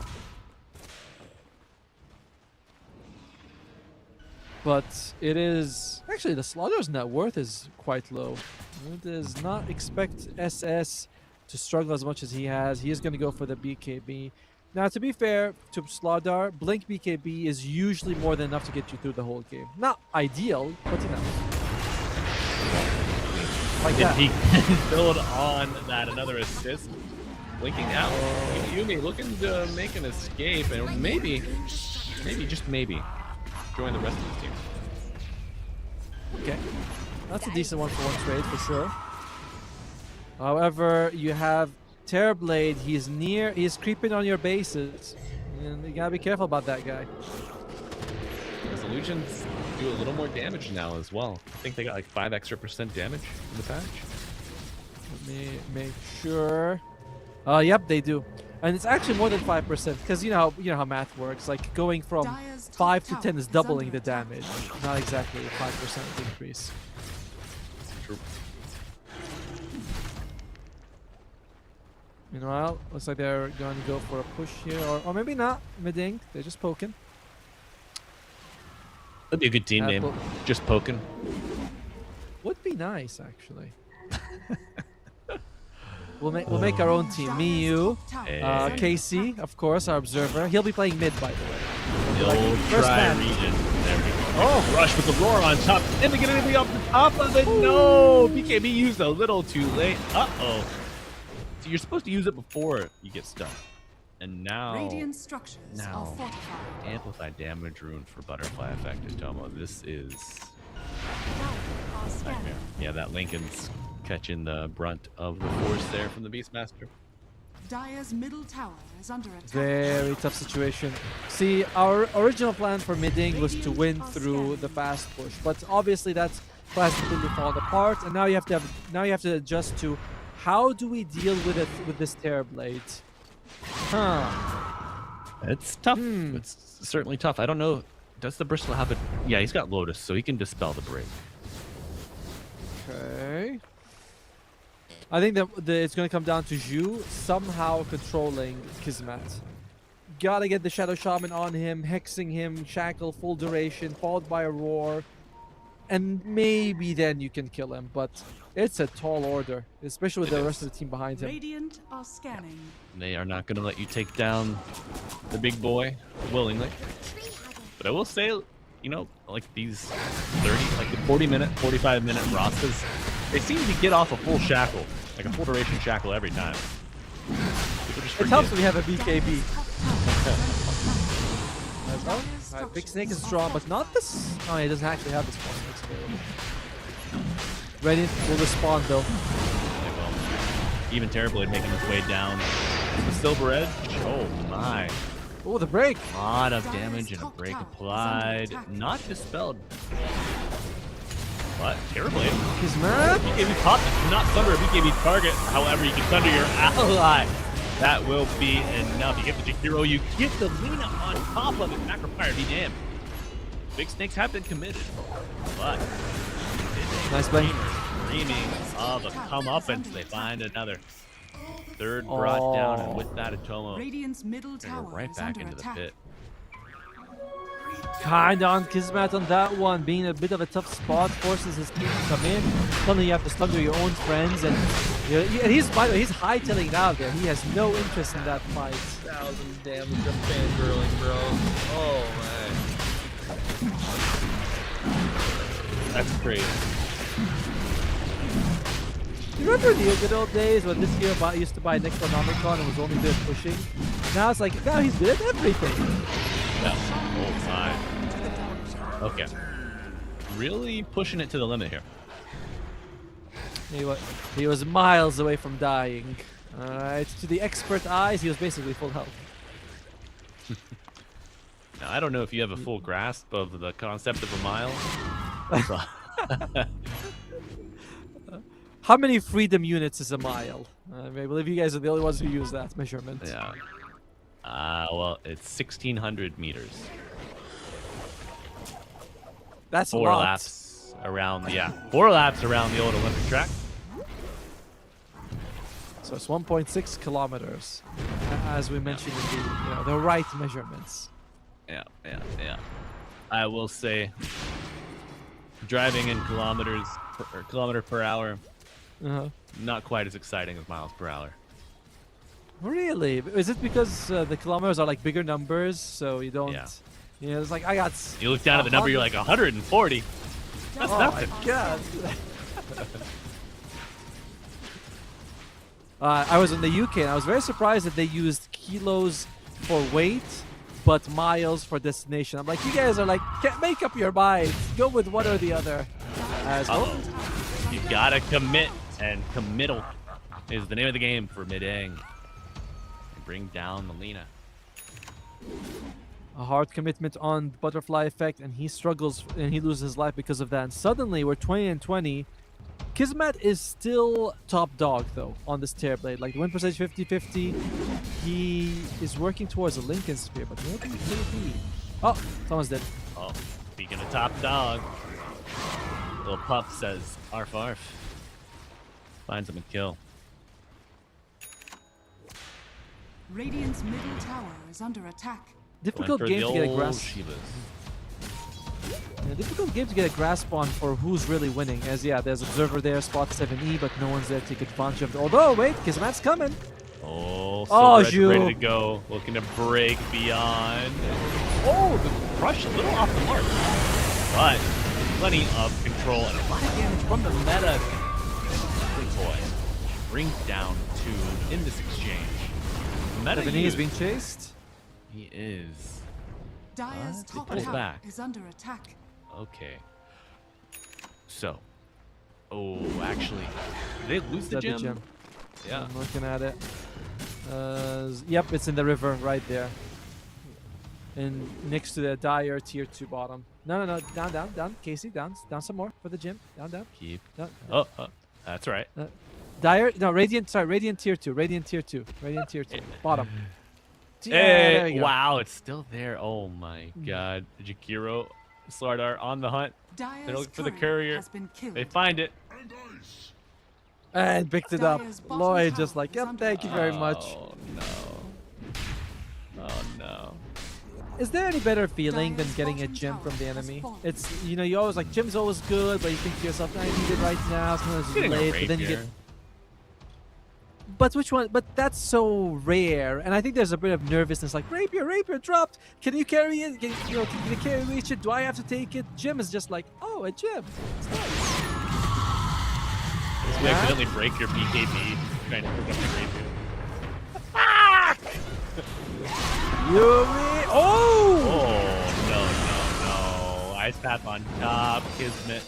Plenty of time. Plenty of options, but the roar not used. There you go. You find the Slardar. Nice target. The gem retrieved. Beautiful Hurricane Pike, by the way, coming out from Kismet just to get to the haste rune quicker. Very nice move. It gets it in time. Gem restored. Yeah, this game, a lot of times, you've seen a lot of Dota, you play a lot of games, you kind of have an idea of where the game is trending, but this one's very hard to tell who's actually ahead and who's not.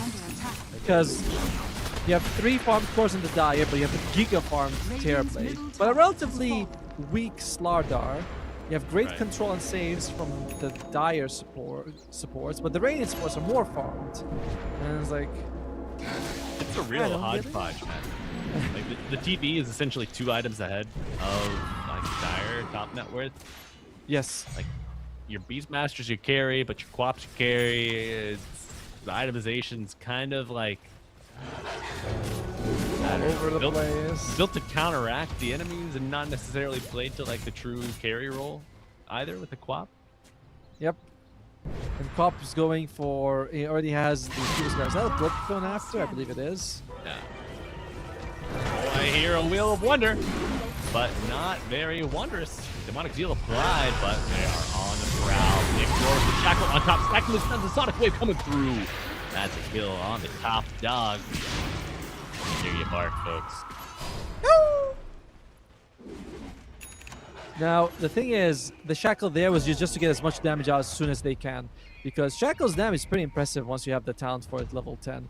They're like, all right, if you know, if someone's going to show up, we need him dead as soon as we can. So might as well just try to do it. I like what she was doing. Okay, 170 on top. It's like 500 or something max. Yeah, 450. It's quite a lot. Oof. Yeah. All right. I'll be damned. It adds up. It is roughly, yeah, it's more than 100 damage a second actually. Damn. Yeah. As Zhu is gonna get a D ward off. Bristleback has the gym as well on top of it. No Kismet for 30 seconds, for 35 seconds. Mideng could consider doing something. They have the snakes, but not committed towards. Oh, double shrine. Yeah. Oh, They dropped the snake. for that? Gonna slither their way out of that one, yeah. I would have. I feel like the Anaconda by itself would have been enough, but Zhu, you know, this is a man who commits. He doesn't leave it. Yeah, I don't. So I think, so with those snakes down, you know the wave is not gonna push up, so that's a free tormentor.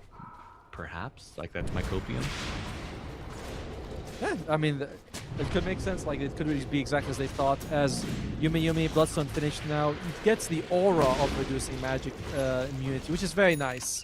I disliked when it was a thing I had to proc, basically. Now it's always active on the Bloodstone.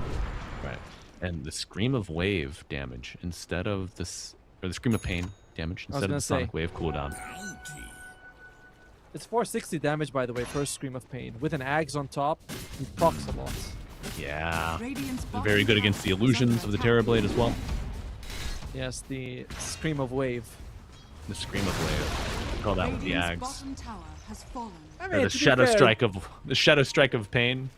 I mean, we could call it Sonic Pain. I mean, that's why you always use the spells together. Like, what's wrong with that? As smoke up from Mideng, who can they find? Oh, that's a juicy boy. It is. Oh, big crush.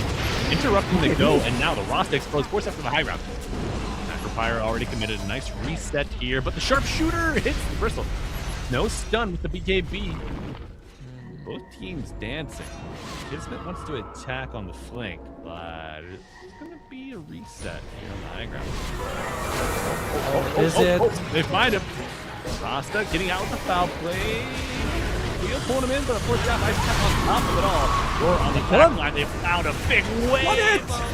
Oh, brought down the terribly Shakira. With the no buyback. Chase on. Yumi for a yummy fish. Does he find him? No, the TP is successful. Oh, Kismet was so close to surviving. Like, the Sonic Wave comes out, he's barely on a couple hundred health, but 70, he is not undeterred. He says, I want him dead, and goes in for it. Now 75 seconds without your Terrorblade. Is he actually close to buying back? No, he's only got 600 gold. Nowhere near it.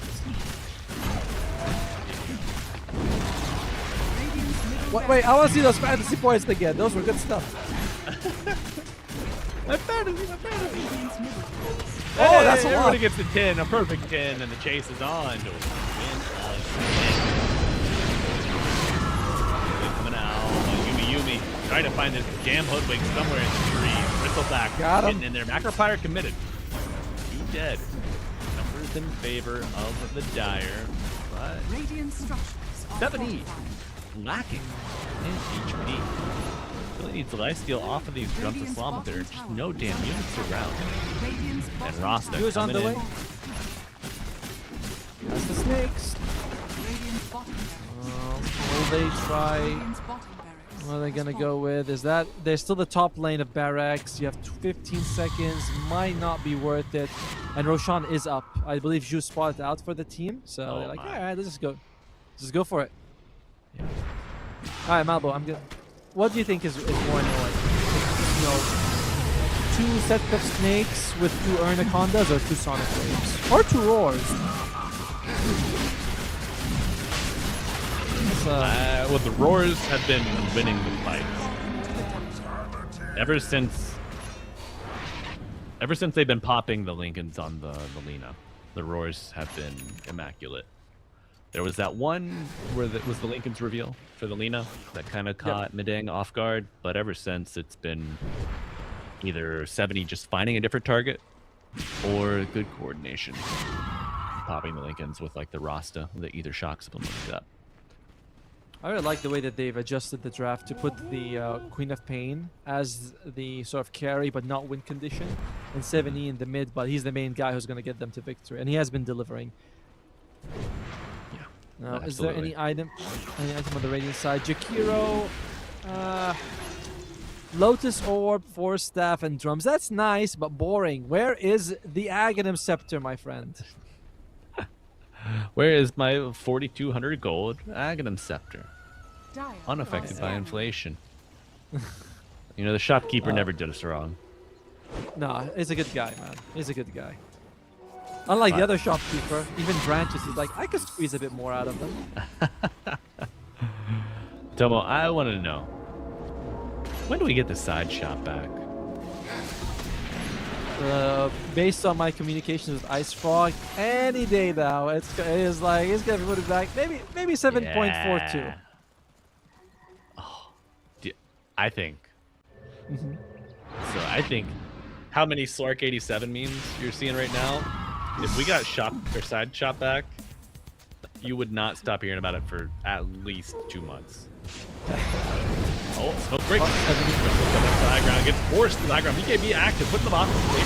Qualifiers still. Yumi on the high ground too, but life stealing off the Bloodstone. Butterfly effect. They're sort of blind. And they're going in, they find it, but it's interrupted by the war. There's back top by the ice pad, push back on top as well. Wheel of Wonder doing a lot of work on the back line. Zero brought down, the retreat. Reset on final lane of racks here. In the base, Roar Gaming. Cheese. Yummy. Delicious. Baby milk. Wax wrapper and a crush, but the Manta to dodge the bushwhack from 70. He's going to finish it up. It's Megas. Hexaply. Doorstep out. Oh my SS. Trying to get out for now, but yummy. That's buyback. It's delicious. Buyback is ready. But more coming out. It finds the hoodwink. And GG Tomo. It's the day of the underdogs, baby. Woof woof. And left to right, Mideng Dreamers punching up a weight class. Wow. Our observers ever wrong, right? They get every time. Every time you ask the observer who's gonna win, because they get the updated script. You know, they're like, we got the one right now. So well played by Mideng. As they make these adjustments in the laning phase of where they're gonna put everyone, it didn't pan off too well early on, right? Like we were seeing their timings were a little bit off. Kismet and Butterfly Effect were having a good time, and you're thinking, mate, this could go, 3-game series, but a few times Kismet walks into the wrong territory, gets caught. That one mid where he has to sunder an ally, he's like, I'm out of here. I'm not even gonna fight. And then top lane again, he dies. Both of them leading to kind of catastrophes for the team. Yeah, just unable to really coordinate their strengths together. Seems like a bit of a misfire from Roar Gaming, and they're cast down to the lower bracket where they will have to play against the team that forfeit. Goal of all life is death, but they are confirmed to play for that match tomorrow. So folks, your upper bracket semifinals are set. We have Cloud Dawning taking on Team Resilience. These are two of our open qualifiers teams meeting in the upper bracket semis, whereas Vici Gaming will be taking on Mideng Dreamers.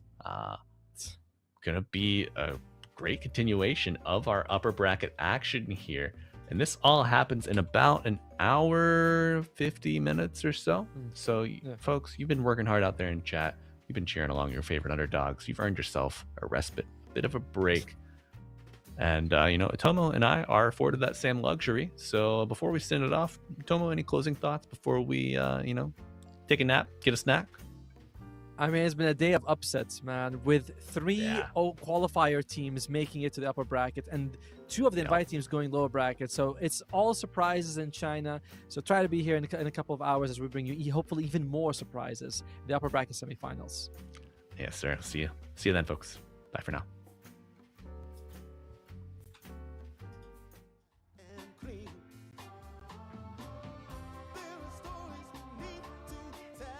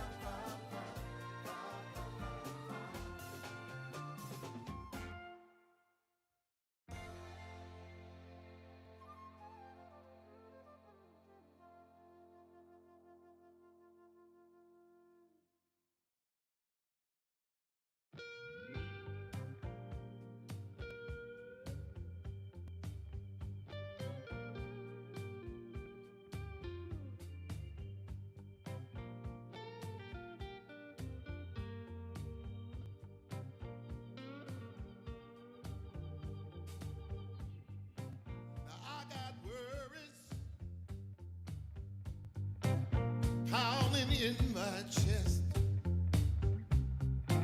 It's so hard to sleep, baby. I can't get no rest. All sorrow and sadness. Tell me what I'm gonna do. 'Cause baby, without you, I'm all wrapped up in blue.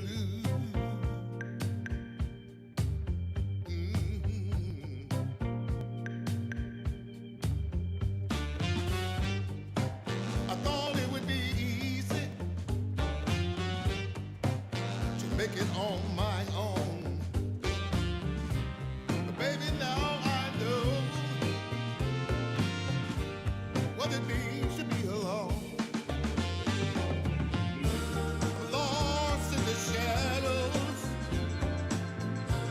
Tell me what can I do?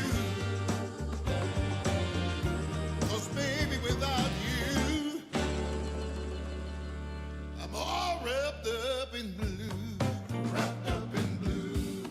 Wrapped up in blue. Wrapped up in blue.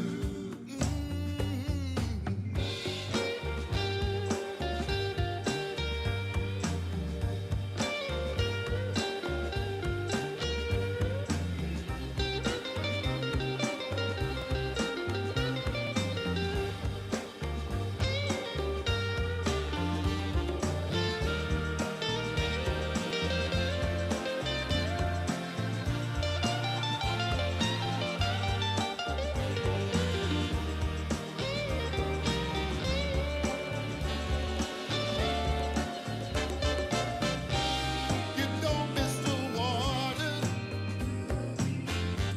till the well runs dry. You never see when the truth turns into a lie. Hey. Wrapped up in blue, all wrapped up in blue. Wrapped up in blue.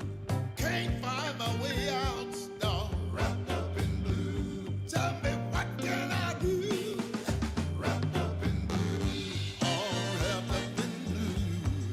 Wrapped up in blue. Somebody help me now. Wrapped up in blue. All wrapped up in blue. Wrapped up in blue. Somebody tell me what to do. 'Cause I'm wrapped up in blue. Wrapped up in blue. Wrapped up in blue.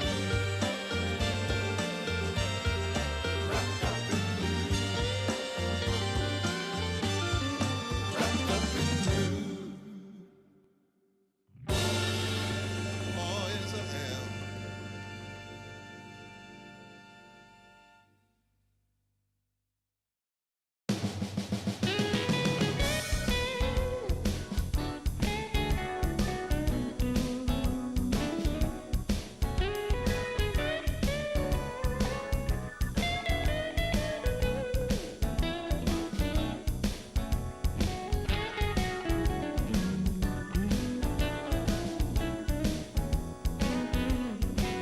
I got the prettiest little girl.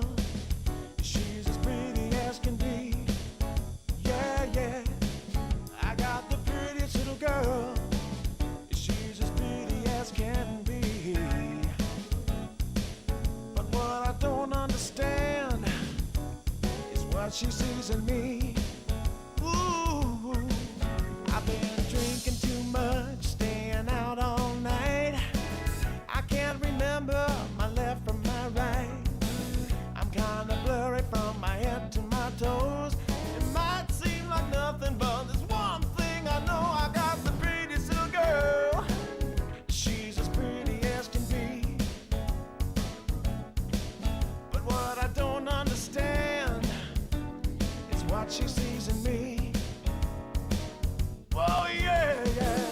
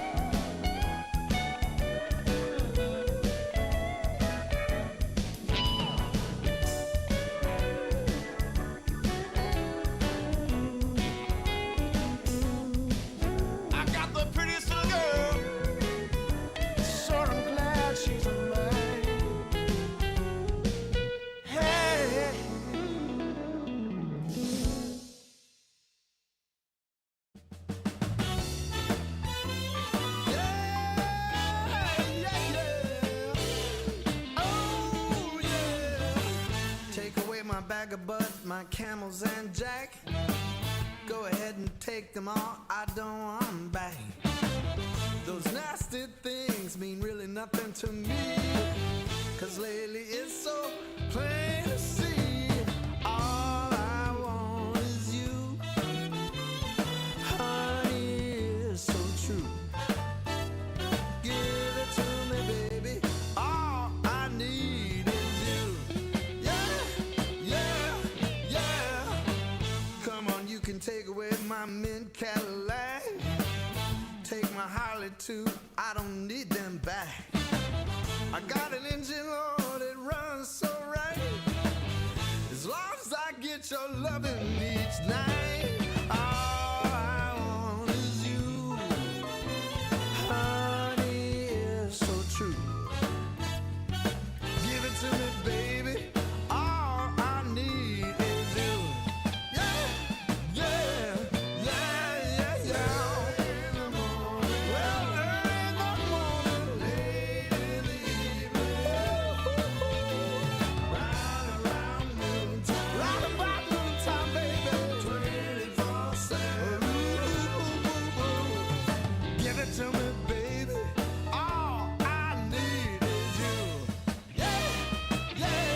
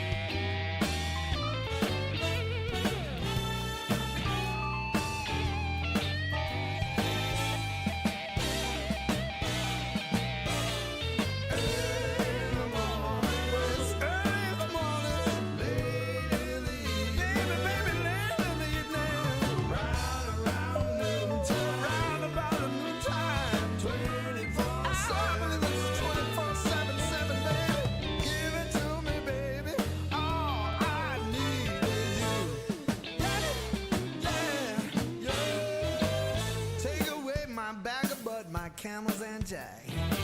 Go ahead and take them all, I don't want them back.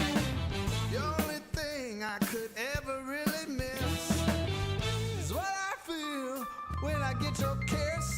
All I want is you, honey, is so true. Give it to me, baby, all I need is you. Yeah, yeah, oh yeah.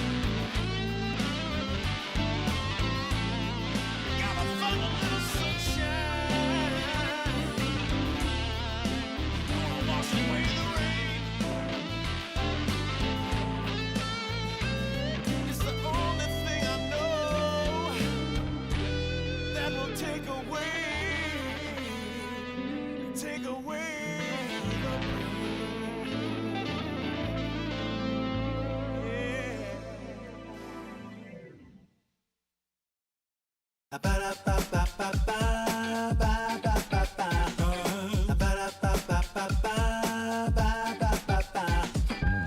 you wanna get with me, all you gotta do, call me when you need me. I'll be waiting for you. I know exactly what you want. I'll satisfy your need. We can have a good time. Don't you worry about a thing. If you want it here, or if you want it there, you got it. Have yourself a good time. Act like you don't care. You got it. Get that motivation. You got it. I got just what you need. You got it. I got just what you need. You got it. I got just what you need.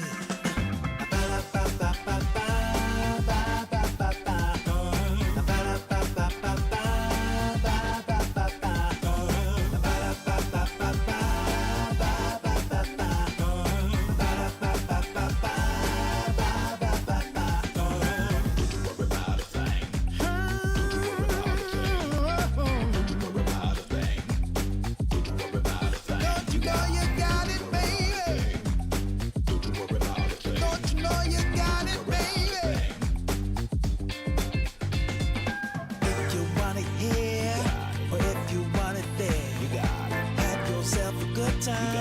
Act like you don't care. You got it. Get that motivation. You got it. I got just what you need. You got it. I got just what you need. You got it. I got just what you need.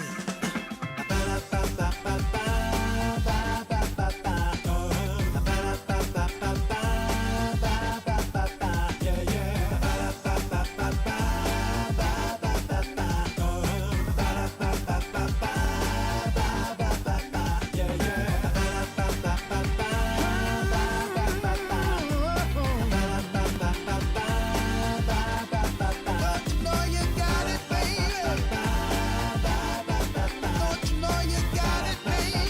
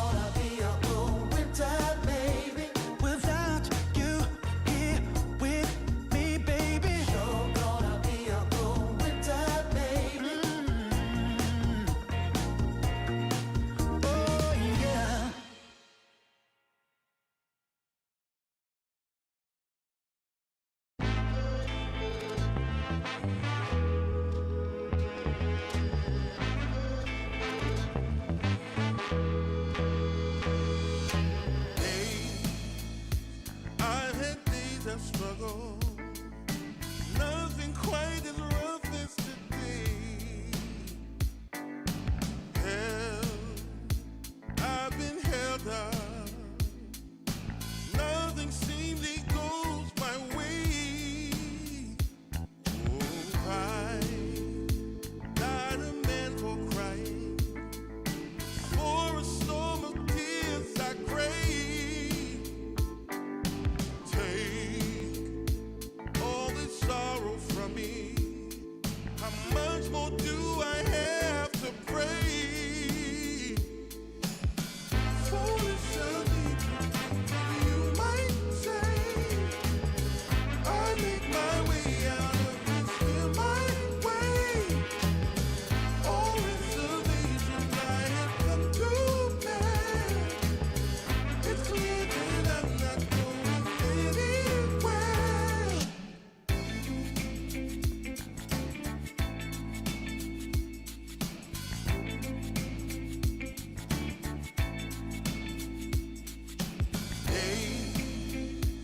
I've had days of struggle, nothing quite as rough as today. Held, I've been held up, nothing seemingly goes my way. Oh, I, not a man for crying, for a storm of tears I crave. Take all this sorrow from me. How much more do I have to pray? Foolish of me, you might say. I make my way out of this here my way. All reservations I have come to bear. It's clear that I'm not going anywhere. Foolish of me, you might say. I make my way out of this here my way. All reservations I have come to bear. It's clear that I'm not going anywhere.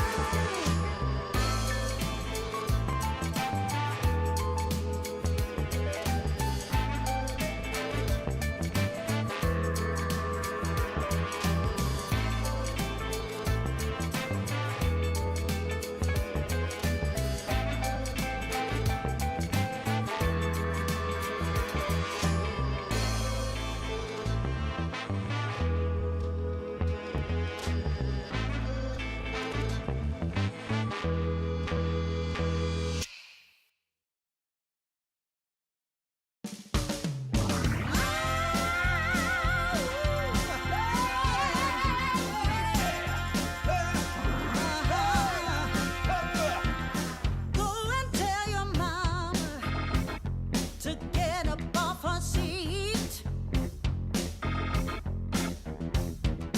Go and tell your mama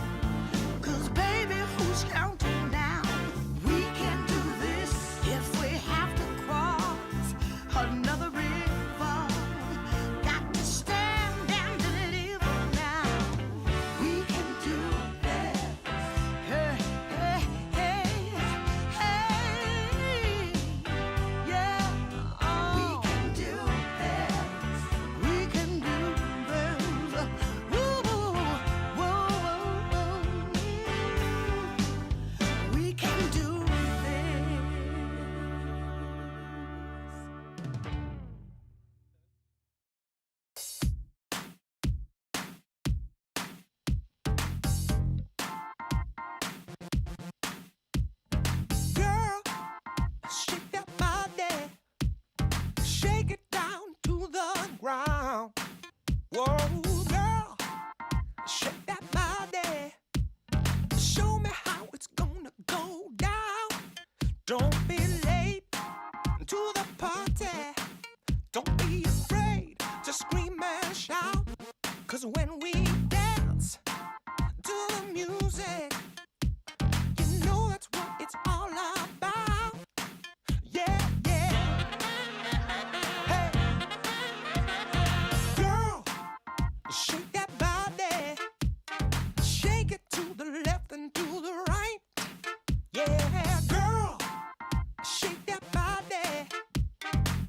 We're gonna shake it all night. We're going down to the nightclub in my stretch SUV.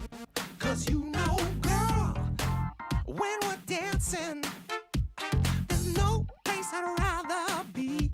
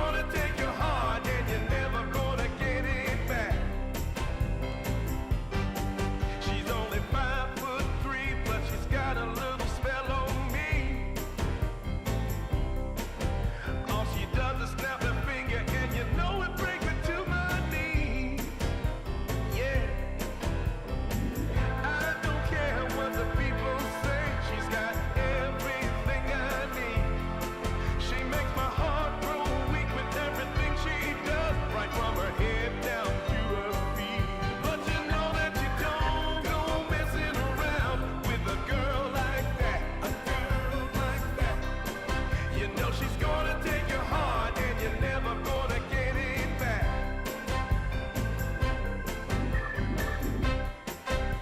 She's driving me crazy, and I'm out of my mind. But you don't go messing around with a girl like that, a girl like that. You know she's gonna take your heart and you're never gonna get it back. So don't go messing with a girl like that.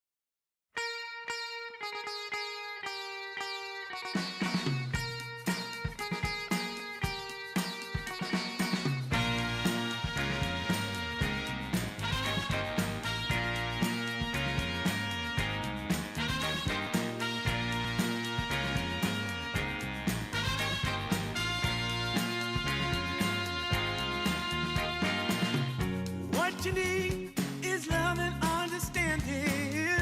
Find a heart whose love is true. Deep down, there's only one companion who's there for you when you need him to be. Your heart was broken in 1,000 pieces. So much pain that you've been through. Here stands a man who's your salvation. Just ask yourself, am I ready for you? 100% now. I'm ready. 100% now. Yes, I'm ready. Eyes wide open. I'm ready to move. 100% now. Take a chance in a new direction. Any place you wanna go. I don't have all the right answers, but one thing I know, I'm so ready for you. 100% now. I'm ready. 100%. You know I'm ready. Yes, I'm ready. Eyes wide open. I'm ready to move. Well,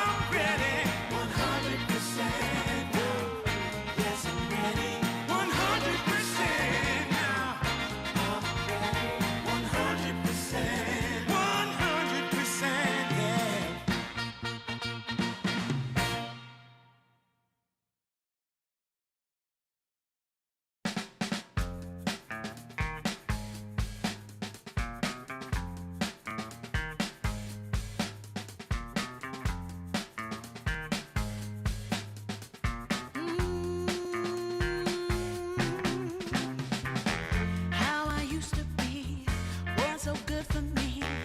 In my mind all the time, no one I could turn to.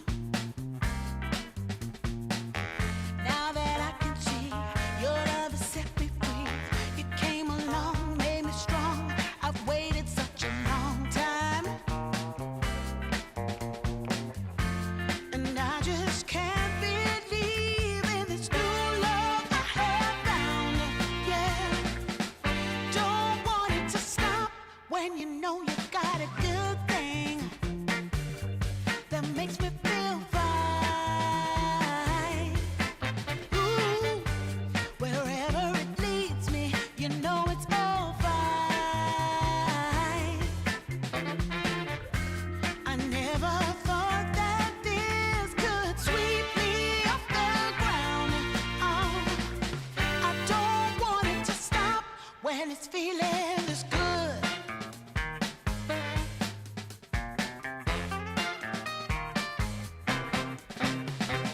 Whenever you're around, my heart begins to pound. Though I know you'll take it slow, no way to stop this feeling. For every single day, whenever you're away, in this place there's a space where I'll be waiting for you.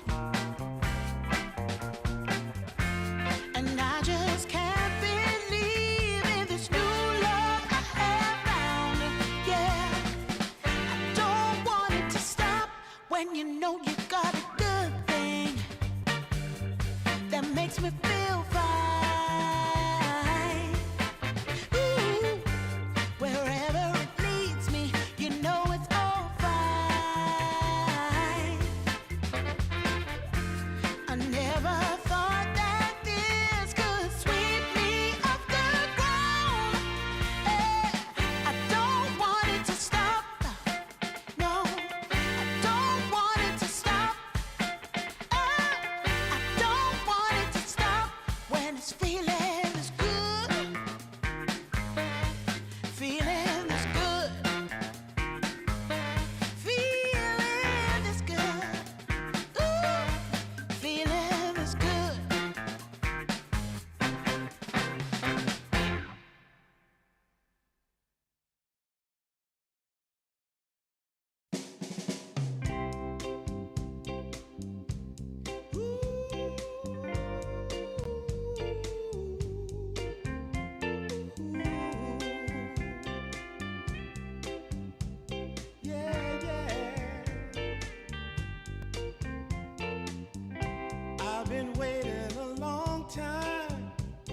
just longing for a glance from you. Yeah. A chance to look in those big brown eyes. No telling what my heart would do. Hey, when we met, I sure knew it felt as good as it could be. In that moment, though it felt so good, I wondered why you noticed me. If you gave me just a little time, it would sure ease my troubled mind. Don't tell me that you don't feel the same inside. Don't tell me who. These are feelings that I ought to hide. I don't care where you came from, just tell me where you wanna go. If there's a chance to be together, that's all I really need to know. Is it real or make believe that keeps me thinking of you? If you've got time to walk with me, I'll show you how my heart is true. And here I stand waiting for you. Tell me, baby, what I gotta do. Don't tell me that you don't feel the same inside. Don't tell me who. These are feelings that I ought to hide. Don't tell me that you don't feel the same inside. Don't tell me who. These are feelings that I ought to hide.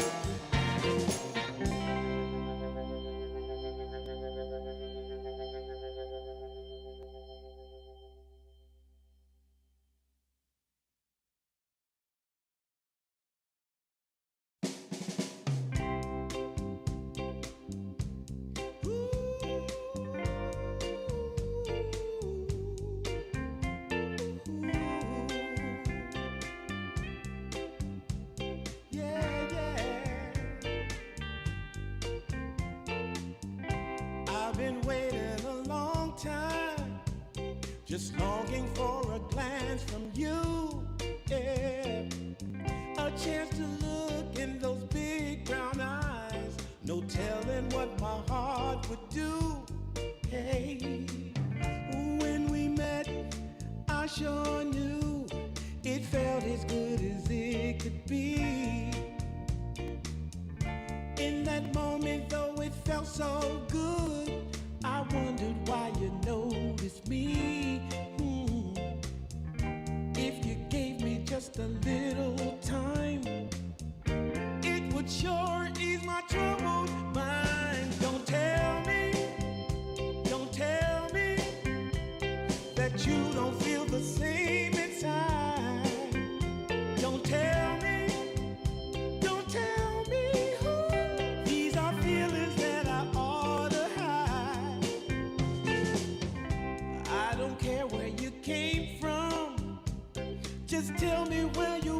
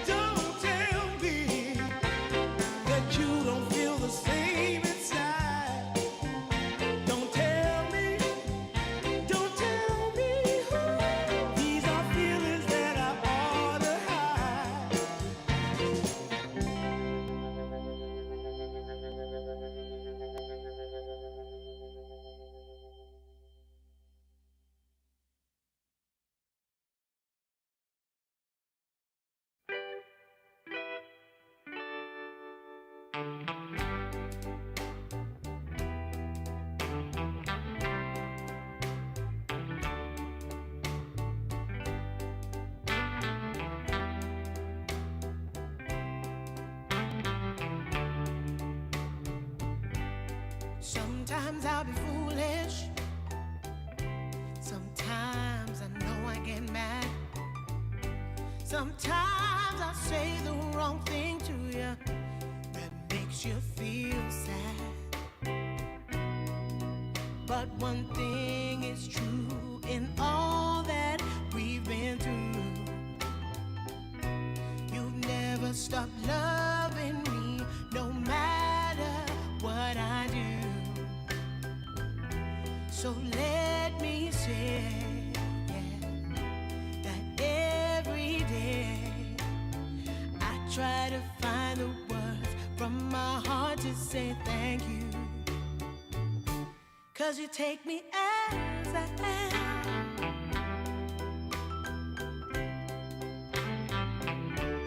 You take me as I am. Oh, baby. If you stop loving me, well, I would understand. But I won't take you for granted, no, no. When you hold my hand, your love makes me feel that I could fly to the moon. Not even the birds above can sing a sweeter tune. I needed to say that you find a way to make me feel anew.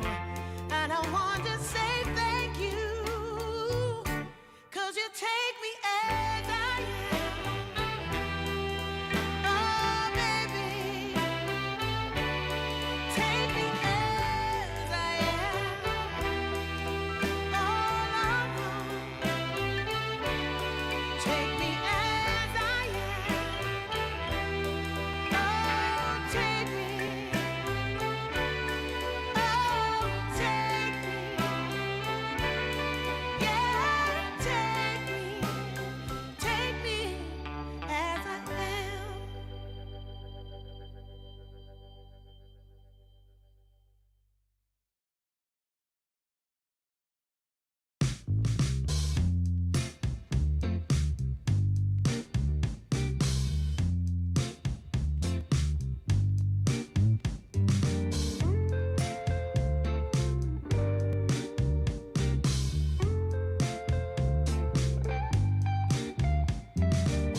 Well, I can tell just by the way that you're smiling that you're still unsure. And I can tell just by the look in your eyes that you've been hurt before. But baby, no one can promise you forever. Right now I only know that we should be together. Because it's now or it's never, so won't you take a chance on me? Well, it's fine if all your previous guys, they made you run away. You can bet you'd only have one regret, and that's if you didn't stay. Walk my way. 'Cause baby, no one can promise you tomorrow. But today you take away all of my sorrows. You know I'd beg and I'd borrow for you, so won't you take a chance on me? Right from the moment we met, I knew that I couldn't let my fear get the best of me. And every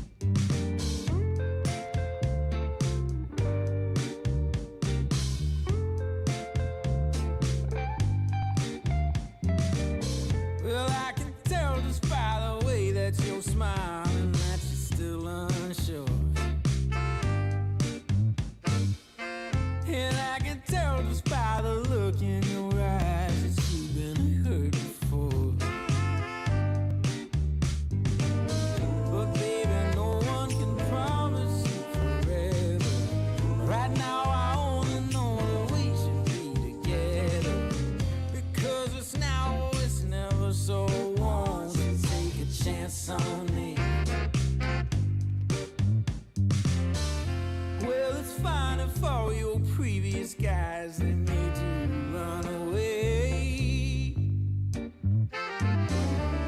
You can bet you'd only have one regret, and that's if you didn't stay.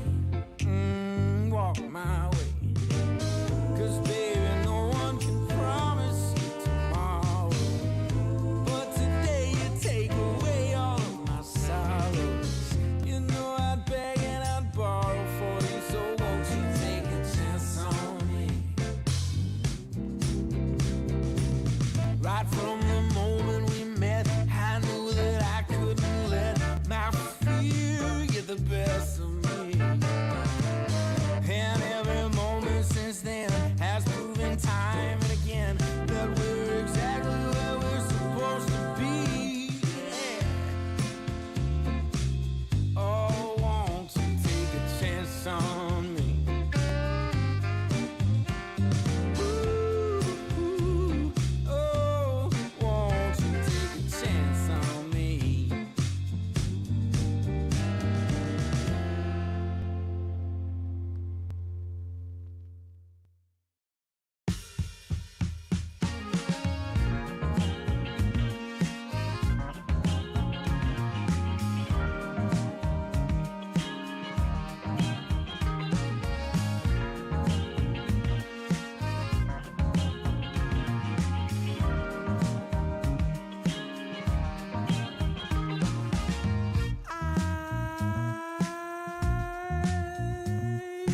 My eyes are closed so long after the sun comes up.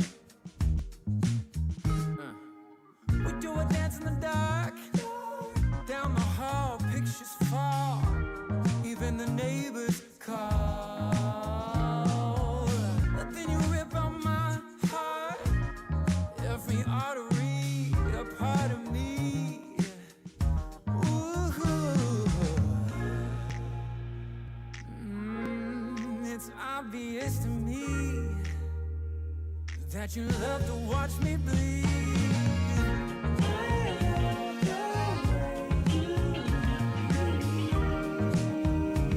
But not half as much as I love when you leave. I hate to see you go. But I love to watch when you're walking away from me. Walking away from me. Yeah, yeah. 'Cause I could be anything you want, I could be anything you need. Baby, tell me it's something real, and I'll give you everything. Every now and then wicked smile, you know I can't help myself. They play around with me for a while, keep tearing me up until there's nothing left. Ooh, it's obvious to me. Yeah, you love to watch me bleed.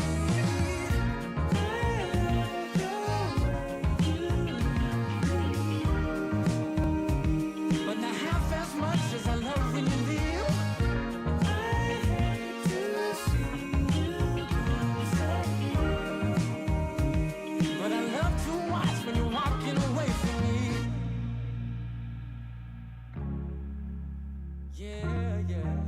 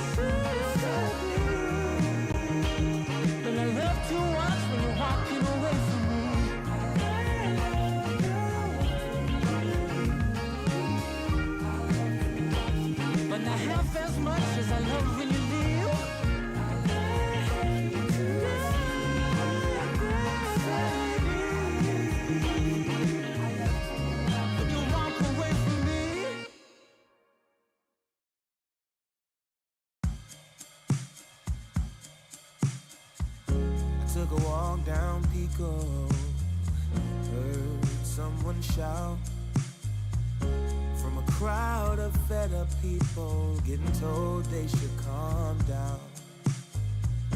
Didn't wanna fight, but the tears that fill their eyes are brought by the people sworn to preserve their rights. Oh, how could you not see it all coming? Stuck in our ways and running out of time. Time to change. We've got to at least try.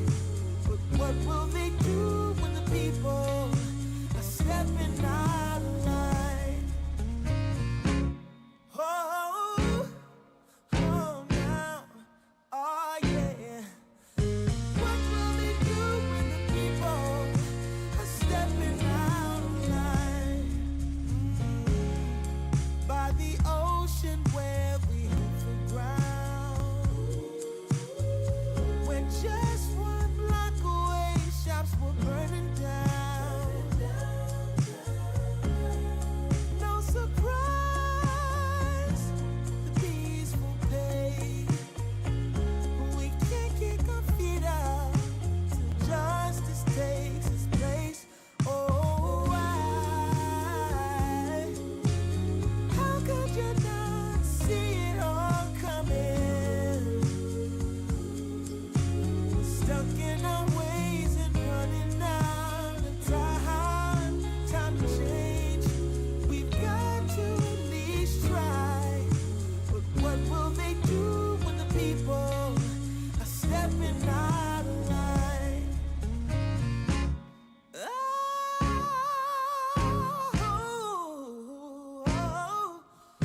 What will they do when the people are stepping out of line? What will they do when the people are stepping out of line? Stepping out of line. I wanna know when they're stepping out of line.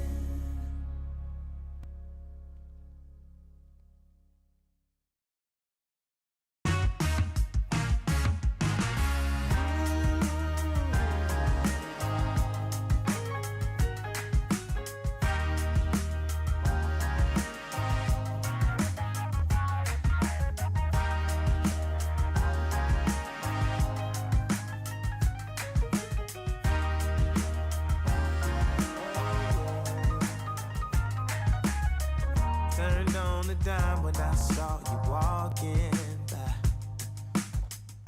Something about you caught my eye. Yeah. Ain't trying to waste my time, just standing in your line. Gotta take a shot before you pass me by. So you wanna be alone for a minute? Come on, tell me what's on your mind. I wanna know what makes you happy.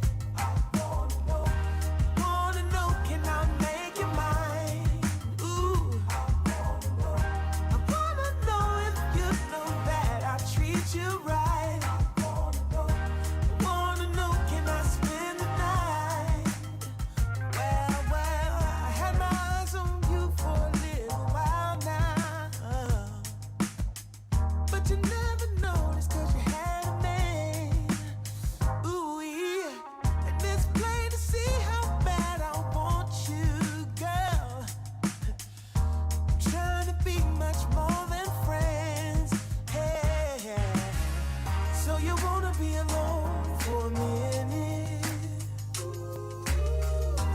Come on, tell me what's on your mind. Tell me, baby. I wanna know what makes you happy. I wanna know, can I make you mine? Ooh, I wanna know if you know that I treat you right. Wanna know, can I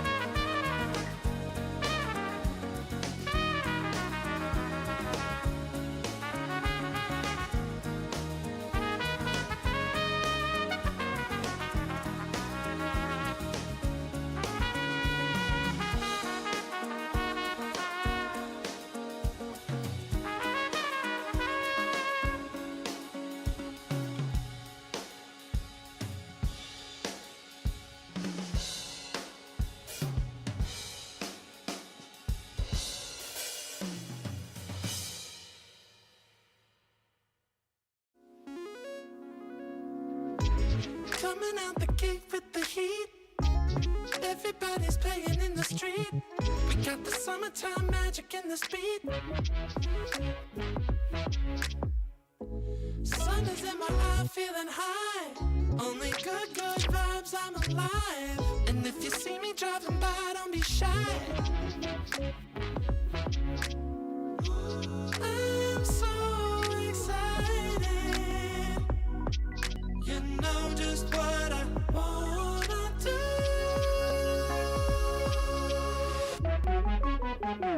I'm glowing on up, I'm glowing on up, I'm glowing on up. I'm glowing on up, I'm glowing on up, I'm glowing on up. Don't it feel like summer? I'm glowing on up, I'm glowing on up, I'm glowing on up.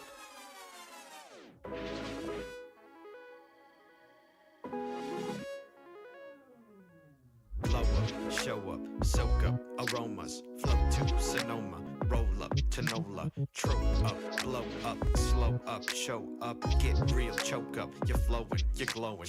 Astral samosa, you're landing on Europa, your horns blowing, you're chosen, all the deep cuts you know it. I got the pre-glow and the post-glow, inspiration knows no boundaries where it flows. Your fingertips to the globes tilt to the universe on stilts, hold on and chill. I'm so excited. You know just what I wanna do.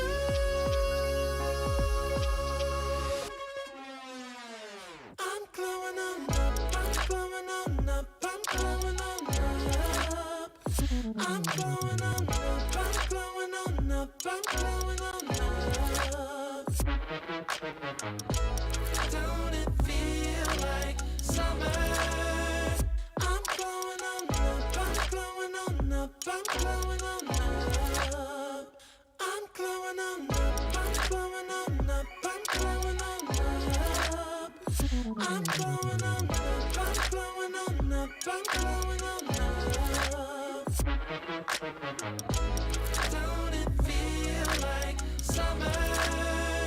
I'm glowing on up, I'm glowing on up, I'm glowing on up.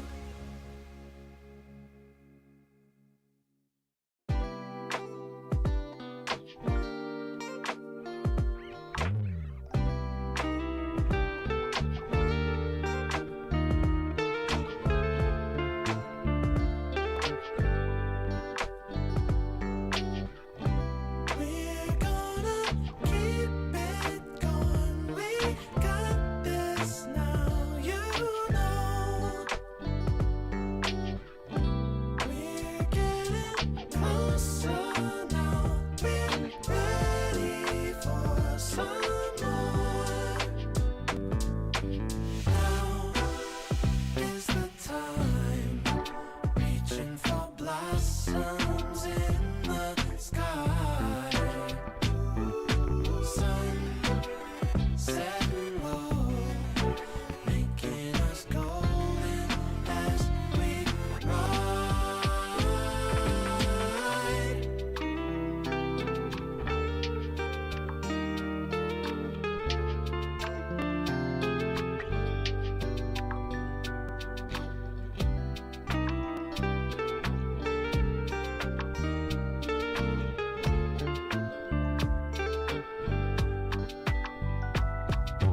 Now is the time, reaching for blossoms in the sky. Sun setting low, making us golden as we ride.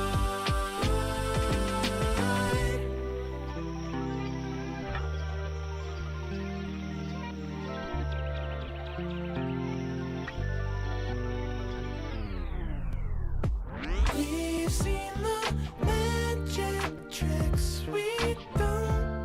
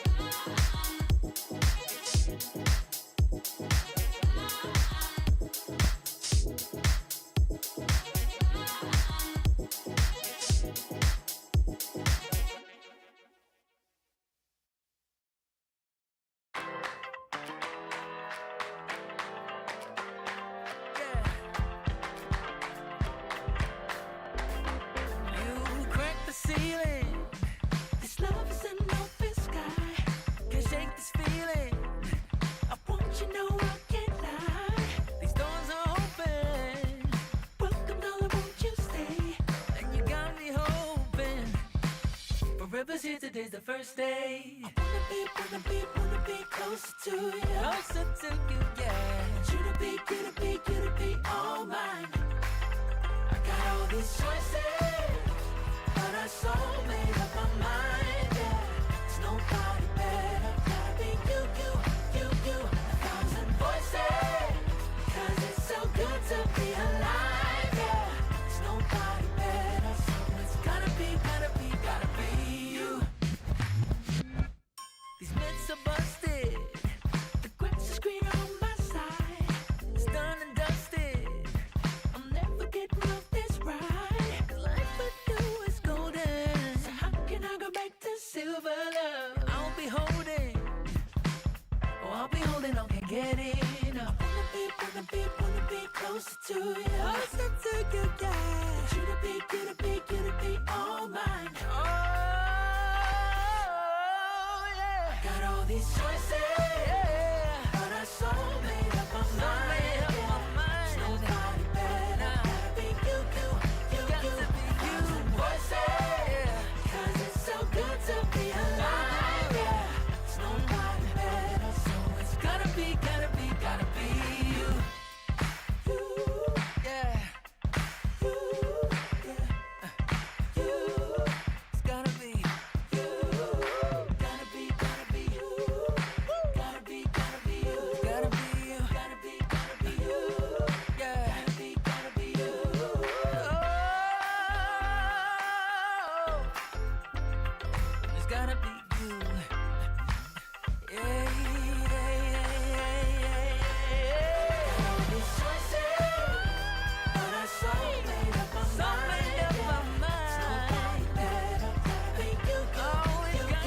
Thousand voices, 'cause it's so good to be alive, yeah. There's nobody better, so it's gotta be you. Hey. Nobody else, no. It's gotta be you.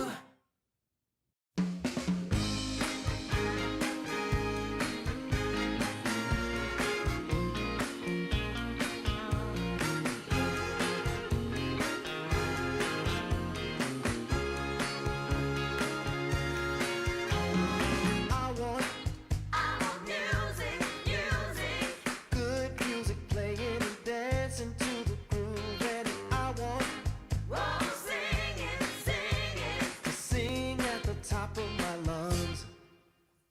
The evening has just begun. Hips are swinging and feet are stomping. Happy people gather round. We will party all night long. This will be magic night to remember. A joyful celebration for a whole new generation. This will be magic night to have together. No more limitation. We united as one nation. I want keep on moving. The sweat is dripping. I want shake it to the beat of the drum. No need for hesitation. The bass is pumping and everybody's smiling. Happy people gather round. We will party all night long. This will be a magic night to remember. A joyful celebration for a whole new generation. This will be a magic night to have together. No more limitation. We united as one nation.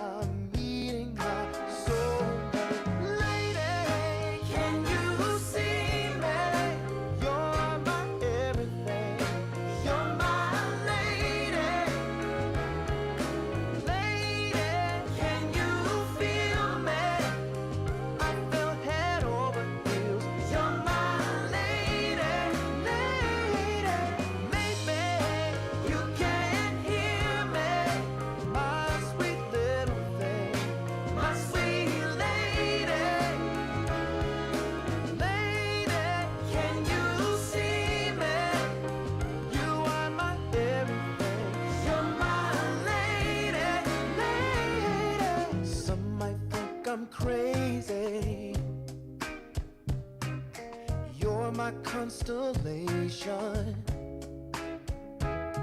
My vision's far from hazy. I need no confirmation. Take my heart and don't let it stray. True love and affection will come again another day. As the sight of your light always takes my breath away. Lady, can you see me? You're my everything. You're my lady. Lady, can you feel me? I fell head over heels. You're my lady, lady. Maybe you can hear me, my sweet little thing, my sweet lady. Lady, can you see me? You are my everything. You're my lady, lady.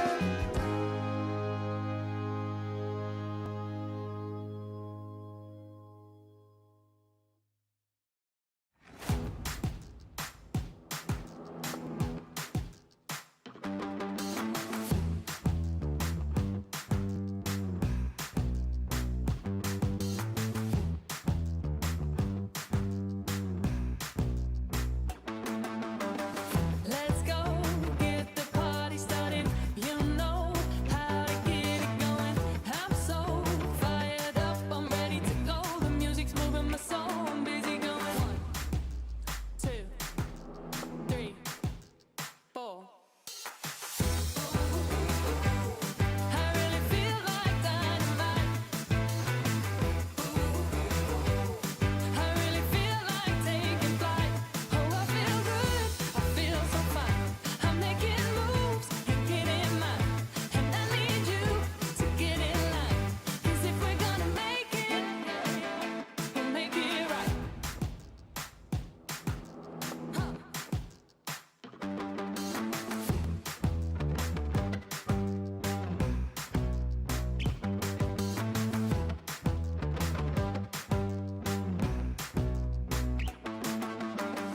Let's go, get the party started. You know how to get it going. I'm so fired up, I'm ready to go. The music's moving my soul, I'm busy going.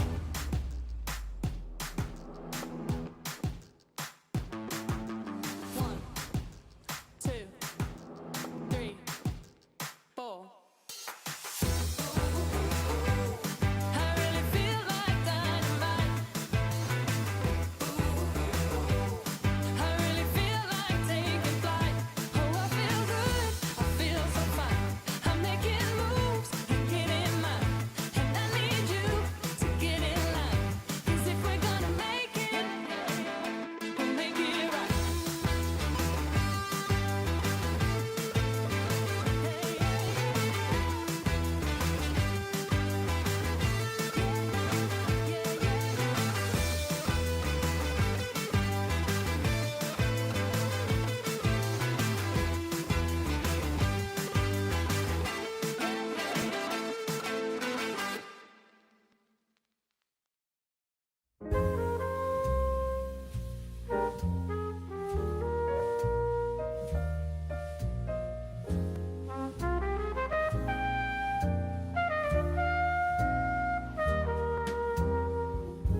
I haven't found the one.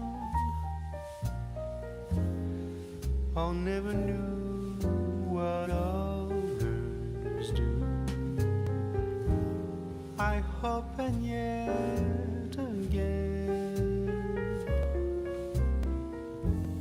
What do I know then? I believe it's all meant to be. All my dreams are so out of reach. I fool around, but we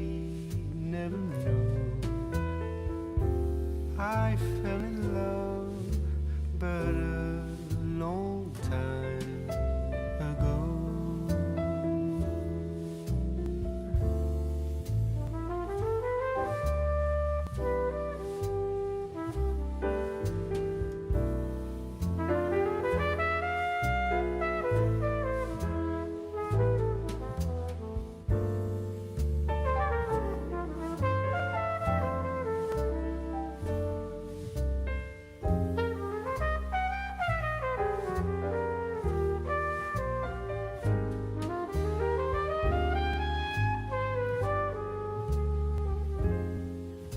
I sing the same old song,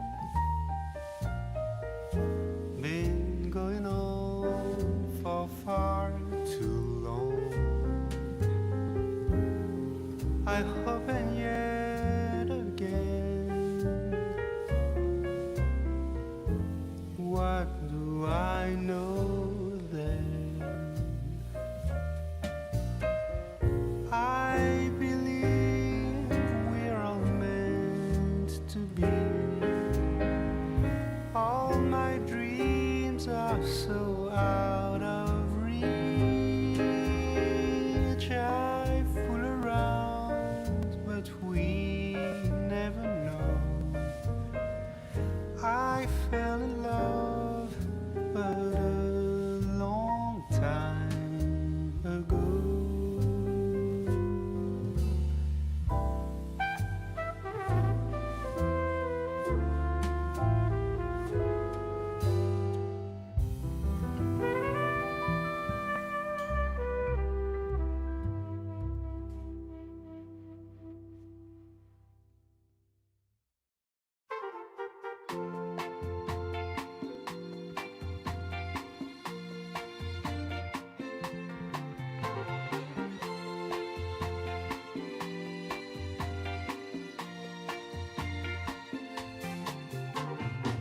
I got the sun in my pocket and the moon above my head. Got the whole world. Hello, Dota 2 fans, and welcome back. We are here for the third and final round of upper bracket play today on ESL Dota 2 Void. We got Battle of the Underdogs pushed through to one round of play. You gotta love it. Cloud Dawning taking on Team Resilience, and I'm joined by Atomo. I'm Malibu Jesus. Hi, folks. Atomo, how's your break, brother? It was good. I took a shower, you know, was needed, Rare. not gonna lie. Nice. Excellent. Hey, only my wife can make fun of that because, you know, she has the right to. But yeah, took a bath, did a little bit of work, walked around, tried to get the steps in, but still a bit off my target. However, I'm here in time, and that's what really matters. Hey, there you go. Took a little nap on the couch behind us. We got the Nice. dog settled in. She's upset. You know, these 3 cast days. I love them. She doesn't. She's like, what are we gonna play, dude? Come on. Yeah, but yeah, that's all fine. She'll be okay. She'll be okay. But you know, I am excited to see these two teams get after it. Cloud Dawning, big surprise so far for me. But Team Resilience, this is a team quite a pedigree. Most of these, I mean, almost all of these individuals have solid tier 1 experience. If they, I mean, if not, they've been at, most of these guys have been at TI. Yes. It is a very impressive roster that includes, you know, it's Erica, Echo, New, Planet, and ZZQ. Now, obviously, you know, we don't cast every single game, so we don't know every single player, but like I've seen New and Planet, I believe Erica as well, in some very impressive tournaments and performances in the past. But particularly New, I believe at one point he was like #1 MMR in either in Southeast Asia as well. So it is an impressive group. However, you know, we're actually getting kind of close to the first picks in the draft. So we're going to go into it in just a second to see what we're working with as the band phase is about to be concluded. Radiant team pick. And there you go, right on time. Perfect. Yes, sir. No Phoenix, no Slardar, no Sand King. The old Brew, Pango, and Quap join Keeper of the Light as well. So first round standouts still in the pool. I see a Doom available. I see an alchemist. Oh my, If this any team. 5 seconds could be our remaining. first alchemist game. But I feel like if you take the alchemist, they're gonna take the doom. What's your bearings on that? I mean, both of them have been getting significant nerfs right now, and we saw Doom today have a lot of success. But Alchemist remains Alchemist. I think Cloud Dawning, they are really weighing the things you talked about, right? Like, we could take Doom and then they would take the Alchemist, or the other way around, or there could be a different pick entirely. But, you know, some of the biggest meta picks right now do feel like it's Doom and Alchemist. And so far, Cloud Dawning, they're thinking about it. It's the old golden egg or hell chicken. Which one came first, right? The Doom or the the egg. Alchemist? Yeah. The Okay. egg, yeah. It was laid by something that was not a chicken. See, you know how Oh, they okay. evolved. Tom, I got a Dire question for you. team So pick. there you go. The fire That's a chicken Doom. himself, the hell chicken, cometh. There's a prank going around right now. It's like a Okay. big brother, little brother kind of thing. Like big brother will get an egg that's been drained Mm. of yolk or Mm-hmm. any of the innards. 10 And then they seconds crush it. remaining. And they say, see, these are fake eggs. You can throw them. And then they 5 give seconds like a remaining. full egg to their younger sibling. Aw. Tell them to go be like, say, hey, look at me, mom. Boom. They smash it, egg everywhere. Have you ever pranked your Radiant son team with back. anything similar? Stare your death No, in the that face. would be mean. That is just wrong. Oh man, you know, maybe it is good that some people don't have kids if that's what they're thinking. I'm gonna prank my son with this. That's Radiant traumatizing team right back. there. That's not how you do it. That's just a little egg on the floor. It's all right. No, it's the Right? trust. It's the trust. You gotta have them trust you. You can't break the trust. Yeah, well, Oh my these guys have broken God. our trust. Alchemist team still back. left in the pool.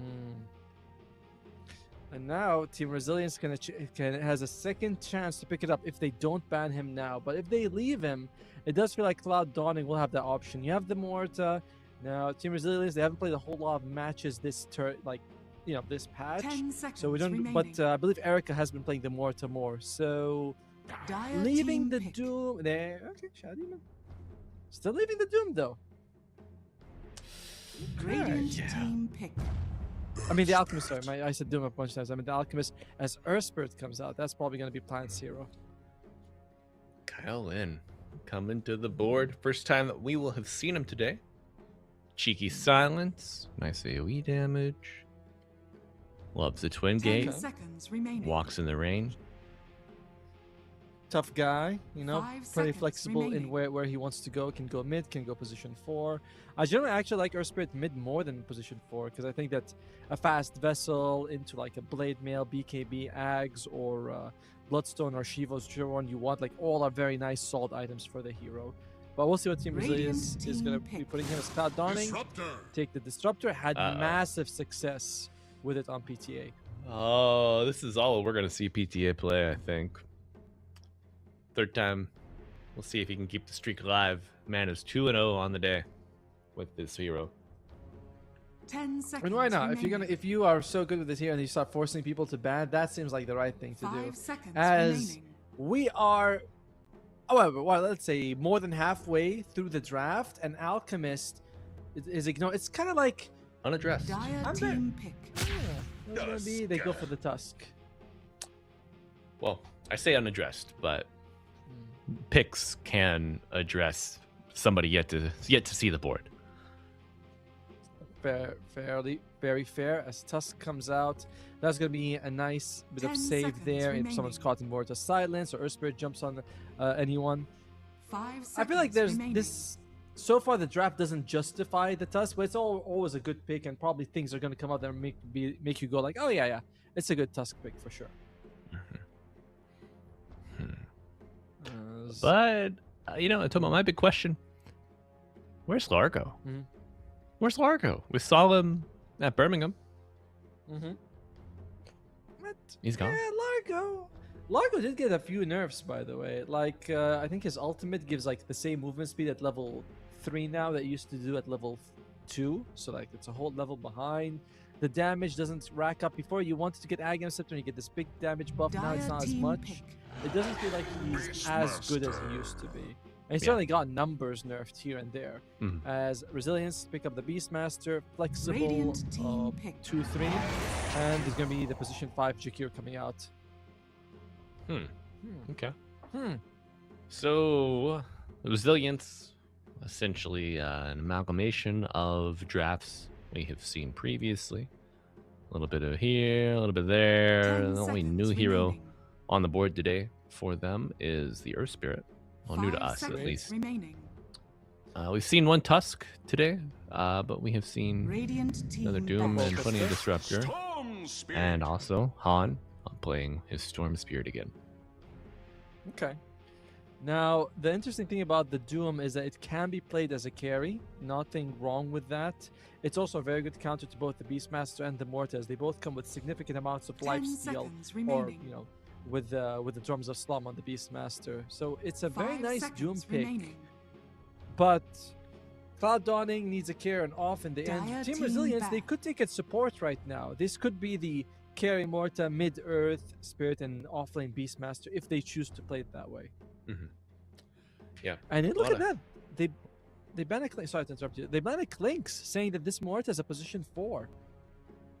10 seconds Interesting. remaining.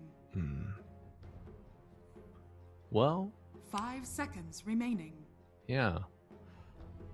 This is the flex potential is it would drive me mad. Hi. It would drive me mad. 100%. Radiant team ban. I'd feel the same way. I'm like, they're like, oh, what do you think they're gonna be? I'm like, I don't know, man. Like, look at their picks. I only know Jakiro's 5. That's about it. The other 3 is like, oh, what do you think? Just don't ban Crystal Maiden, and that's pretty much the only bad thing you can do right now if you're Cloud Downing.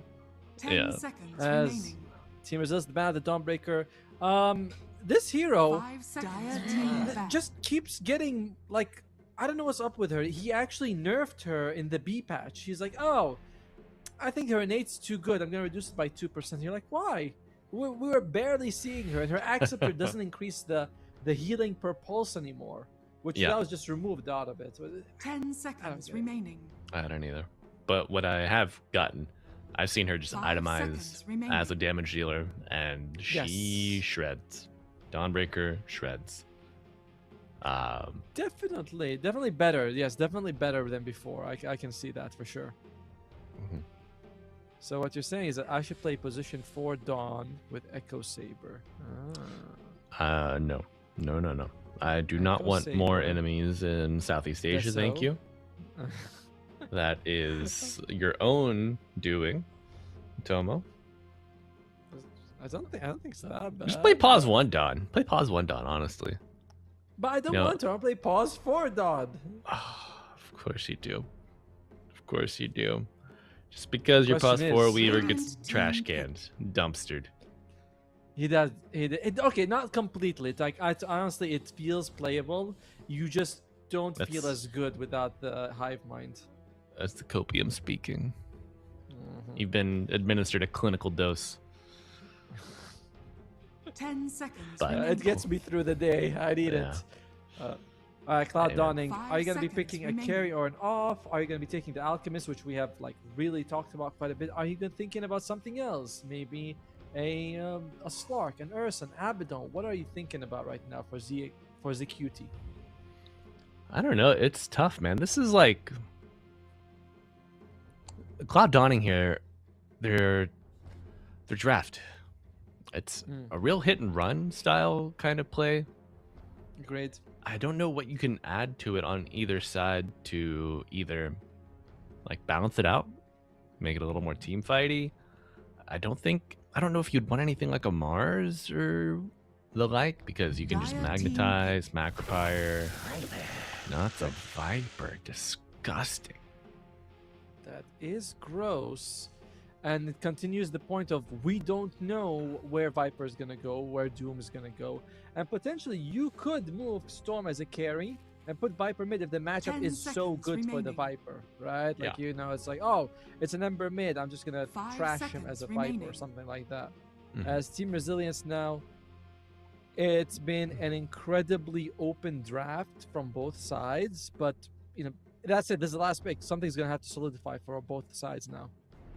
Yeah. So your laning solutions, let's say, I don't know. Let's just go ahead and say they go crazy. They put the Storm carry. They run the Viper mid. You may now All right. select Well, your heroes. Okay, Void. I mean, we have seen Void flex, but I do think that it will be a Void mid. Yeah, Planet Yes. on the 4 Earth Spirit, YSR on the Muerto. Echoes coming out of Void Spirit, that's going to be there. So on the other side, it's going to be the carry Doom, as we mentioned, an off-lane Viper. So first pick, they revealed their carry. Now, Core Doom was slightly nerfed. The big thing was that level 15, you don't get the 66 damage talent. It is moved up to level 20, but you do get the Infernal Blades, which is nice. But 66 damage was a lot. Yeah, it's such a huge miss for this hero, especially at 15. Like, you get it at 20, which is fine, but by the time you're 20, you're kind of already pumping damage. Yeah. I mean, yeah, it's like you mentioned, when you're getting it at 15, you're fairly tanky. You're still probably right-clicking a lot. Like, you always right-click as a Core Doom anyway, but the right-clicks hurt at that point. And overall at level 20, you're still nerfed because you used to have 2.5 Infernal Blade and 66 damage. Now you have 1.5 Infernal Blade and 66 damage. So you lose not much, to be honest, 4% total. It's not a big deal, but it all adds up. It does. Especially the timing-wise. And, all right, I've been wrong all day on predictions, so I'm going to let you pick this one. Oh, no, wait. No, why should we let you do it? We have someone else here in this cast who's even better than both of us in predicting. All right. Well, we'll give him a little bit of time to cook something up for us. But, folks, we got a game one coming at you. Cloud dawning on the Radiant, the Resilience. Team of Resilience. Glorious indeed. We'll be on the Dire. I'm Malibu Jesus, joined by Atomo here for this game one. This is a best of 3. We have had only 2 O's today. Will the trend continue? Let's make that our first prediction. Tomo, is this going to be a 2-0? Yes. Okay. Definitely. It's going to be a 2-0 as well. Looking at the lanes, by the way, Viper and Tusk, pretty brutal for a Jakiro Morta. As, usually one thing about the Viper is you get a couple of hits, but you're not, you're too slow early on for poison attack to really allow you to keep up with someone. But suddenly you have Snowball or Ice Shard. This Jakiro is going to have a lot of trouble. So I really like this last big Viper with the Tusk combo. Bomb lane is going to be Doom and Disruptor against Beastmaster Earth Spirit. Okay, so double melee into the Doom.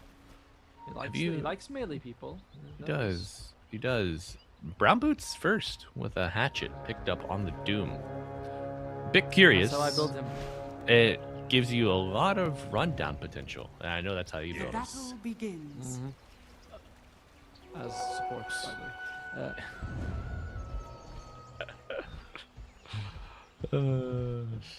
Alright, they're going to send 3 bottom hunting.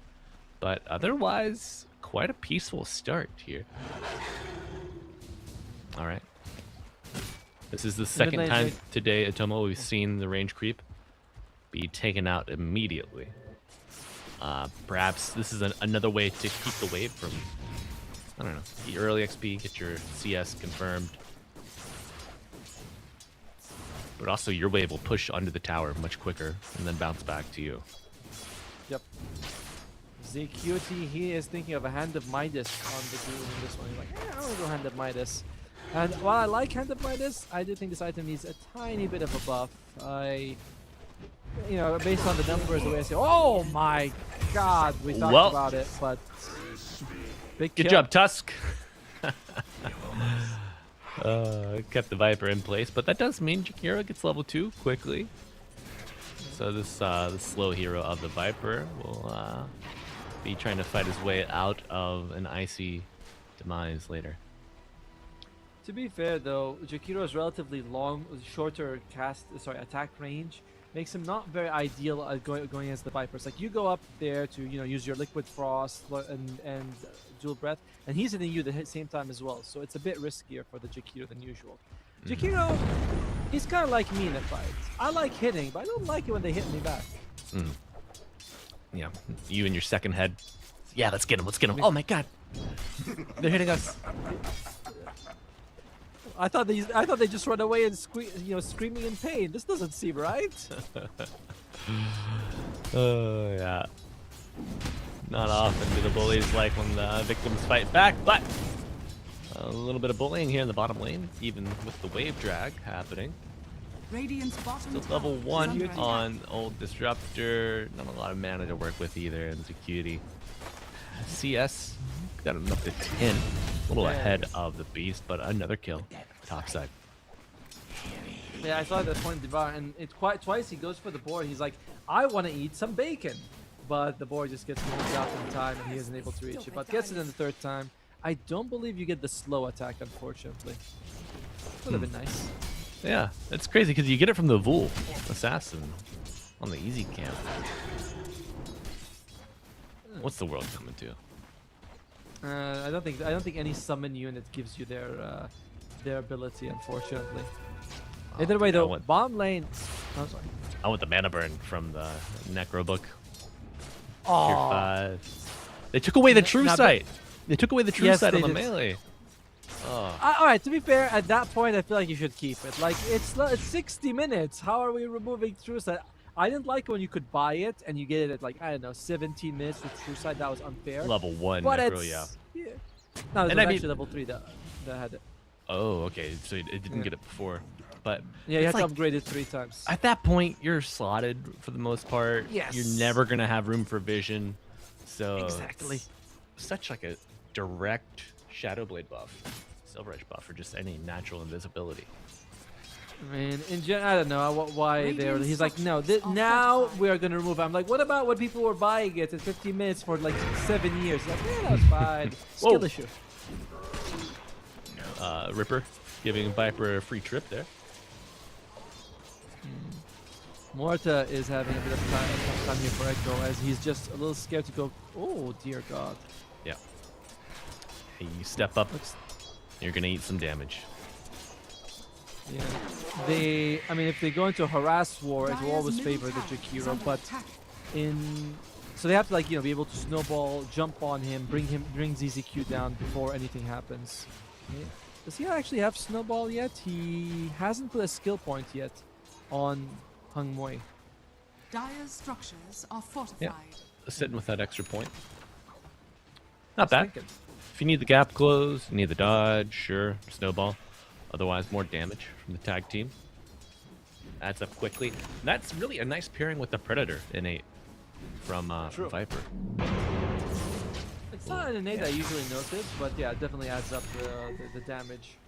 It's actually better if you had the Jakiro on your side. You're like, I hit him twice. Yeah. Haven't paid too much attention yet to the mid. Top CS in the game, of course, 35, 33. Only 3 denies total between the two.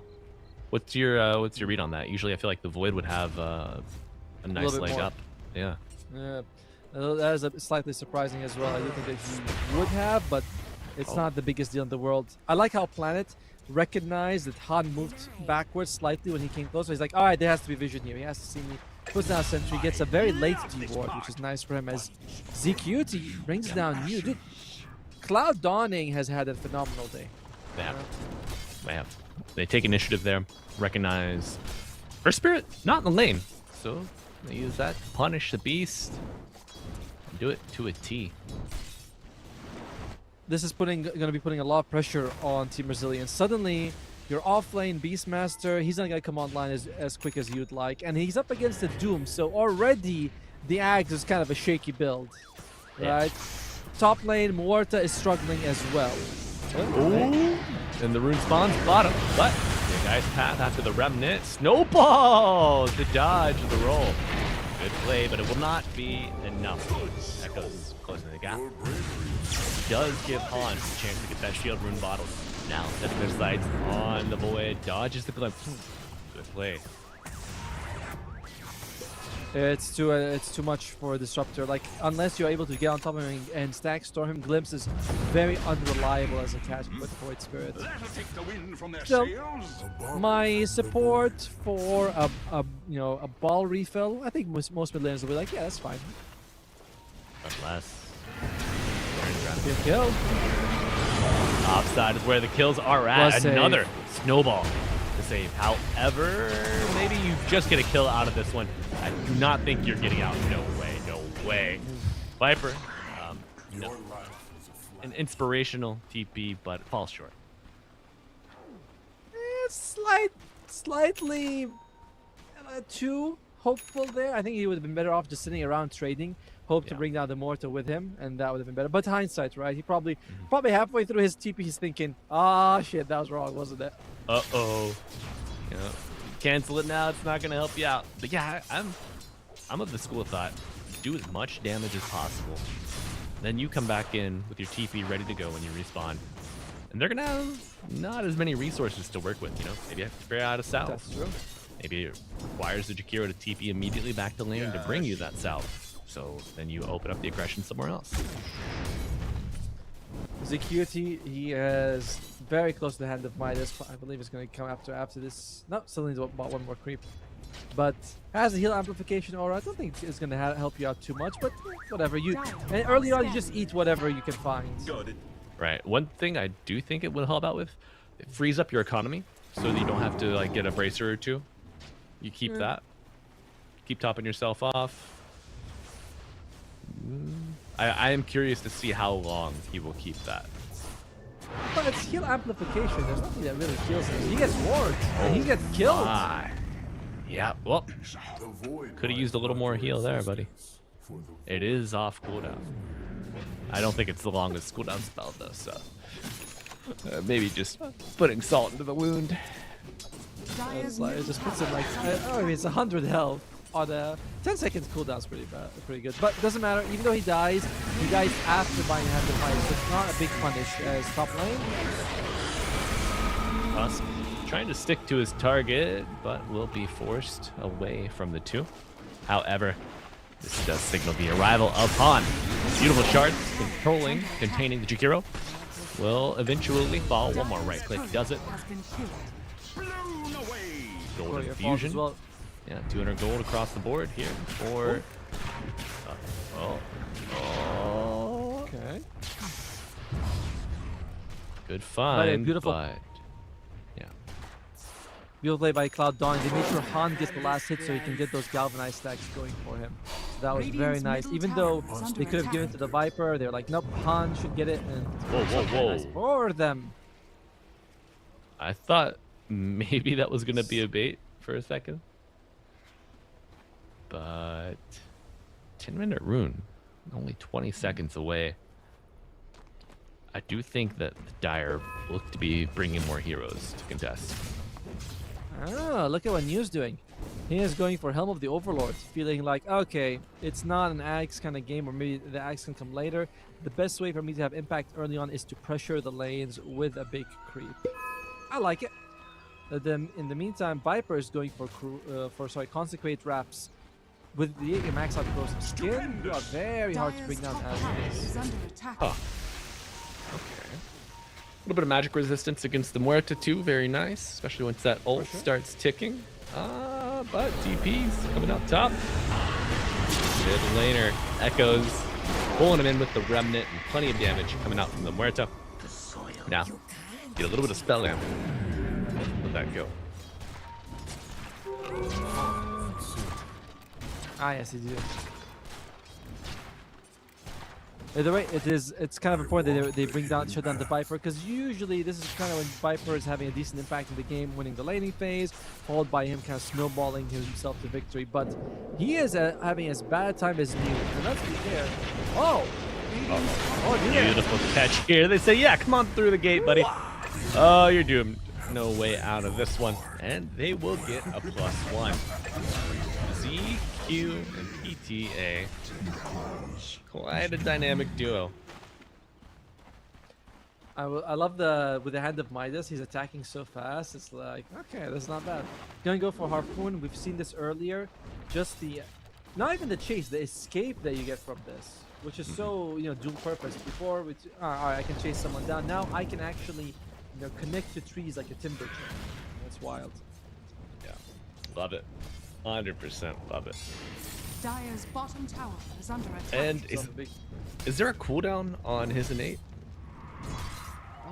I feel like Hellfire? you can't. Yeah, it doesn't say, but I think that like after you proc it, you can't proc it again for its duration. Like I don't remember ever seeing it on 2 before the same time. Radiant are scanning. Gotcha. So it does Radiant's feel like maybe middle it's tower is 2.5 under seconds. Like attack. you can't have Radiant are multiple scanning. curses. And I play Doom a lot, so maybe I'm super unobservant though. Big push coming here, bottom side. Is under attack. Fortification Radiant used. structures are fortified. Is anyone going to show up to defend this? It doesn't seem like it. Without Doom, with Han fairly low resources, and they were busy in the mid lane, it does seem like this tower's probably gonna fall. It's Jakiro and Beastmaster. That's gonna be one of the things Cloud Dawning has to worry about. The enemy push early on, pretty impressive. Yeah. How do you meet that? Your wave clear is not super great. I mean, what do you got? You can put Viper with Nether Toxin. He's actually maxing it out, by the way. Not putting only 3 points of poison attack. So maybe they feel like, all right, Viper, can you go throw another toxin there? That's gonna be good enough. Radiant's bottom tower I'll try, I guess. I hope they stand there for the whole duration. If they move, like, what are we gonna do if they move? Well, you figure that one out, bud. have you seen the level 25 one, the one where it gets bigger every second? The animation is super weird. Like it looks like it's so bugged up and janky. You go, is it supposed to look like that, Doctor? This seems weird. If your nether toxin pool expands for more than 12 seconds, you do need to call a doctor. Sorry to tell you, folks. Well, it's an interesting game right now. As Cloud Dawning, they have Doom, ZQD. He is very high in the net worth department, way ahead of everyone else. But how do we turn this into a win condition when our team has no push? Dire are scanning. You have to perform a judo-like reversal of momentum. Use your enemy's momentum against them. I feel like that doesn't work too much with Dota, as Planet, what a kick! He's got him right where he wants him, but let's get the push. Oh, nice secondary zip from Han to interrupt the boulder. And oh, Dusky says, "Don't worry, I'm gonna get mine." Are fortified. I like how PTA comes in, throws in a level 1 Thunder Strike. Under attack. He just wants that sweet nerfed assist gold. That's it. I mean, Thunder Strike was, but actually it's level 3. But wow, level 3. He's only put 2 points in Glimpse. That is different. Now, to be fair, the damage is good. Like you max out Thunder Strike is 480 damage on a level. Like a basic ability, 480 damage is quite high, and the cooldown is only what 9 seconds. Yeah, it's quite obscene.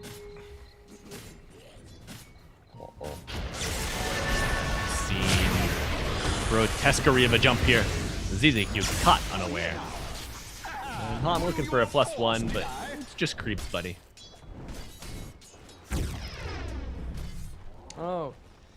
I just realized as well that the Supper does have a new shard ability. It used to be the extra Thunder Strike attacks, but that was moved to level 25 taunt. 6 Thunder Strike hits is good. Radiant's courier has been killed. Are we going? The Radiant's chicken! middle tower is under No! God! The rocket chicken person of feathers. Poor guy. He got a ward. I think I trade wards for courier. He was so young, though. He had his whole life ahead of him, delivering ironwood branches, eating tangos, dreaming of one day delivering an item of significance. Look at this! It's a flag! saving a rapier, saving a Dire's gem. middle tower is under attack. Not for him, unfortunately. Yeah. Now, However, yes. maybe for a bigger creep, Helm of the Overlord finished on the Beastmaster. Dire's top tower is under attack. Big moment for resilience. This has Dire's got structures to are generate fortified. some form of value Radiant's because middle tower you is under honestly attack. you're getting out farmed though, but this is a big commitment network wise that the Radiant's Beastmaster. This doesn't get you anything. under attack. It's like 4,000 gold that has done nothing for the whole team. Dire's top tower is Trading a tier 1 for almost a full tier 2 bottom. are scanning. That's tier 2 is gone. Okay. Radiant's Okay. bottom tower has fallen.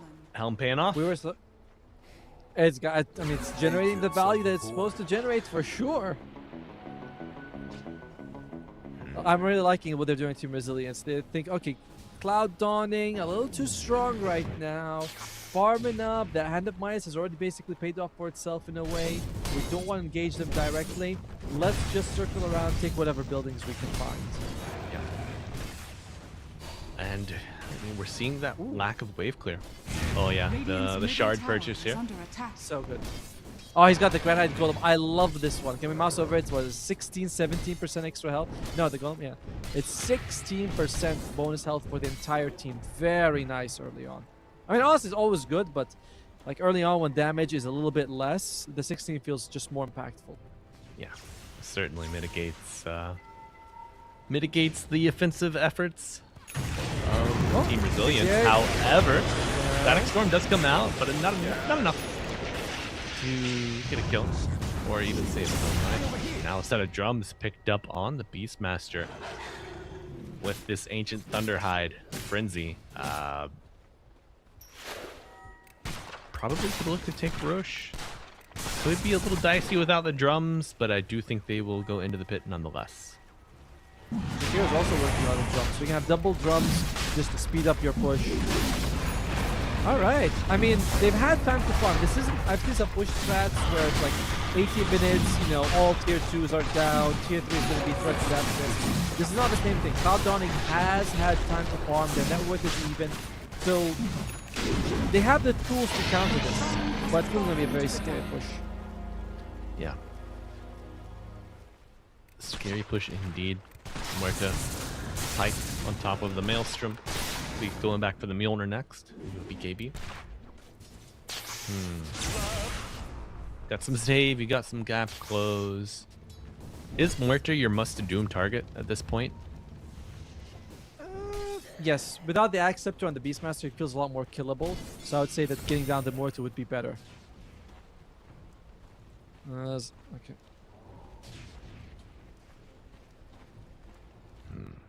Radiant are scanning. But can you do it twice? That is the big question. Expect Resilience to be a 20-minute Tormentor team here. Coming up, they own the bottom side of the map.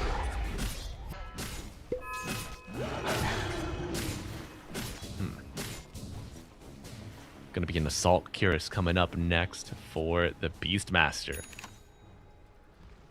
Wild. Auras. Yeah. All right, Cloud Dawning, the head in the sand sort of approach to the not really head in the sand, but they've kind of been ignoring the push. Very soon, that's not gonna be an option. Very soon, they ignore the push. You lose a rack. Khan flips away. He's safe. He says, "Address me." I'm here. Look at me. Look at me. Look at me. All right, your abilities are gone. Oh, Kaya Yasha on the Void. It's okay. A faster grab on the Aether Remnant, maybe, was it for the Storm? I suppose. I mean, their catch, other than they don't have a blink on the Beastmaster, so I suppose it's really your best way of getting him. But it feels it's kind of odd that this is going to be the solution to a problem, right?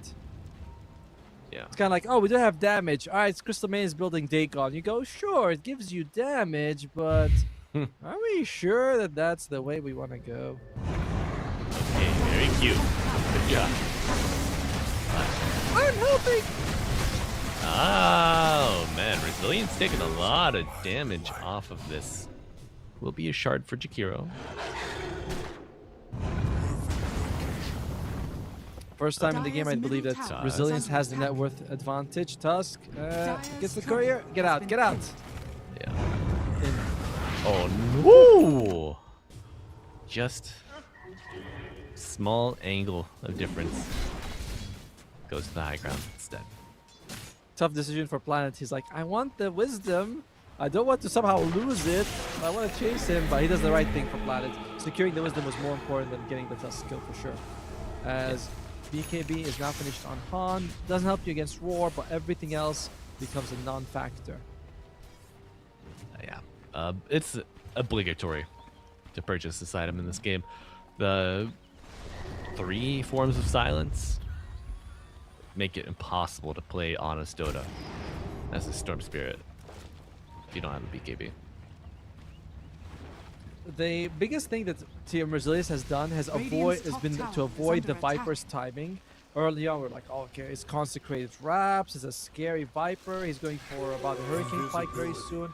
And they're like, okay, this is all problematic, and we don't want to risk dealing with it. He's too tanky. Let's wait for our damage to ramp up, because damage in Dota scales much faster than durability. And now maybe we'll be able to take him down. Yeah, I mean, the hero's not going to farm quickly on his own. Keep throwing heroes at him. He gets killed, then yes, ZQ forced to BKB early just to survive. PTA will be smoked. Maybe he gets a good glimpse here. However, the Aegis on the Muerta available. Oh, no, no, no. It was a prank. It was a prank, man. I'm sorry. That. Well, I mean, he forced him to use his ultimate at least, so that's kind of nice, but. And you can see it, right? Team Resilience pushing more and more damage side. There's no one on their side of the map. It's all playing on the Radiant side. A scary situation for Dawning right now. Absolutely. Dire map is a ghost town as they flood into the Radiant triangle, Radiant mid lane. They don't threaten a tower.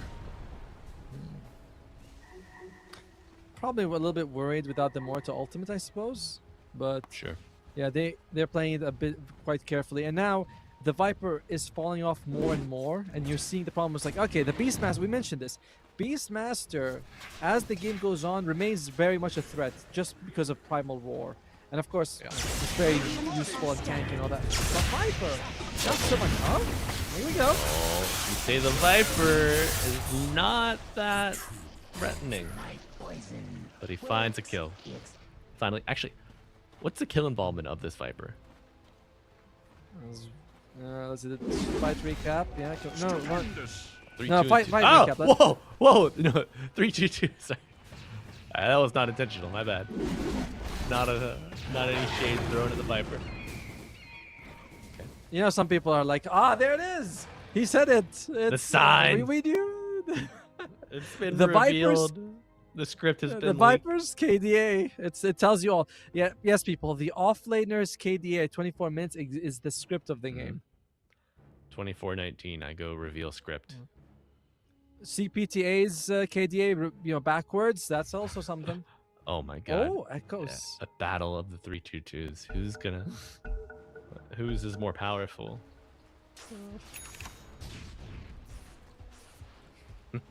Who is more powerful? Very tight game though. But as much as the cutie is farming, the gap is not increasing anymore between him and the Morta. Erica's able to keep up with him just fine. But who wins in a 1v1? Doom gets the jump. Sure, okay. Yeah. Gets the Doom off. The other person is, let's say, is he already in ethereal form? If he is, you can't hurt him. If he isn't, probably kill him. Do you use your BKB? There's quite a lot of factors on this one. Yeah. PTA is having a very quiet game on Disruptor. I believe his Blink Dagger is still not finished. Dire's bottom tower is under attack. Yeah. Only has his level 2 neutral, so will not have level 3 or level 2 greedy, with the level 3 enchantment. I mean, it's only 20 seconds since it's available. Come on, give us the time. Oh my god. Okay, Han now starting to feel a little more confident for the supports to make moves with them. Because, I mean, it's tough, you haven't had that playmaking offlaner. Your Viper just... Yes. He cannot venture out in dangerous territory to create these opportunities. Instead, he's just fully flexing into another, kind of carry. Yep, going for the Manta as well. Just so that, yeah, as we've seen before, you can remove a lot of the debuffs coming out from the enemy side. And I just love using Manta against Beastmaster's Roar. He jumps in, he's about to roar you Manta, he suddenly has to pick between one of the three.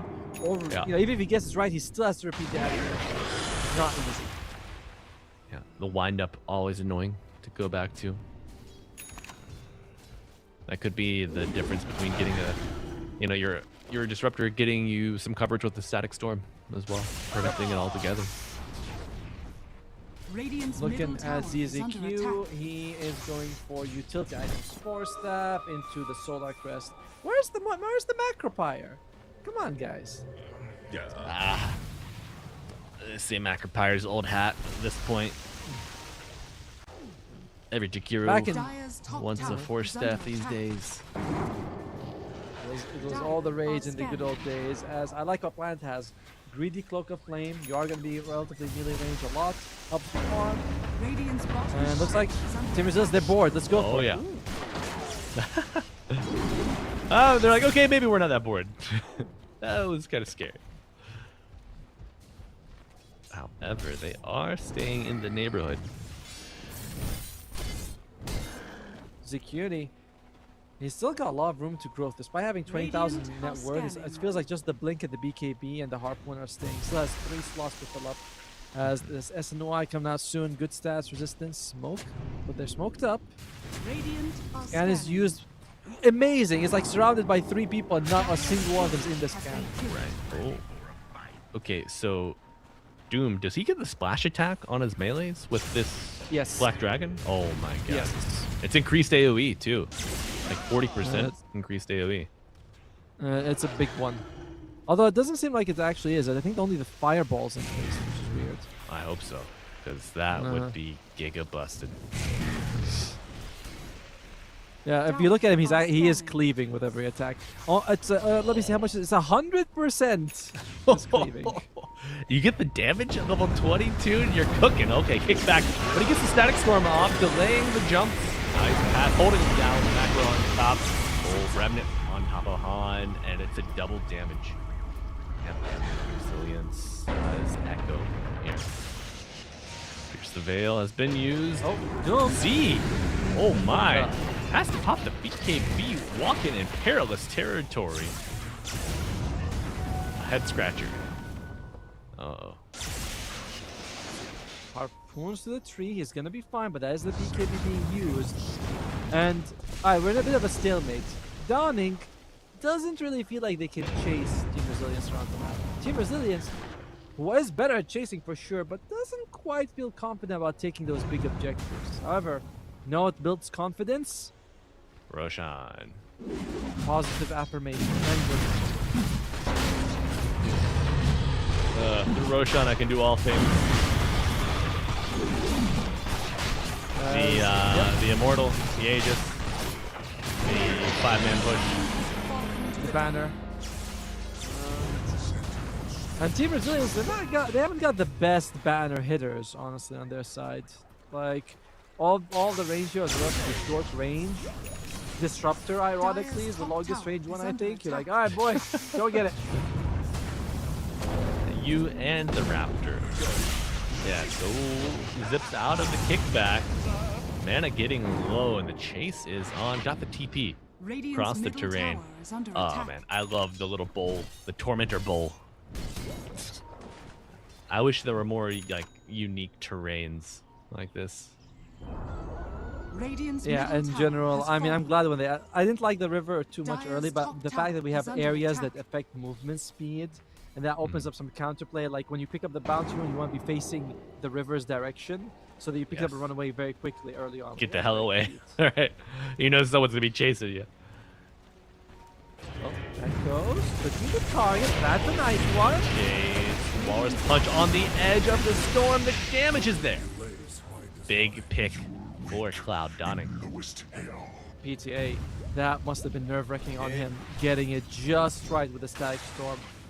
And it's not easy because the kinetic field does take time to charge up, so you have to like get him in the middle of the Static Storm, get him on the edge of the kinetic field. Well done by PTA. Starting to, you know, shake out the scaries. Feeling good here in round 2. PTA Dire's 03 and top 6. tower is under attack. But percentage heavily favoring Resilience, 71 to 29, even though the experience lead narrowly in favor of Cloud Dawn. I like how PTA is prioritizing damage as a support. He maxed out Thunderstrike early. He goes for the, I don't know what the name is of that neutral item, but gives you 9% extra damage. Partisan or something, was it? Partisan's brand. But it's only so against like, player-controlled units. So True. neutrals and the wave creeps will not take it. It's still more damage. Like, affects your glimpse and static field as well. As there's the banner. And your Right on the electromagnetic edge, repulsion. Oh, that's true. Radiant Oh my structure. god. Okay, well, it was nice knowing the tier 3 tower. Oh, the pull on the hero creep. You love it. And going in, Manta to dodge. Good play from the Viper. Like, you gotta imagine this tower not long for this world. Smoke you, pierce the veil. However, you cannot attack buildings now while piercing the veil. I wonder if they read the patch notes. The quick fixes. Still have Pug. No! Snatches him right up. Holy shit. Bold move to do that. We've seen PTA succeed a bunch of times where he blinks in and catches someone, but this is a whole team. And there was no one to really throw stacks to him on, so loses life for nothing. The Zeus continues. You going in, but the Doom got it on the Beastmaster, a good target. However, where he's turning and firing, will it be enough? The BAB is with a punch up, interrupt for go. He just consumed the Viper on the high ground, trying to get away from Echoes. Finding everybody on the backline. Snowball to save and interrupt the go from Echoes. Continuing their efforts, tier 3 is alive as Han finds another kill on the backline, but some damage adding up from the Muerta. Early crit. Laying into the storm. A one fight for Dawning, despite everything. Like, they lose the Disrupt. That is a 4 versus 5 fight. The Doom comes out on the Beastmaster. Morta just lays into him. And you can see, like, Doom's like, I don't really like it when Erica hits me. I'm just going to walk away. But a good save on the Viper. Nice move there by, Hui Ming. And Team Resilience loses 3 and the Aegis. Heavy loss. They also lost the banner too, so extra gold go in the way of the Radiant. I mean, that banner wasn't really the best. I've seen better. Yeah. I've seen better. Look at the net worth, by the way. It's very close across all roles. That's yeah, we're dead even in this game. Observer. Now you've been in this for 34 minutes. Who do you think is gonna win? All right, you ping the carry that you think is gonna win the game. There you go. Oh, see, that's crazy because in our chat he typed Dire at the beginning when we were first bantering. Did we? So, he did. Old change of heart. Old change of heart here, roll boy, but. We did not mention the Satanic, now acquired on the Doom. Or the fact that he's got pack leaders. Because I was looking, I was like, he's not splashing anymore. He used to look at them and they'd all die, but he's got the pack leaders aura right now. 20% damage and 20% crit. And I believe the crit is also quite an impressive one. It's like level 3 at this point. So it's 2.5 times, yeah. Practically playing with a Phantom Assassin. Dire's middle tower is under attack. Radiant But it's not a Phantom Assassin, it's a big bulky Doom boy. Radiant It's a 4,000 health. assassin? It's a demon for sure. Yeah. What would be like, not quite an assassin, but still a little sneaky? A demon hitman? Like, oh, I was gonna be like maybe a demon ninja. Well, they usually do assassin. Yeah, I would say a ninja and an assassin would be similar if the ninja would not be even more sneakier. Or even sneakier. You know, we'll get our greatest minds on it. Twitch chat, we'll need you on this. As meantime, looks like both teams just kind of waiting for Roshan right now. At least 9 seconds before it comes up. Could be up to 4 minutes and a half. Yeah, no. You know, things We want the early rush. things do swing the other way, by the way, for the Viper. If you go ultra late, the amount of stats that you have kind of bring you back to being relatively tanky and hard to deal with. As he's got the BKB, the Manta, the Hurricane, the Wraps, and he's building towards, I think, a butterfly as well. Butterfly into Satanic, and suddenly... What the hell? Oh, and meanwhile, PTA on Disruptor is getting very close to his Aghanim Scepter. Only 1,700 gold. Yeah. Get a great Aghanim's reveal in Game 2 of their first series of the day. I wonder if we will see a similar revealing here, or unveiling. Team Resilience is looking for a pickoff. They're not looking for a 5 versus 5. The thing is, that's not really gonna. That's very unlikely to happen. I'm not saying it's not gonna happen, but you're looking at Cloud Dawning. They're aware of the way the game is. They've seen the 3-2 script. They're like, all right, we know that at this point we should stick together to ensure that nobody gets picked off. It's that simple. He was 3-2-2. They were 3-2-2. We're surrounded, boys. We can't get away from it. But Heroes concentrate. Yeah. Go for that tier 3. BKB on Tusk. Insane. Yeah, he with the summons brings down the tower. And Muerta just mega dumping on that wave. Holy. He doesn't have buyback on Tusk, so he's like, okay, a BKB to ensure I stay alive, well worth it. Yeah. Push, 20 seconds though. Team Resilience will be able to go for it straight away. Cloud Dawning, they've given away 2 Roshans. I think this one they can contest. Okay. Yeah, I can see a little contest coming up. But stepping up the bat, Viper pike to the low ground. Okay. Dire smoke up. Holding. It's 5. Oh, the Viper split he shows on the waves. Yeah. CQ getting baited in, pulled in by the Remnant. Oh my god. It's dead like that. No BKB for the snowball save. Han very aware now what he's got to do. You've got to cut. But the thing is, Han doesn't have buyback himself.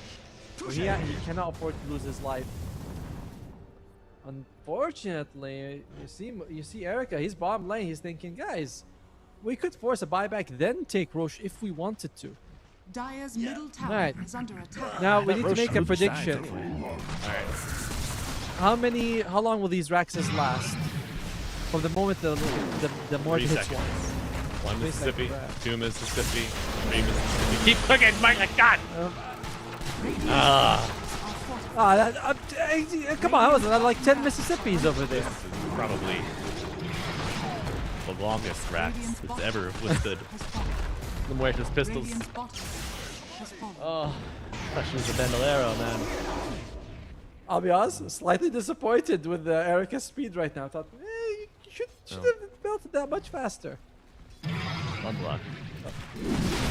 Alright, they got 20 seconds to deal with the Roche. Seems like that's more than enough time right now. This is going to be the 3rd Roche, which means that it has a refresher shard. On the other side, though, he has got the Aghanim Scepter. Okay. We can deal with this Aghanim Disruptor. I mean, you wanna get the Muerta pre-BKB, but now she's got an Aegis. So do you just try to? I don't know. If you wipe the other 4 heroes, yes, I feel like unless you Walrus Punch on respawn, she could just still wipe your team. I think so. I guess, but this implies no one's really going to be hitting her, and you have relatively mobile heroes. You have like Connect Field Shard that she's going to have to walk around when she's not BKB. I don't really think that it's that easy. If you can wipe through when you fight, like Mort or no Mort. Oh, Han. Searching for that level 25. Still quite far away from it. I wonder. He's also got 2,500 gold. Has to think about do I want to go for a Ag Scepter or save for buyback because he can only pick one. Ooh. The blue hole would be kind of nice. Get that with the splash attack. Oh. Overload bounces.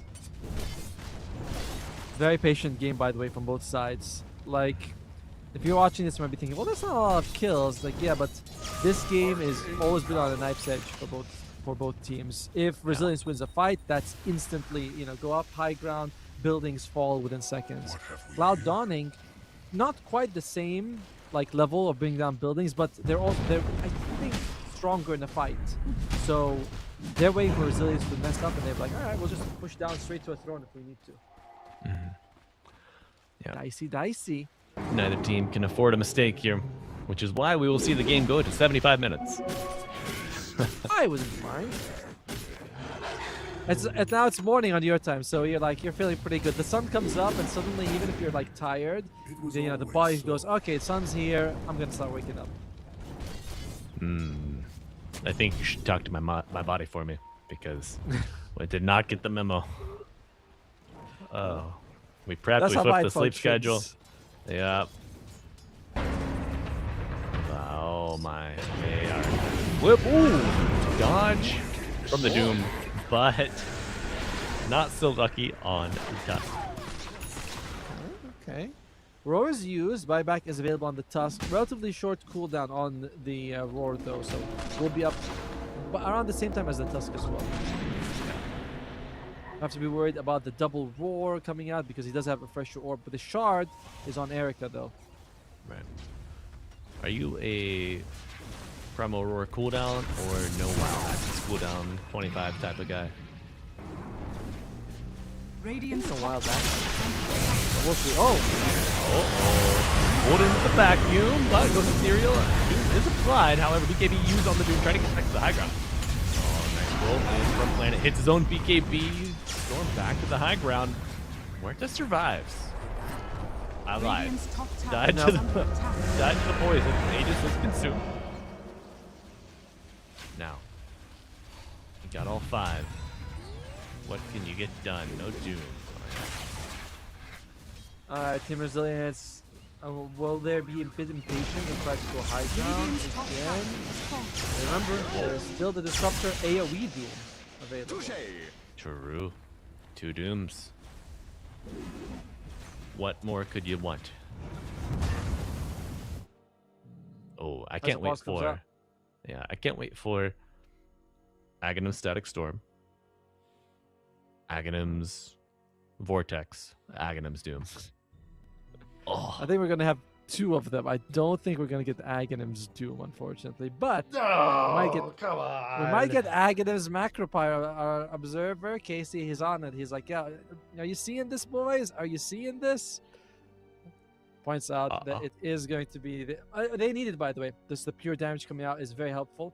The level 25, 20 talent is also a little bit more damage than before. It used to be 20, now it's 25. You're like, 25. That's kind of all right. Yeah, I mean, he's got over 3,000 gold saved up so far. I mean, dragons tend to sit atop of their gold hoards, He certainly got plenty of it. He's very farmed, actually. Meanwhile, we're looking at Echoes. He got the Refresher Shard. They felt like they don't want to give it to the Mortar, so he's got 4 jumps, 4 Resonant Pulses, of course, and I was gonna say 2 BKBs, but hey, it doesn't refresh anymore. Hey, that's right. Yeah, I mean, if this Void getting the Refresher Shard, it just never ends. It feels like their spells just keep on coming. So many silences. It's like, you guys thought I was out of jumps? Wait. Let me just get a few more. Yeah. On the other side, still working on the Swift Link. I feel like I've been looking at ZQD for a while, and he's been building towards the Swift Link, but can buy it if he wants to, but won't have buyback. Anything else? I feel like most of them you look at them, all of them are saving like 2,000 to 4,000 gold just saving for buyback. Yeah. is the name of the game right now. Yeah, I mean they push so fast. If you don't have buyback, that's the game. You have to wonder though.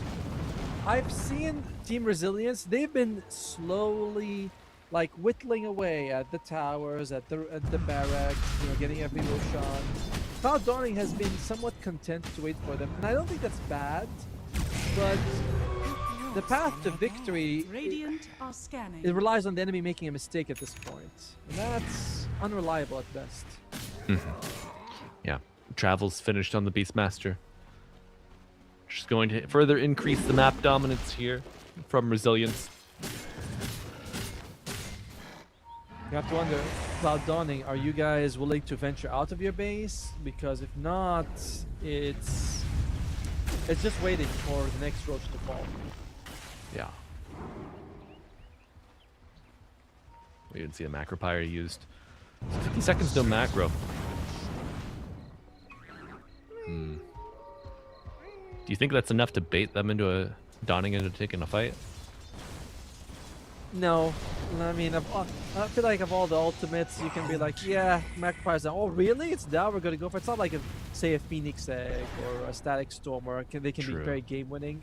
Macropire, even with Ags, it's just like, it's nice, but it just kind of does more damage if someone already sets you up. As Agam Scepter finished up on Han, big timing for him. I mean, well, big item for him. Sorry. Yeah. Okay. This is one of those items that can change the course of the game. Lucky zip into a vortex. And oh yeah, overload attack bounce. Does that? Doesn't have the shard though. Right. Still, he'll buy next. He has to save for buyback. I appreciate that he went for the scepter. Kind of needs it. Can get the shard after. Okay. It's a tense one, Mr. Malibu. It is. Do melee heroes get the full effect of the shard from the overload? I'm pretty sure they do. Yes. Okay. It's no different than. I mean, I never really. I no one has ever asked me that, so I never thought about it. I'm like, yeah, I think everyone gets it. Yeah, I've never witnessed it myself either. It's crazy, man. You can have over 10,000 hours in the game and still not see anywhere near all of the interactions. Well, to be fair, also the interactions do change. Like just now, I was about to say, oh, double DKP, but that's only been in the game for 16 years. So yeah, it gets changed, and you're like, oh, this doesn't work anymore. And it ripped away from us too soon. Not core players. All right, but 50 seconds. Yeah, I thought we would see more emphasis placed on heroes like the Jug, like the Lifestealer. Yes. Lifestealer was quite contested early in the patch, like Birmingham, but he did get 2 rounds of nerfs since, so teams have shied away a little bit from him. Yeah, the nerfs were needed. The hero is so oppressive. Agreed, but I mean, you say the hero's oppressive. What about Beastmaster? Tell me a time the last. That's a good point to tell them. Like, Beastmaster is in every single game contested in some way or another. Very rarely does he not get banned or picked, and yet Icefall looks at him every time. He's like, "Yeah, it's fine. I don't know what's the problem." My finest creation. My son. Yes. Look at my boy. He's so big and strong. Okay. We love it. Macro. Is available with the Aghanim Scepter here. Oh, the zipper roll. The zipper roll, my god. I'm tweaking, man. I think he's trying to give us a conniption over here. Butterfly finish on the Viper. Viper strikes the big croaker. Gotta do it. They're too annoying. But the Earth Spirit is working towards the Axe Scepter, a nice way to save people and to catch people as well. As Roshan, about a minute left. Now, in the old days, Dota in a certain region was considered a bit of a farm fest, and now, it's evolved a lot since then. But this game, it's a bit of a throwback, a bit of nostalgia for the people who missed that. Absolutely. You know, that's kind of the whole style of this patch. Yes. You know, 741. What's old is new again, and turtling is back, baby, the big way. But Han. Find one. There's a ward on that cliff. Spots him out from a mile away when he breaks the smoke. Yeah. Over here now. Oh. Beautiful harpoon. Nervous boy. Zikuti is working towards a refresher arm. I got you so good with that, man. That's gonna be in your brain forever. Very nice fella, by the way. Did a video with him once. Really like him. VQHY? The other guy. The other guy. That's Mr. Zequixotics. Hey, that's Dr. Zequixotics. Doctor. We have doctors casting Dota, by the way. Like that's not crazy. Doom level 25. I'm interested to see if he takes the Infinite Scorched Earth or not. This ability is toggleable. I thought early on you take it, you just have it forever. You're like it's never gonna go, but you can actually toggle it on and off, which I feel is kind of weird. Like why would I ever toggle it off? But you can toggle Radiance Burn. You know, maybe you're smoked up. You don't want people to see it. I mean, if I'm smoked and my Radiance Burn is hitting an enemy hero, I think the smoke's broken, right? Well, maybe you're smoked under vision. You hit a neutral camp. You know. I wonder if they move at all, or they could see the tick damage. Fair. Yeah, that's a good point. Tomo, you're the immortal player. Come on. Yeah, just that some of these things are so like niche, you know. Where Right. They're so minor that it's like not a concern to good players, but somebody who's like, you know, divine around my bracket, it's gonna be breaking the game. Drinking buddies. It's like early on let's say you're playing a hero and you really, you know, move the items to get the maximum out of your regen. But once you're 30 minutes in and you're playing Zeus, you don't want to move the Aghanim Scepter, just increase your regen a tiny bit. The Nimbus is more important. So it's the same thing here, where it's like, is that really important? Right. Is the juice worth the squeeze? But the banner placed quite far back. Almost to level 25 for the Doom, Go eat them. Now, does he get the blue hole? Back line on the Doom.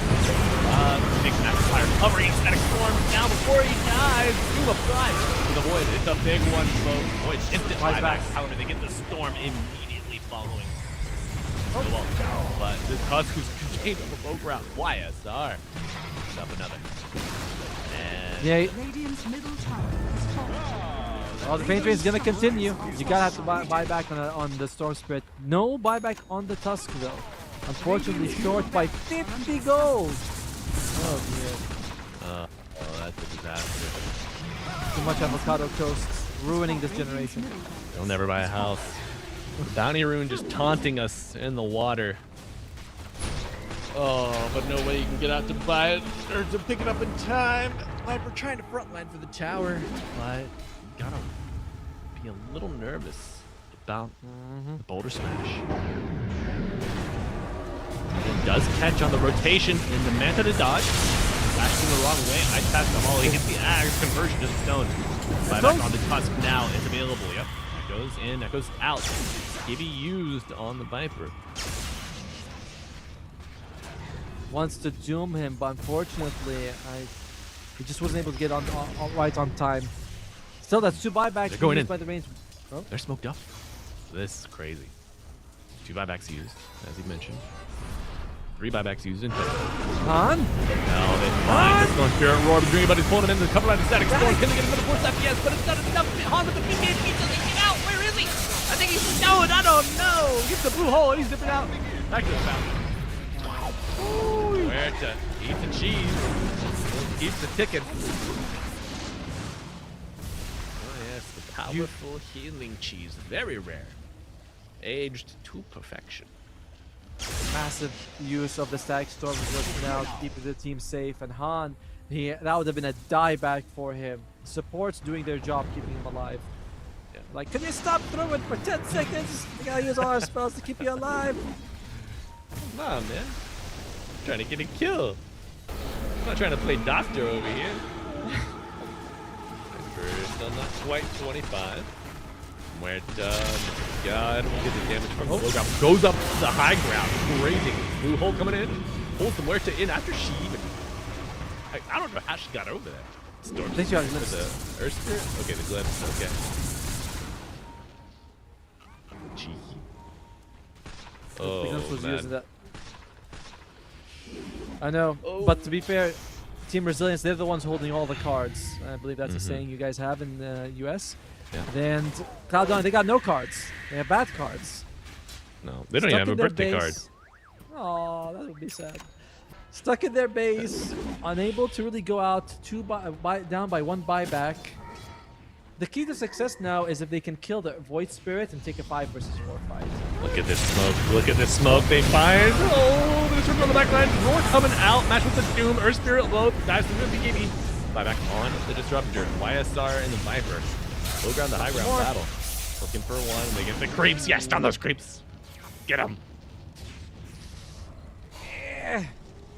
Buyback on Disruptor, but Earth Spirit doesn't use his. You've got to get a little bit more from this. And that has been the main issue. Cloud Dawning has been very content to just stay their high ground, and that is not a recipe for success so far. Twice the measure of power. Oh, man. That's a tough one.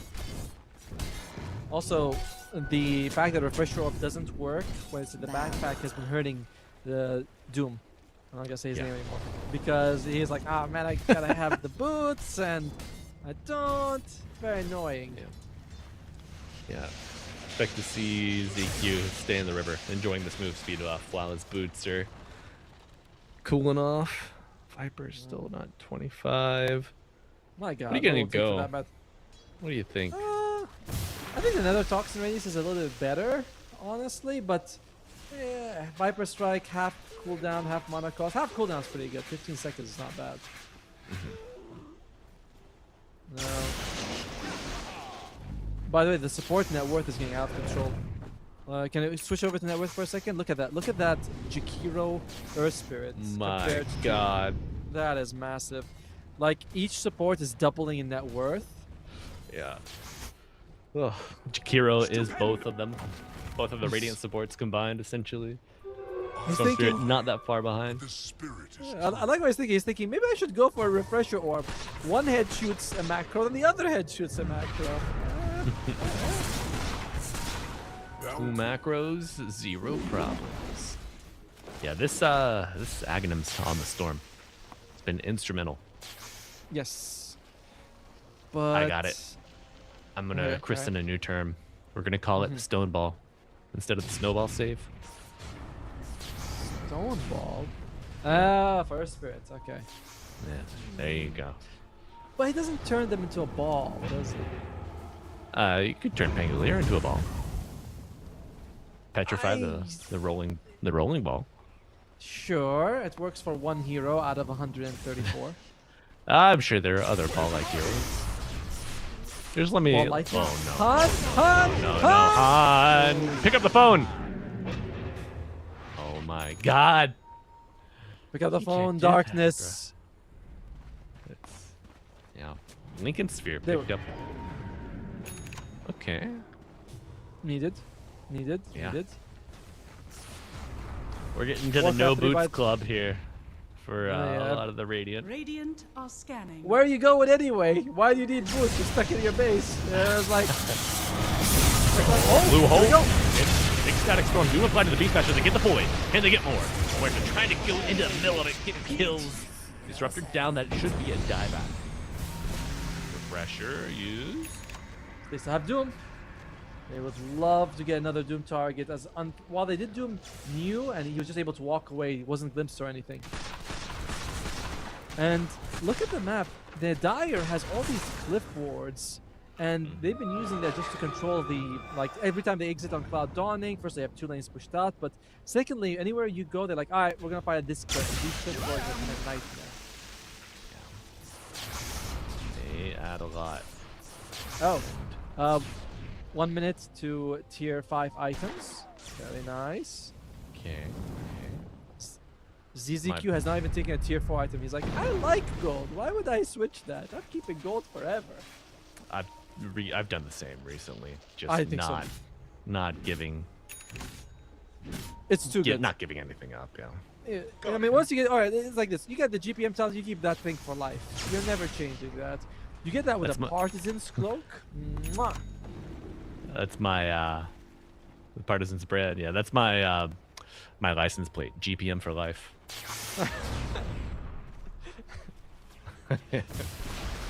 Now we'll be serious. We have an important game to cast. Come on. Making jokes around here, and he did take. They took the Viper Strike talent. Any other talents that were hitting? Anyone else getting 25? What are we level wise? Man. Oh wait, Beastmaster, did we say, did he take the roar? He took the roar, not the wild axe. Cool down. Ooh. Yeah. Muerte is hitting 29, so she's gonna get the other ones. 2 dead shots and more weapons.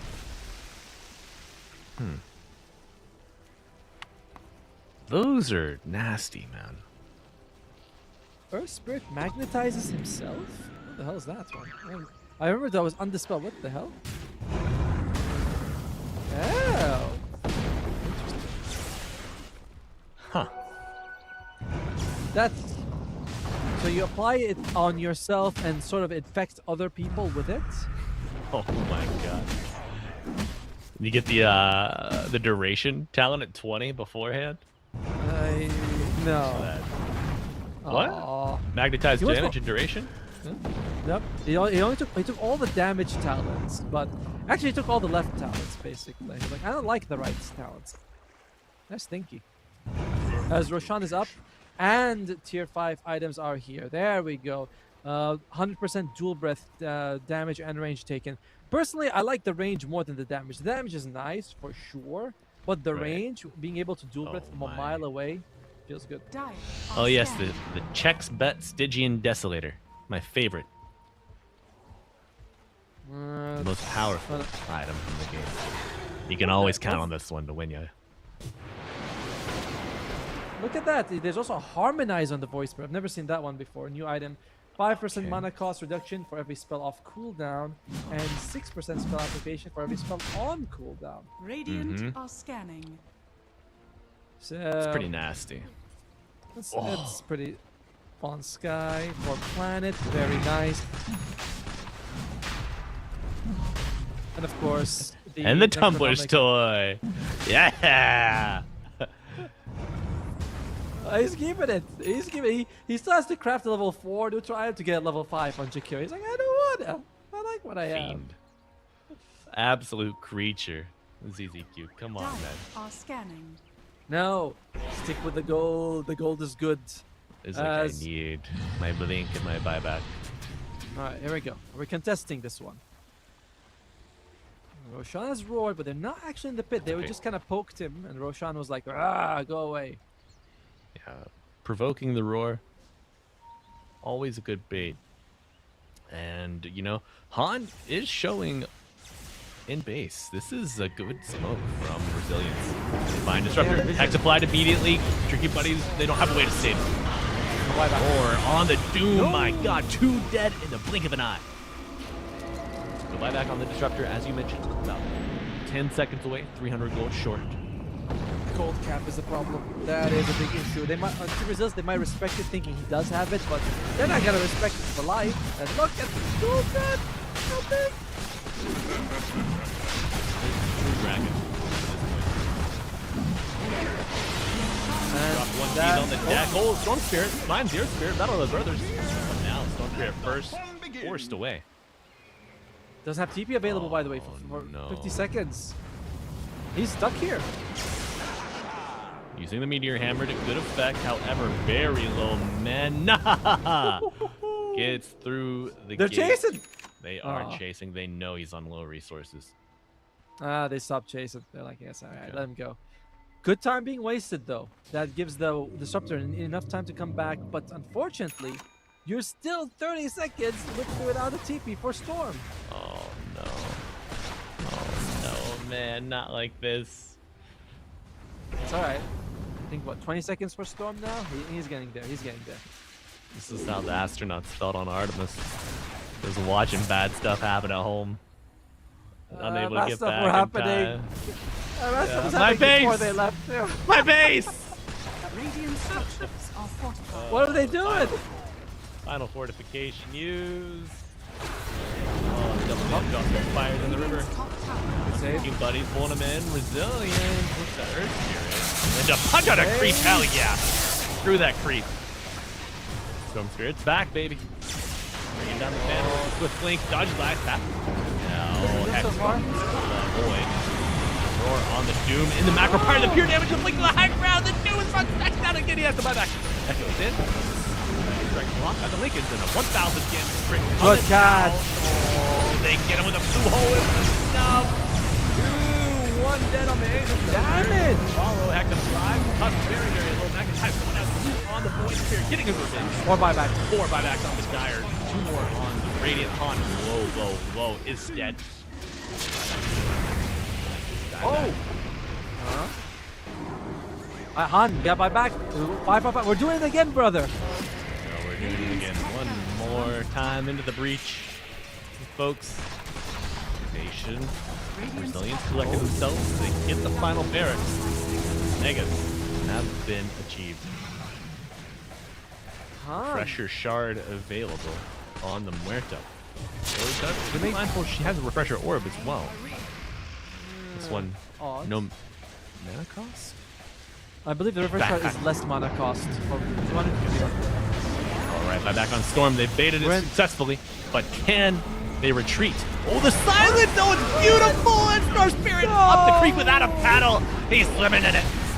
Oh my, the Viper inside pulled in a good game. Oh, you know I said 75 minutes, so felt 10 short, but oh my, what a banger.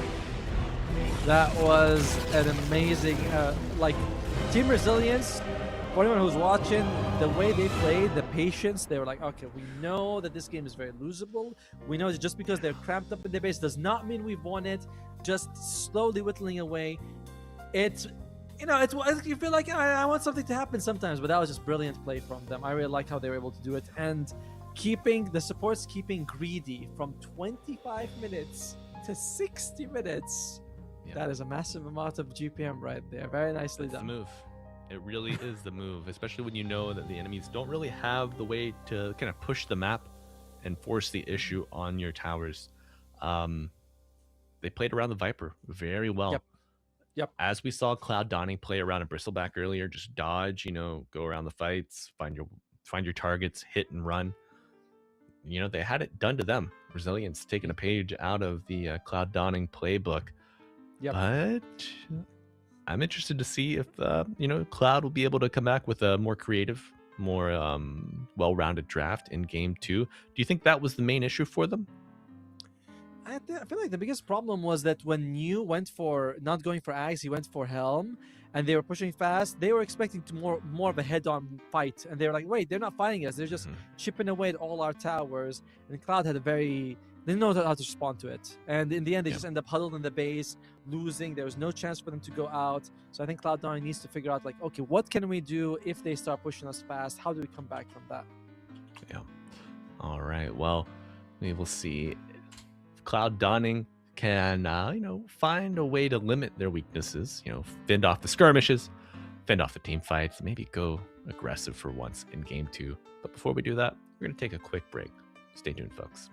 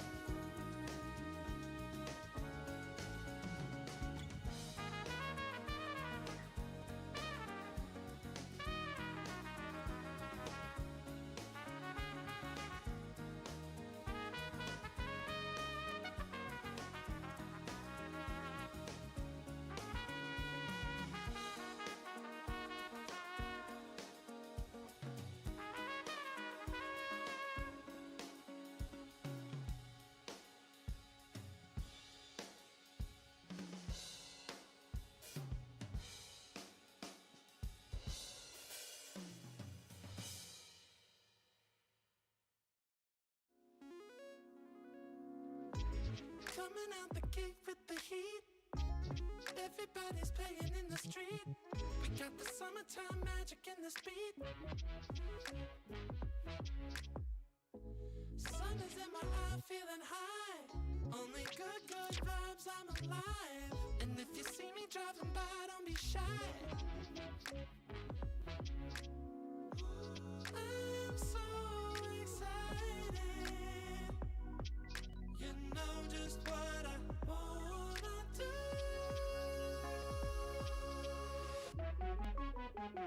I'm glowing on up, I'm glowing on up, I'm glowing on up. I'm glowing on up, I'm glowing on up, I'm glowing on up. Don't it feel like summer? I'm glowing on up, I'm glowing on up, I'm glowing on up.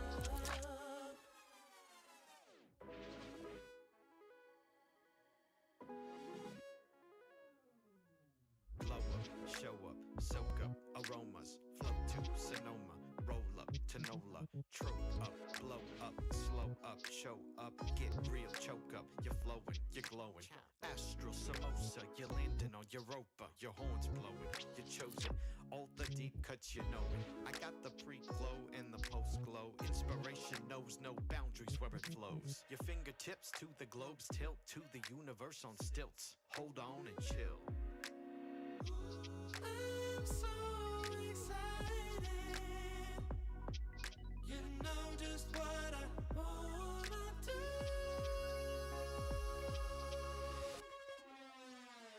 I'm glowing on up, I'm glowing on up, I'm glowing on up.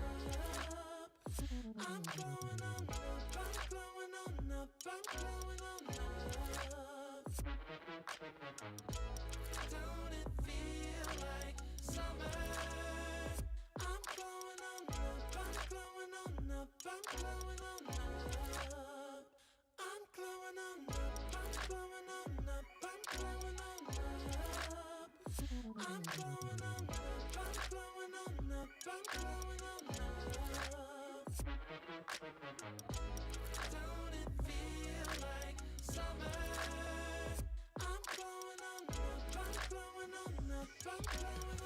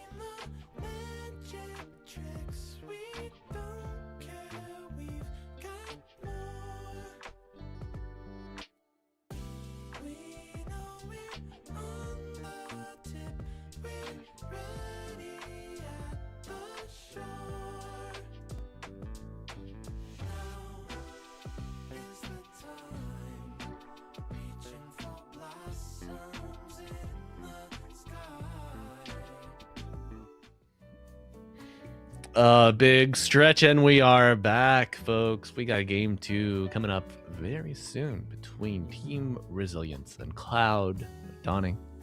They put on a great show for game 1. Perhaps a weak draft from Cloud Dawning pigeonholed themselves into the base, as we saw evidenced by the last 20-30 minutes of that game 1. Flexibility afforded to Team Resilience's draft just allowed them to run the map completely. Tomo, do you think we will see a return to form for Cloud Dawning in game 2, or is it just going to be a bit of a pushover? Well, we haven't had a 2-1 game today, so it does feel like a 2-0 kind of thing.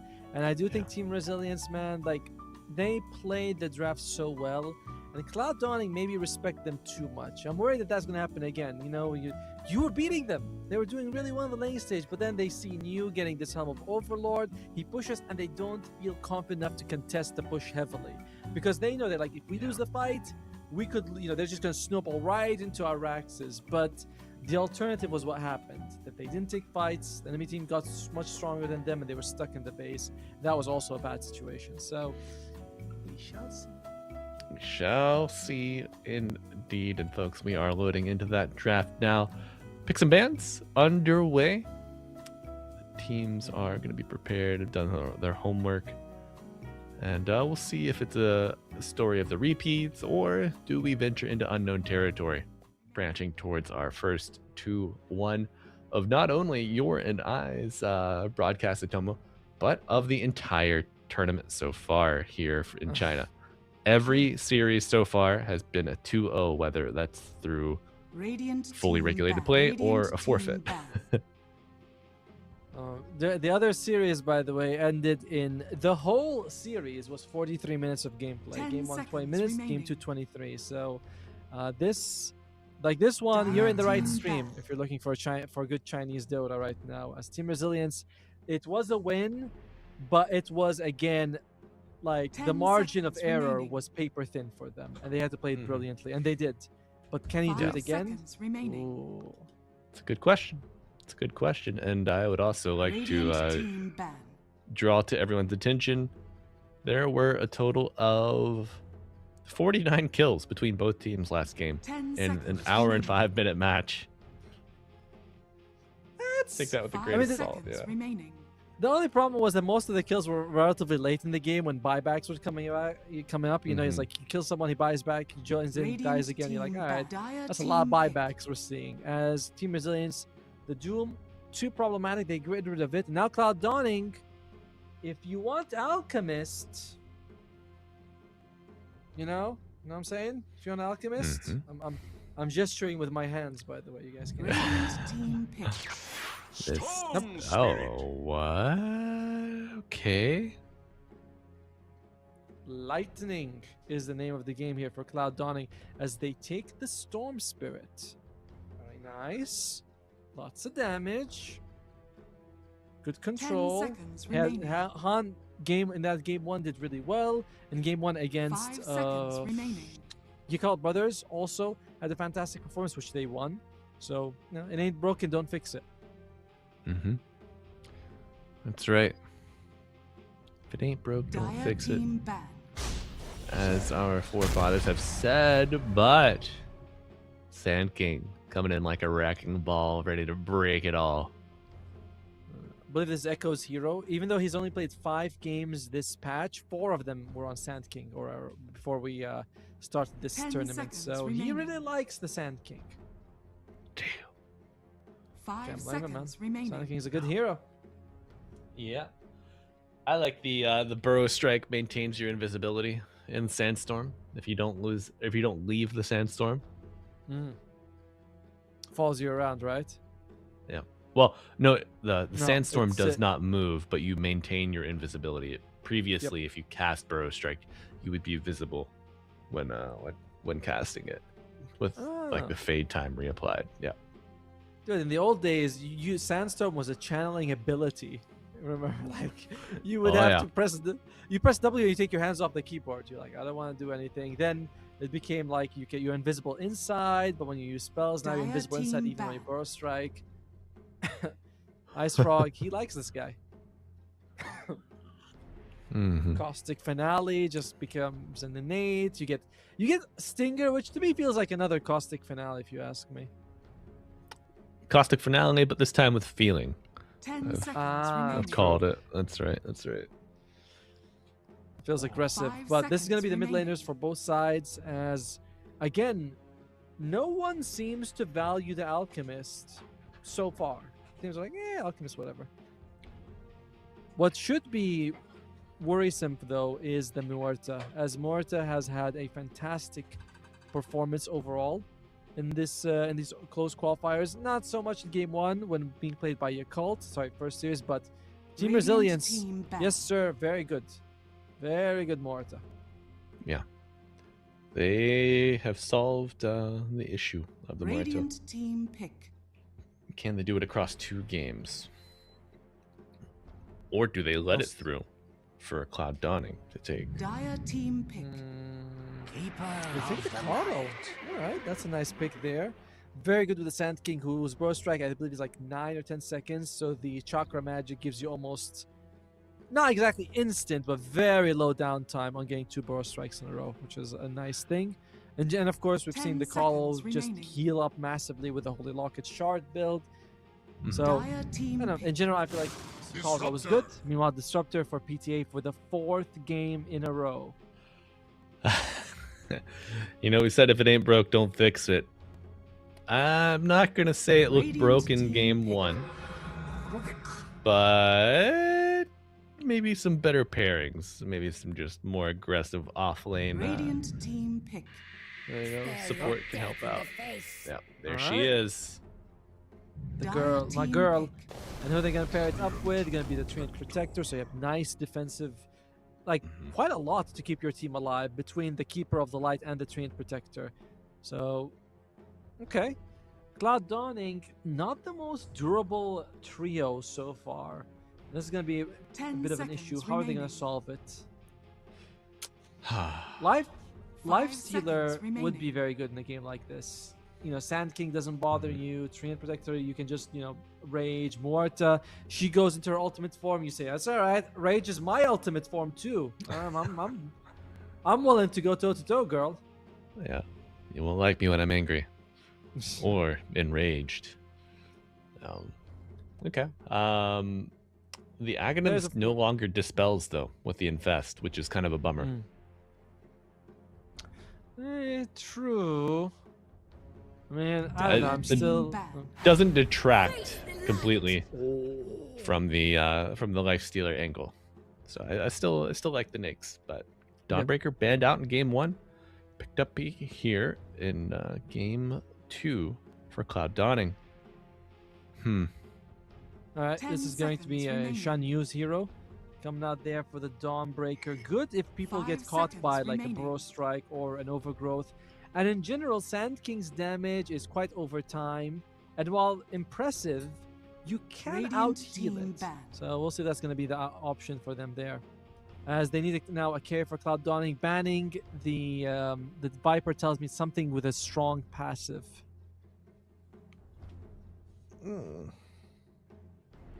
I'm feeling Ursa 10 or seconds remaining. what's his Dire name? team banned. Again, Ursa. Oh, there Yes. goes. What's his name? My favorite. I mean, I said Lifesteal, but yeah, what's his name? Alright, no Slark, no Weaver. Ursa's in the pool. Lifestealer's also in 10 the seconds pool. Ursa or remaining. Lifestealer in general Radiant is team how I'm back. leaning. Okay. And also, what's his name? Can never, ever forget what's his name. When are we going to see Safe Lane Timbersaw? You know, really, honestly, I don't see why it's not picked more as a safe lane, right? Like, it's pretty decent in 10 the lane. seconds remaining. It's good damage late game as well. Very durable. I don't The mind scaling- seeing Seconds safe lane. remaining. Yeah, and the scaling was better suited for late game after the balance patches too. True. Like I think his Whirling Death like does less damage early, more damage later, or Chakra. I'm not sure. One of those spells does like better late. I think all of them, all the spells. All of them. Okay. Yeah. But verify. yeah, maybe that makes him better as a mid, right? Because you need those solo EXP as much as you can get compared to before. True. Last ban here for Resilience. As we mentioned, Lifestealer, Ursa. I want to say Abaddon is kind of okay, but they get rid of the Clinks here. All right. Cloud Dawning. Watch as they pick something completely unexpected. Now for something completely unexpected. Yeah, one of the three. I like the idea of either of them having dispels, though. Well, Lifestealer, Ursa, and Abaddon. All three can dispel themselves. Could dispel. Abaddon can dispel allies if he needs to. Decent sustain, although apart from the Ursa, I think the other two do not match up late game against Morta. In a hey, that's a lot of games you got there, buddy. I know. I want to see more. Come on.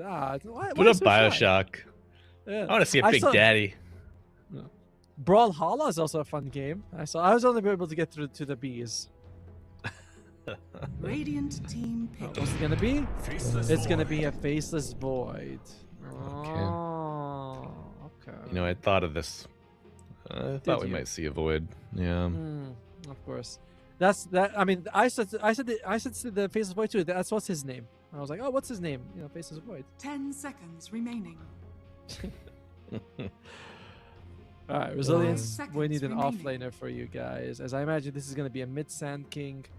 Brewmaster is in the pool. No, sorry, he's banned out. Brew's I think you could go for something like a Kunkka.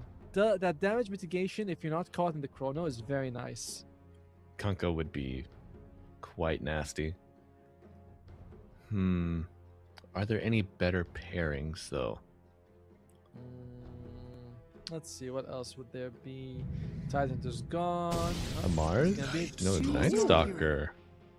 Okay. This is going to be interesting because I don't know the interaction between Dark Ascension and Dawnbreaker Solar Guardian. I know Phoenix takes priority over everything else, but when day and night clash between Night Stalker and Dawnbreaker, who's going to be the one who comes out on top?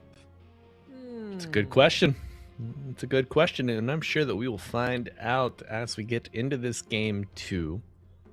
But we've got circles on circles for Cloud Dawning, whereas the Vision game for Resilience between the Night Stalker, the Treant Protector, quite exquisite. Gonna be able to inform YSR on the Muerta of the impeding targets. Also, Solar Bind. A very sneaky way to amp up the ultimate damage for Muerta. Yes. Just a and flat also increase. the Sand King. Yeah. Well, right. By the way, you mentioned the vision, but you you neglected to mention that Keeper of Light also gives you a vision with a new innate, as when he runs around, he leaves that trail of light. It's not very useful to see where you were, to be honest with you. You'd rather see in front of you instead, but it's quite nice. I like it more than the old innate, for sure. Now, Atomo, as someone who's marched in a fair amount of parades, I know better than to follow directly behind a horse. But oh yes, you know what? Why not give it a shot here in game 2? Cloud Dawning on the Dire, facing off against Team Resilience on the Radiant. Will this continue to be the story of 2-0s here today at DreamLeague Season 29 Close Qualifiers in China? I'm feeling a little fatigued. I wouldn't say that I'm feeling miserable, Rubik. Yes.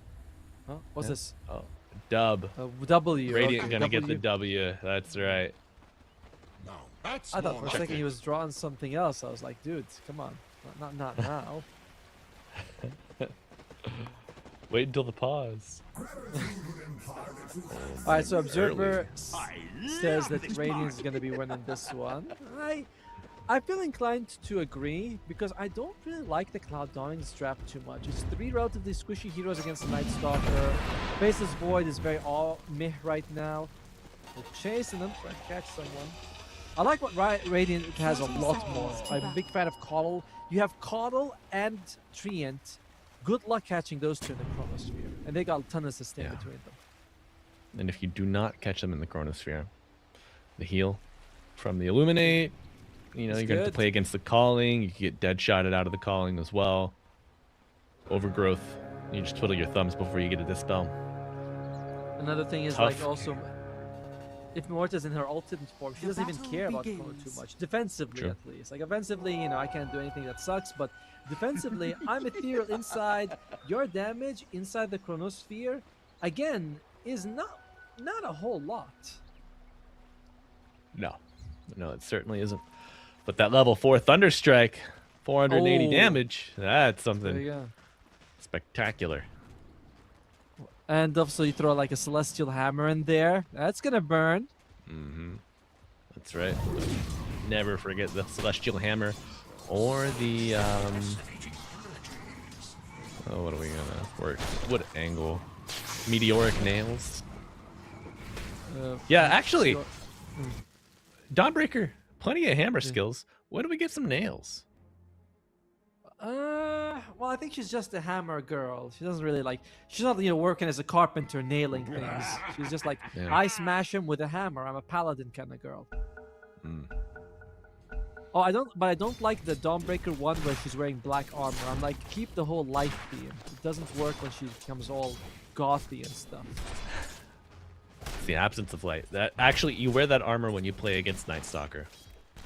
Dire's turret has been killed. I suppose. As well Why as not? taking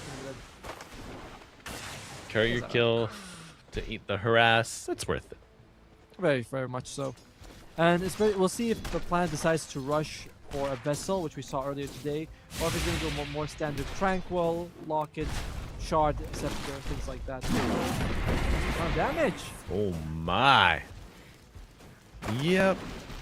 These tree punches and the dead shot are gonna make it a hard escape for your Dawnbreaker more often than not. Remember the good old days when Tree Protector had the facet that gave him 6 damage per level up extra? Boom. Yeah, it always seemed like a bit of overkill, didn't it? I just wonder what Ice Frog was thinking. He was like, what Trade Protector needs? 6 more damage per level. You go, oh, okay. Right. Oh, It was Crimson hands on the Night Stalker. Oh, comes back, but he gets the refresh from the Chakra Magic. First Blood goes to Neo. DQ. Time walking it back off, and it will get a return kill. Solo XP to the Void. But First Blood in favor of Team Resilience, and Neo gets it. I think that's fine. Because you do want that. Oh, bottom lane. It's like The neutral denied. is dying. But Planet. Oh! To ZQ. What? Yes, sir. Have the time walk. Unluck. And ZQ is going for the Helm Dom build again, Atomo. Yeah. Okay. I mean, we see this, right? But I don't believe it was ZQ who did it when we see a Molyneux on it. I don't know if it was Yakult brothers who did it or people in our previous series, but I'm just... That was in our It's second fine. series. Yeah, that was the second series. I believe that where it was Mideng beat... Who did they beat to get there? They beat... The Dream. Roar game. Yeah. Oh, Echoes. Early time in the triangle. Stealing some stacks. Why not? What will Rubik... Would be Why would nice. Rubik want to steal this game? Chakra would be great, actually, if he can get it. Fantastic on the Dawnbreaker. You tend to throw the hammer, then Starbreaker, reducing both by 6 seconds would be fantastic. So I feel like Chakra is the best. Burrow Strike is also really, really good. Oh, Yeah, and, I'm a big Burrow Strike fan. Are fortified. Me too. But what about Global Deadshot? Radiant's middle tower Global is Death under Shot. attack. We saw it before. Kind of nice. Kind of strong. Rubik's like, I like deadshotting people in a different game entirely. I'm here. I'm gonna deadshot a guy in that game. He's Into the other the lobby's lobby. in Europe. I'll reach him. Don't worry. In Deadshot, a great tool to peel this Night Stalker off of your Storm Spirit. You gotta imagine Fair. he's gonna be looking for those crippling fear kills. 3 BKB, very nice. Neo is definitely the win condition, I'd say, for Team Resilience. The vision he's able to provide for the team. Oh, it gets just the range. Very nice planet. But the vision with the BKB allows the Echo to jump in, allows the Murder to know where to go safely. And of course, if you can jump on both the Storm and the Faceless Void, prevent them from jumping, massive. Yeah. Oh, love the tip coming out here. Says thanks for the creeps. Poor guy. Every time he goes forward, takes a dead chop and just goes back. Yeah, Dawnbreaker. Not so much allowed to even sniff at the waves. Unless it's on Muerta's terms. Still very fun hero. And I don't imagine that we're going to see the Ags build, as I expect it's more focused. Actually, it wouldn't be a bad game to go pipe an Ags and try to mitigate the damage coming out from basically everyone on the raid side, who are mostly magic damage based. Yeah. Radiant's Do you bottom have? is under attack. If you go pipe Ags, your offensive options quite limited. ETA! Glimpse. Is it enough? PTA very low. Rubik coming up. Big illuminate from the backside of the fight. It's gonna be a 1-for-1. Radiant's bottom tower is under attack. Radiant's the courier has been And killed. ooh. Okay. I think you're fairly happy with your Cloud Dawning on that one, as you will force a lot of rotations there, and you kill the courier trade 1-for-1. Not a bad problem, not an issue for them at all. Especially because now Dawnbreaker gets at least some solo EXP and creeps. I say some. There's not much. She gets to experience solo denies from this Muerta. It's so frustrating. Just amazing attack animation. And also Relatively level good 1. damage. Level 1 Celestial Hammer is also very short range, so it's actually hard to last hit with it. You have to wait until you get like level 3 when it feels like it's kind of useful. Level 1 and 2. Oh, things coming out. Chakra refresh. Dust applied. Large concentration of heroes, but it's going to be the epicenter. Cancelled. After the intelligence throws him back down. Trying to play the tree line. Burrow Strike to the low ground. The chase is on. Han gets out of the trees. YSR even showing up. Will it be enough? Oh my. Still alive through it all. Han out of mana, out of time. How in the hell? He gave him a Lotus. Survive. He fed him a Lotus. He's like, here you go, my beloved child. Take the Lotus and live. And Echo's like, oh, thank you, dude. I appreciate it. Live. Don't give up on me. Yeah. Look at this. So he's got not only he's got the living armor, the bounty bottle refill. He's got another Tango branch combination and a couple wand charges. So Echo's just staying out of the map. Continuing his farming spree. Look at the net worth, by the way. 4,000 gold lead in the first 7 minutes, and all 3 of your cores very high in net worth. Oh. Disgusting. Our observer's very happy right now. Yeah, he's thinking, okay. Wait, up sub 10-minute leads by a substantial margin. ZZQ coming out top side. Oh my. Insane. By the way, there has been a buff to blinding light in that it always not disables you, but knocks you back for 0.6 seconds. Used to be that it was based on how close you were to the edge. So, planet so fully it's aware. Now. Yes. Okay. Computer make this guy super powerful and always bouncing back predetermined distance, regardless of the circumstance. Oh, piercing the veil. Bottom. You know, whenever Storm Spirit has a haste rune activated, it just looks like he's kind of hurriedly walking. Like he's just power walking down the hallway. Well, I need some help here. Try to find him. Night Stalker coming in, and help has arrived. The silence applied, and Storm Spirit died. A hammer coming down. Can they get the work? Oh, yeah. In the tree line. A little bit of revenge, but goes both ways, my friend. 2 kills on cores for a Muerta. Now, yes, getting the kill is nice on Erica, but Erica's going to recover. This is what we've seen Muerta. Usually, even if you're 6 in net worth, you get the Maelstrom and you're able to farm up. Whereas on the other side, I feel like the Storm and the Dawnbreaker, they are your win conditions for Han and Dawn. Whoa, look at that. The burrow graphic there.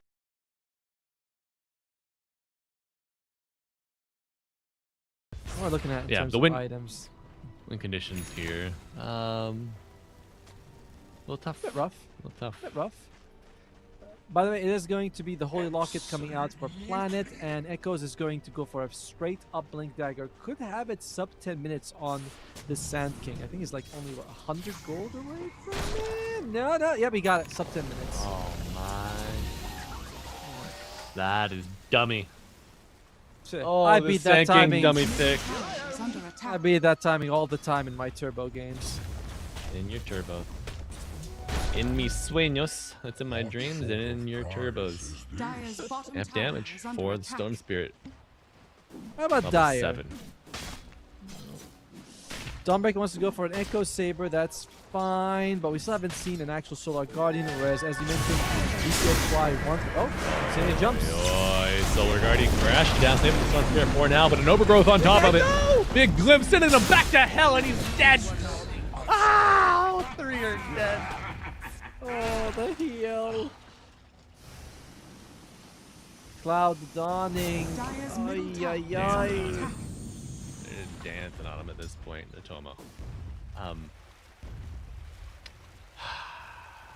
Couldn't get done with the Solar Guardian or the amp damage room. This is very tough. This is very tough situation right now. Cloud Dawning. It's like, do you want to get the Faceless Void involved? If you do, there's a big risk. Firstly, Chronosphere is... it can be hit or miss, for sure. Yep. You don't have a whole lot of damage inside the Chronosphere as well. And if he dies, that's your late game security also being... Observer, please. Please, Observer, don't. Do not mock this farm! Computer, show maybe the most embarrassing inventory known to man. Well, not that guy, that's for sure. There we go. Do you fill the slots with something, Atomo, here? Something cheap? Well, they're filling themselves up with the blood of their enemies right now on Team Resilience. In general, I think having... flavored. I like having a couple of blood grenades and infused raindrops.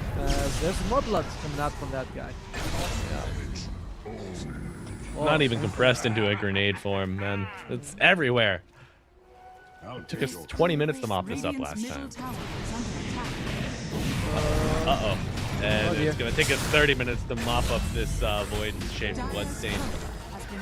Resilience did not come to mess around. They came to play. Did that a 12.5-minute Maelstrom on the Muerto. Ganked once. And New looking strong, very handsome on this Night Stalker. 6-1. I mean, he's handsome on every hero, honestly. I'll throw that out there, but with mandibles like that and a jaw that detaches, wow. What woman could resist? All right, what a first date. It's like, you're gonna eat that? Oh, you mean my food? No, the whole plate. I just gotta stuff it one time in my mouth. Like, oh. Yeah, it was crazy. He paid for dinner, but then he unhinged his jaw and ate the to-go box with everything inside of it. It's like, okay. Call me? Anyway, we're going out Thursday. You know? Yeah. Perfect gentleman. Didn't let me walk in the dark by myself at all. Now, Cloud Dawn, and they're a little bit in the dark. He did call me a right daywalker, though. I don't know what that was about. Well, the Daywalkers on Cloud Dawning, they are going to need some help, as... I'm wondering what exactly needs to be done for them to win. Obviously, you want to win a fight, but they might be losing their Wisdom Shrine in the next 10 seconds. Are they going to be making a move? Doesn't seem like they are. We're gonna give this. We're gonna give this one. We're generous people here on Cloud Dawning's side. Time of giving. Tower is under attack. Oh, Yeah. Christmas again? Christmas in not quite July. April. My son really enjoyed Christmas, by the way. Celebrated once, and now now all the time he's like, "Is it Christmas yet?" I'm like, sorry, dude. We're in Malaysia now. That's a European thing. Next time we're in the UK, you can ask me about Father Dire's Christmas. middle tower is under attack. But until then, no. No is the answer. The smoke is coming out from Cloud Dawning that resulted in basically nothing for them. As Echoes is now only 500 gold away from the Axe Scepter. You thought he was hurt, he was painful before. And an Axe on top of that. Oh. So Tomo, my question here is, do you try to take a fight? Well, never mind. It's with that huge wave that he got. I was like, do you just try to set up an epicenter, secure the gold for the Ags, or do you maintain discipline, wait for the Ags, and then go epi? Oh, look at that, they found! Oh my. When you have hooligans like this on your team to run amok, create chaos on the map, you don't need... Oh, Solar Guardian, Chronosphere counteracting it, but he does nonetheless planet the gravity of an entire planet team behind him. Oh, they want more. This is very slow. The stolen crippling spear. Oh, the Night Stalker's silence, but ineffectual. I didn't actually notice if it became day or night, by the way. Is that only related to when she gets the Aghanim Scepter? But, oh man. Stop running at the Night Stalker. It's nighttime, boys. Go take a nap. Get a blankie. Dire's middle tower. It's not really Cloud Dawning's fault. The map is just too small, basically, for what they need to do. You're up against a Sand King and Night Stalker with a Keeper of Light, one of the most mobile heroes, global presence from the tree and keeping them alive in case the situations go a bit awry. Or as they say in the UK, pear-shaped. Oh, that man's pear-shaped right now. Pear-shaped. Is under attack. To say the least. Yes, a 1k gold lead per minute played here. And honestly, 1 kill per minute ahead of the clock now. 17-3. Coming up on 17 minutes. Just how much of a beating can Cloud Dawning take, Atomo? Not much more than this. This is pretty demotivating, right? Like, it becomes bad for your morale to keep playing situations like this. People get a little bit snappy, you know. Why'd you build this item? I told you, it's good. I saw Arteezy do it. And you're like, eh. It might be better just to call it guy quits. that hasn't been on a team in 3 years? 2 years? Third place, Arteezy. Last place, Boyd. In terms of core net worth. At least even behind supports. I was gonna say. Oh my. This is. Oh, there we go. Easy Q. Okay. That's a lot being used. H-A-N, but a nice burrow strike meets the static storm coming in. Jumps back. Buying more time for the Radiant to reset and now go on the offensive. There'll be a dead Dawnbreaker at the end of it all, but not before she swings that hammer last time. Way off the mark on the dead shot, but doesn't matter. Oh, they caught. Holy shit. Yeah. So when I asked, I was like, how much more suffering can these boys take? The answer was about 2 minutes. I mean, this is actually the fastest game of the tournament so far, by the way. The game is over. Team Resilience. I love the Night Stalker pick when it came out. I think we were talking about something else, but he picks Night Stalker, and you go, my God, you're up against, you know, Storm as well, and Faceless Void and Dawnbreak. All these have some sort of mobility spell. You put the silence on them, very nice. We saw Echoes shred with the Sand King, and of course the supports. A couple of times, Planet always getting those full Illuminate blasts with the heals, keeping them alive. Very good, very good. So my takeaways, Toma, from our first day of play: Coddle Hoodwink, Premier 4s very so good. far. Night Stalker, Beware, and Sand King. Ooh, man. But maybe more so, you gotta respect just the drafting capabilities of Team Resilience here. Looking to go for the gold and gunning for that top spot. There is only, by the way, folks, we did not discuss this before. There's only one spot to qualify. DreamLeague Season 29. It's looking like 2 early top dogs, in my opinion. VG Gaming, Team Resilience, my favorites to win it here. What are your thoughts? Do you think Yakult Bros can kind of cobble together another effort from the lower bracket? I mean, Yakult Bros definitely. Roar Gaming looked like they were also going to be contenders, but I think I pushed them out of like real contention. And think it's that I agree with you. We know that Vici or Resilience is guaranteed a spot in the grand finals. That because they are going to be already in the upper bracket finals themselves. So one of them is guaranteed a top 2 finish. We'll see if the other one will make it there as well. But Yakult Brothers, long road ahead for them tomorrow to make it all the way to the lower bracket finals. By the way. But surprising, a surprising day for Chinese Dota, I gotta say. Yeah, a lot of upsets and all 2-0 matches today, including the forfeit. But Atomo, that is the final match that we have today. And as you mentioned, the other series already wrapped up. Both of those games being played in about 20 some minutes. We are back tomorrow for 3 series. Is that correct? Yes, correct. We are going to be doing tomorrow, and we're going to be doing the finals. We're also going to be having another stream tomorrow for the matches that we don't covered by Epidamos and Zipone. So make sure you show them some love because honestly, like we got a lot of wonderful people working these qualifiers, and everyone deserves a little bit of a shout out. Absolutely. But a shout out to you out there, folks, for watching, staying along with us, and witnessing that colossal whooping beatdown of the ages. But that's all for today. Plenty of other Dota to be had across multiple regions. You got, I think, SEA already wrapped up, maybe. You got EEU, Western Europe, and North America and South America coming at you later.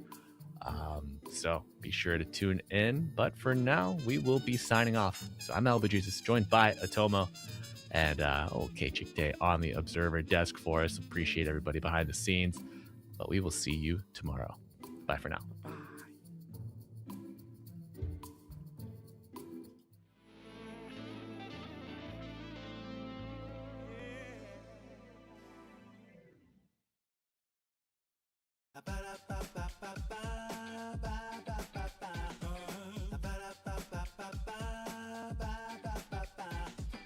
If you wanna get with me, all you gotta do, call me when you need me.